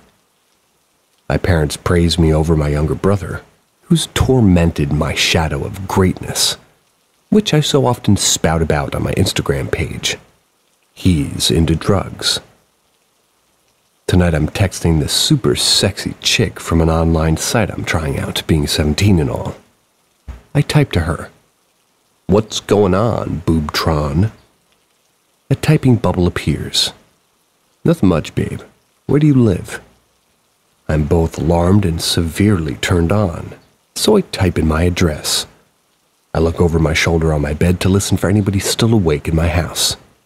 "I'll see you soon," smiley face, she wrote back.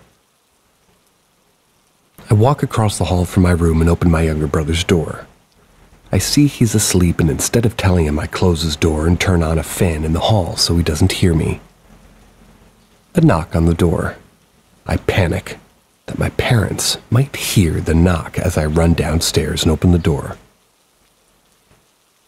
A 6'7" man with a bag over his head grabs me off my feet, closes the door behind me, carrying me in his arm to the black van that he parked in front of the house. I screamed as he opened the trunk and threw me in before padlocking it and running into his driver's seat. I hear the engine roar as I'm thrown against the back door of the van, landing on my now broken in half arm. I'm sensing this is the same writer. Guy's got 9 lives. I scream in agony as I look ahead through the police wire between the front seat and the trunk. The man eventually stopped the vehicle deep in the forest, pulling out a gun before opening the trunk. He grabs my broken arm and forces it behind my back, and he handcuffs me. I begin to panic and kick my legs. He smashes his gun on my head, and I let out a scream of pain. I lay still as he duct tapes my legs together at the ankle. He tapes my mouth over last and leans me against the side of the trunk. He pulls out this generator-looking contraption from his passenger seat with a vacuum tube hosing into his hand where a massive needle on an inch wide is in his hand. "You never drank before, right?" he asked me. He must have seen my Instagram. "No, sir, never," I pleaded through the tape. I shake my head. "Good. You're the perfect breed and age I need." He stabs me in the stomach and starts the machine. I see immediately my blood filling the tub and driving into the machine. I feel as my organs are pulled through the tight tube. I scream in horrible pain as I'm hollowed out. Ew. The machine gets stuck on what feels like one of my kidneys. He snips the vein holding it to my body as the machine continues sucking the life out of me.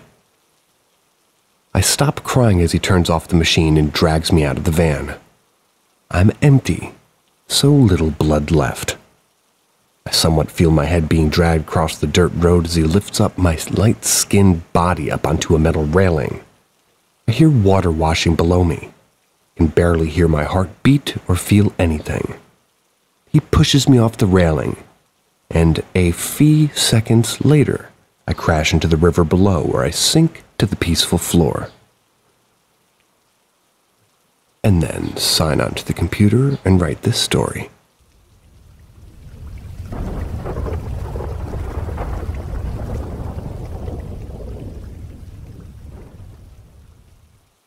Tape deck. When I was about 5 years old, I had this tape deck. It wasn't anything fancy, and I'm pretty sure it was from the late 70s. It had a single deck to play tapes and a small speaker. Well, it was the type of thing you can either use batteries for or you can use the mains. One day I was playing tapes and happened to notice that it wasn't plugged in.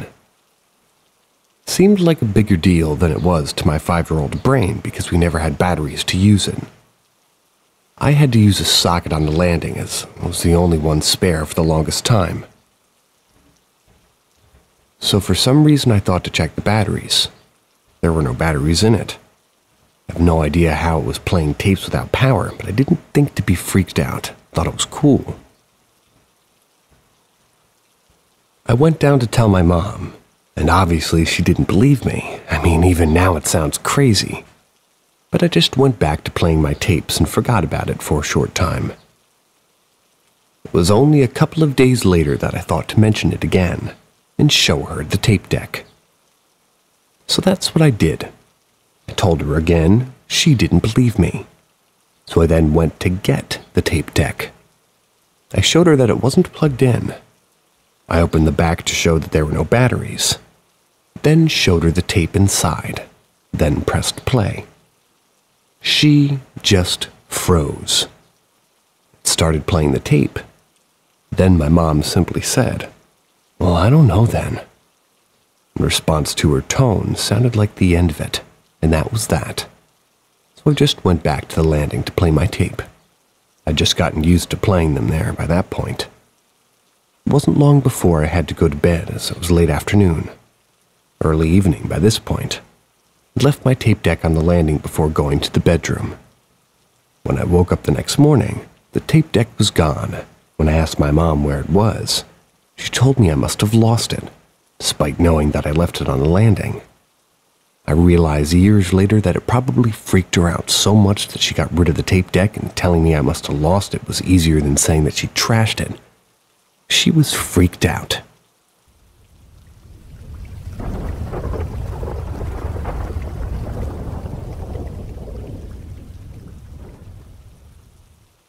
Man in a suit carrying chains. My brother lived in one of my grandmother's abandoned houses when he was only 16. He liked the sense of independent living.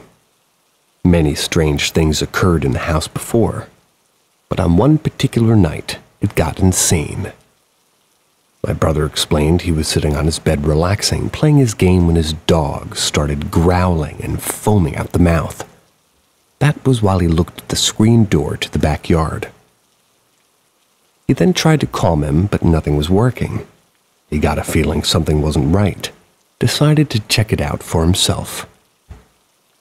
He went into the backyard and seen what he described as a tall man in a suit standing in the beat-up shed across the yard. He heard chains rattling. He had no chains in that yard. He immediately ran back into the house and locked the door. His dog calmed down a bit. An hour later, his TV shut off randomly, so he got up to turn it back on, only for it to shut off again. His dog started growling once more. He then heard my grandmother call his name from the living room. But the problem is, my grandmother wasn't there. He left his room to check the back window once more. And when he did, the man was standing right in front of him. He then left the house, started walking toward the back of the road, which is a woodsy area. He said he heard a voice say, "Yeah, go that way." So he turned around to go the opposite way. As he was walking toward the street, he heard the voice again. "Yeah, go that way."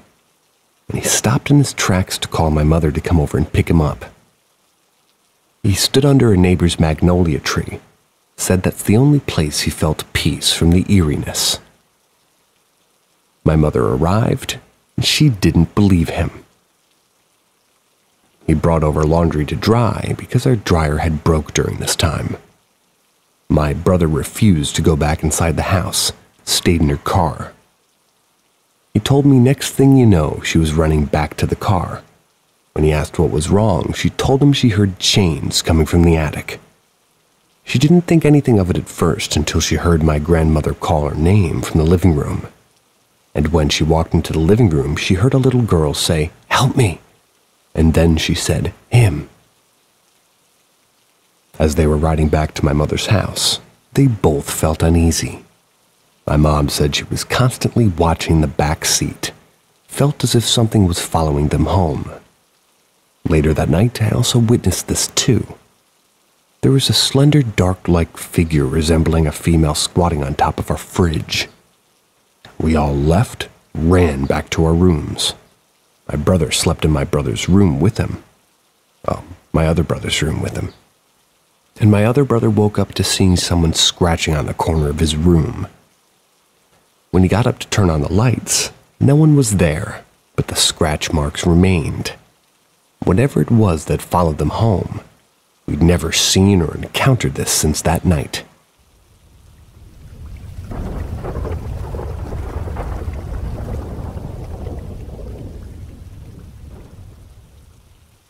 My childhood ghost experiences.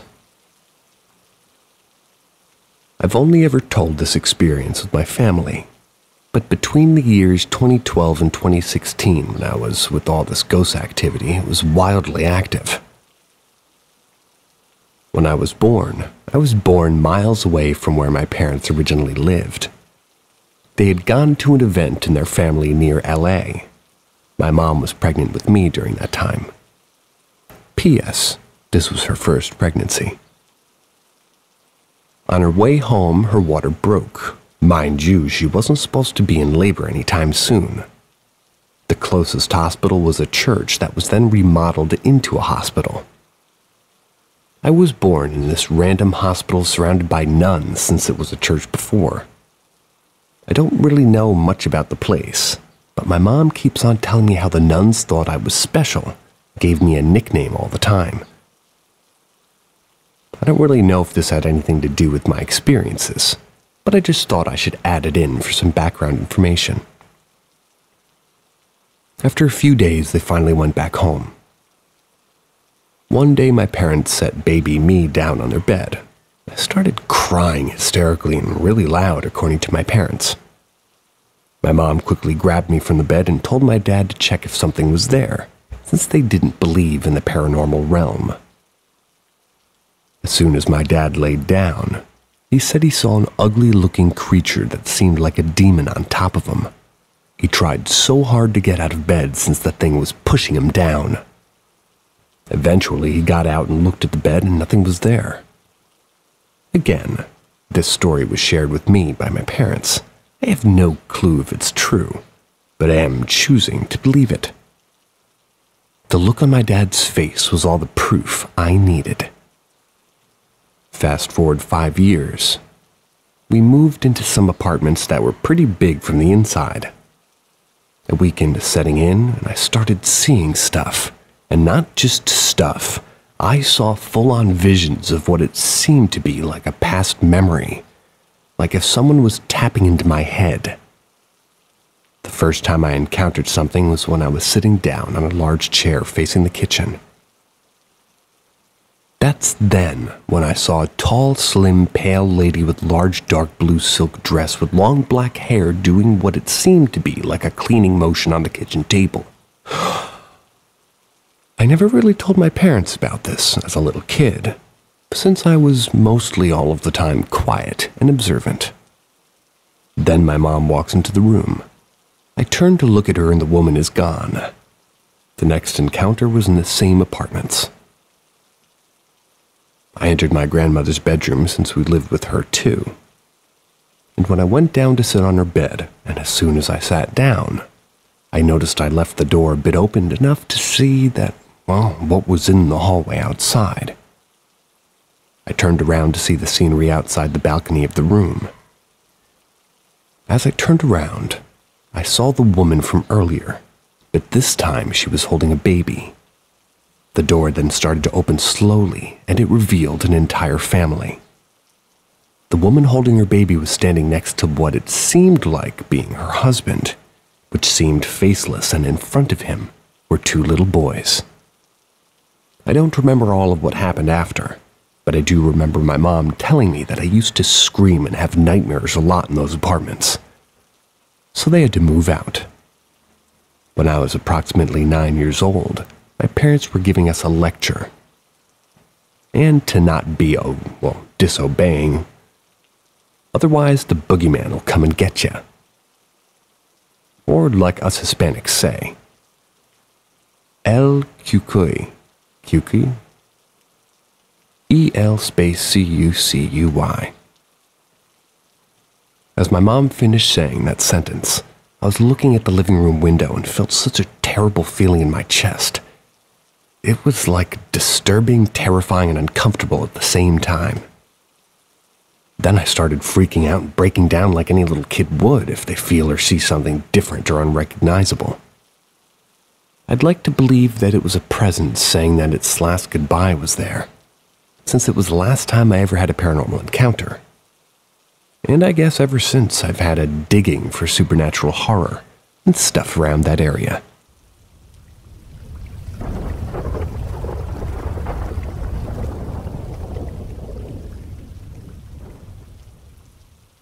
My first paranormal encounter.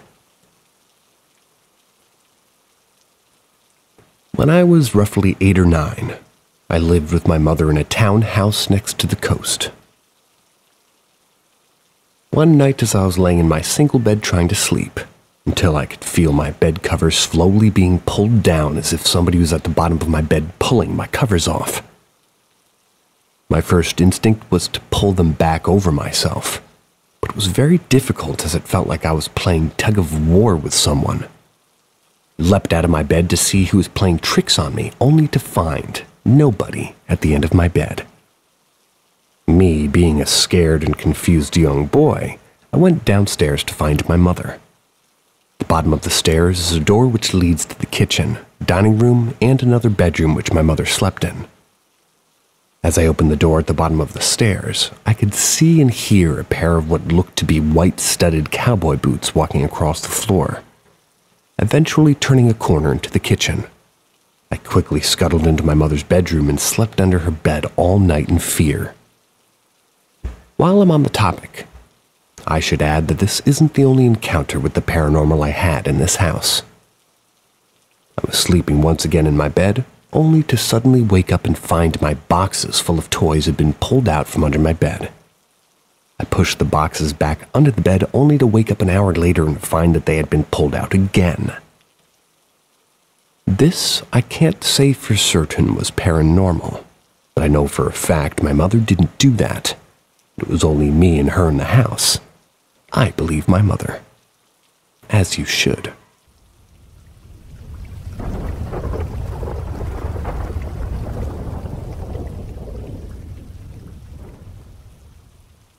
First time sharing my experience. I had a weird situation once. I was around 16 or 17 years old. One day I heard that one old man near my neighborhood had died. Wasn't really sure who exactly it was, because on the same building there were 3 other people on the same age living there. On the same age? But the descriptions were leading me to one of them. The next day, while they were ready for the funeral, I passed outside the building as I was returning from coffee with my friends. And I see the old man that my friends had described to me outside the building, sitting on his usual position, smoking his pipe, staring at the road as I pass. I creeped out a little and I didn't talk to him. I moved on thinking that clearly he wasn't the one who had died. Apparently, 10 years have passed. I never saw that old man again sitting in his usual spot, smoking his pipe. I tried to talk to my friends about this, but no one actually believes me. I try from people who knew him to describe him. All the information I get are pointing out that the man that I saw was that day. It was a coincidence. It was someone that looked like him. I'll never know. But the evidence in the description so far points out that I had one of the weirdest encounters ever. Tell that to the ceiling fan guy.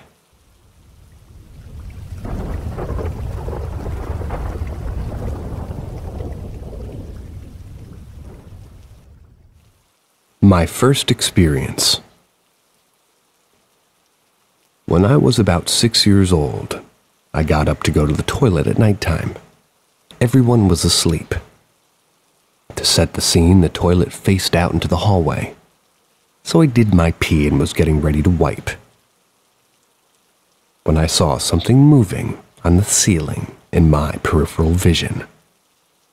I looked up and the loft hatch was open, and a skinny black man was mid-crawling out grudge style, completely locked eyes with me, and my pants are down. As soon as I looked at him, he completely froze. And I don't know why, but my little mind decided that if I pretend it's not real, that it won't hurt me. So I walked back to my room, which was a turn before you reached the hatch, so I never saw it kind of close. Then I got into bed, closed my eyes so tight and refused to open them. I eventually fell asleep. Then, as a kid, I decided to never go upstairs to the toilet alone after dark, so I would force my mom to come or secretly pee or poo in the garden. I moved house shortly after, so I went back to the normal toilet behaviors, don't worry. However, I was always petrified of the loft or air vents. Upon reflection, it was most likely a sleep paralysis type of a thing. I was probably half asleep, but the realness of it definitely haunted me. Sleep paralysis while going to the bathroom. That's a new one.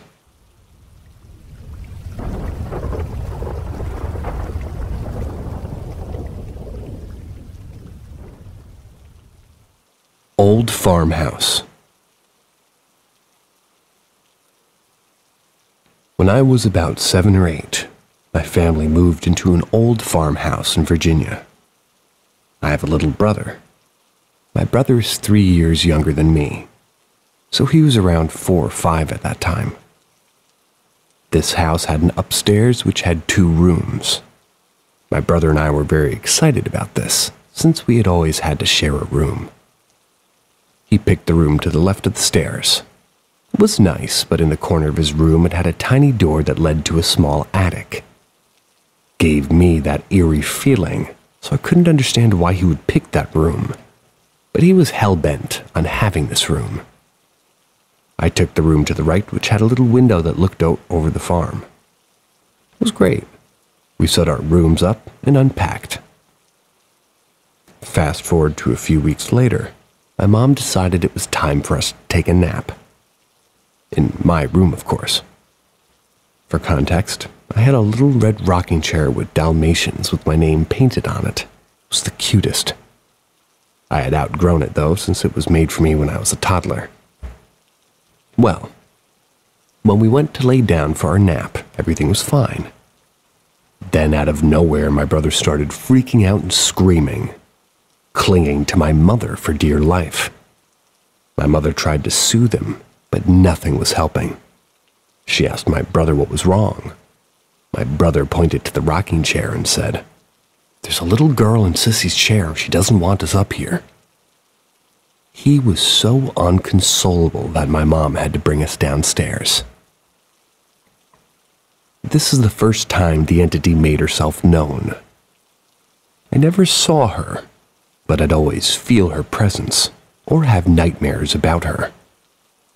The weird thing is that I'd only see her in my dreams if I was in my room sleeping. So that quickly turned into my brother and I sleeping in my mom's bed. Most of the time she would target my brother, so he never stayed in his room. One night my mom talks me and my brother into sleeping in my bed upstairs to have a break. We only agreed to do it if we could leave the room light on. She agreed. We fall fast asleep. I wake up, in quotes, in my room. I'm alone, everything is the same, but I'm alone.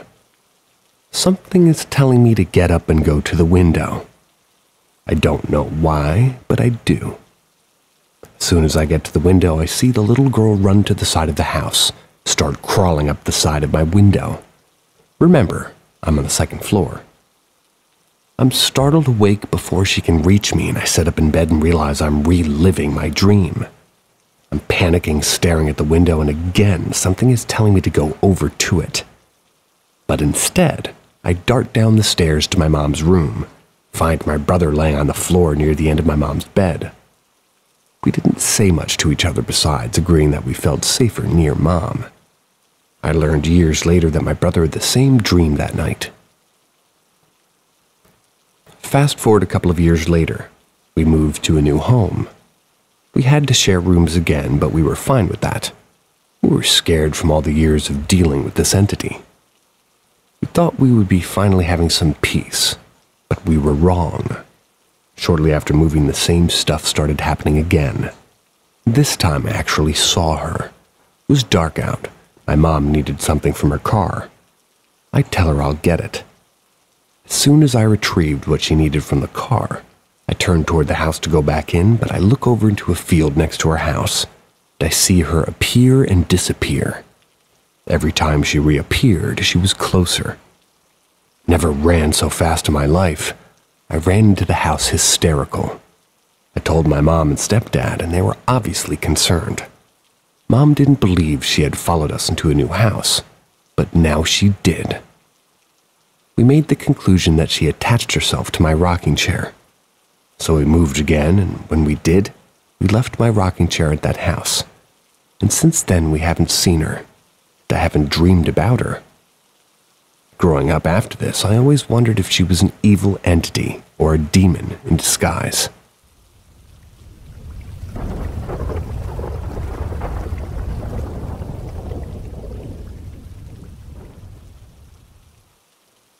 Something was in my childhood home. As a kid, I always believed that my childhood house was haunted. My first experience happened when I was around 13 years old. My mom drove me home after school. I immediately went to the bathroom.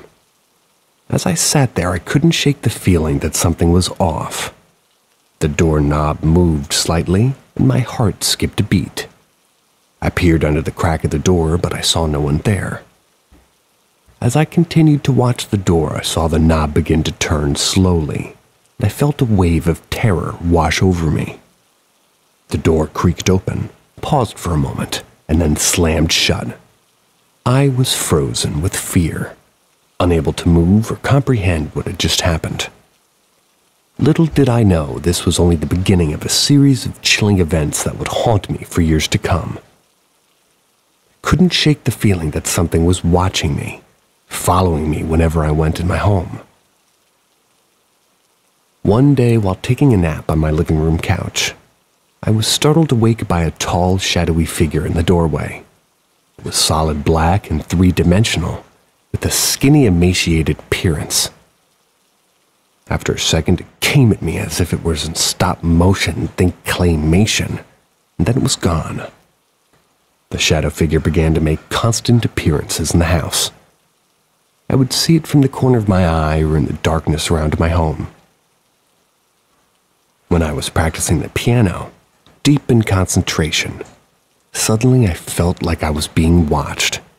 My heart started pounding in my chest as I turned to look toward the doorway, only to see a solid black head-shaped thing at the top of the doorway staring at me. I froze in terror, unable to move or look away. All I could see was the thing's head. This couldn't have been my parents. The doorways are around 7 to 8 feet tall. The thing's head then twists back into the hallway out of sight. It only lasted a moment, but it was horrifying. It felt like I was living in a scary movie, and I kept feeling things were going to get worse. I was trying to keep this to myself, and things got worse when my mom and dad left town, which they did often. My friend's dad dropped me off back home, looked toward the window confused. "Thought your dad wasn't home." He did a double check and explained that he saw a tall shadow figure. He described in detail exactly what I saw. It was scary and also validating to know I wasn't going crazy. The strange occurrence in my house had everyone on edge. My family started accusing me of inviting something sinister into our home, because they too had started seeing unexplained things. The person most affected by this was my mom. They heard the basement door slam shut while she was alone in the house.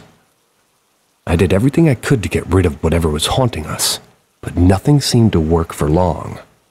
Got to the point that my mom had to jam the basement door with an object in the hinge so it wouldn't move, a heavy wooden door. When I turned 18, I had my first boyfriend. We would always sleep in the spare bedroom in the basement. Both my parents left town. That night, as usual, my boyfriend put on a podcast to help him sleep. But when I woke up in the middle of the night, I heard a strange voice speaking from across the room. I was terrified and immediately phone. His phone was off. My phone was off too. I could still hear the voice of a woman speaking. I woke up my boyfriend in a panic. He was half asleep and told me to turn off the podcast. But when I explained that the phones were already off, we both froze in fear and stared at the door, wondering what was happening. It was winter, 2 a.m., and no one was outside. The voice went away and we both decided that we had to investigate. We opened the door and saw nothing. We checked everywhere and there were no footprints in the snow outside. Didn't make sense. Luckily, I didn't have to stay in that house much longer. I went to college that summer and didn't have anything happen after I moved away. At least not happening to me. When I came back home for winter break, my sister put my niece down for a nap in the spare bedroom. My niece woke up screaming and was inconsolable. The next day, she told my mom about the scary, skinny shadow figure in the doorway. It's been over 6 years now with nothing new happening. I frankly don't miss anything about any of that whatsoever. Upon reflection, I wonder if there was something there as a result of all the fighting that was happening. My parents were on the brink of divorce, and I was dealing with school, drama, and then whatever this thing was. Haven't stayed in the house long enough after leaving to explore that possibility.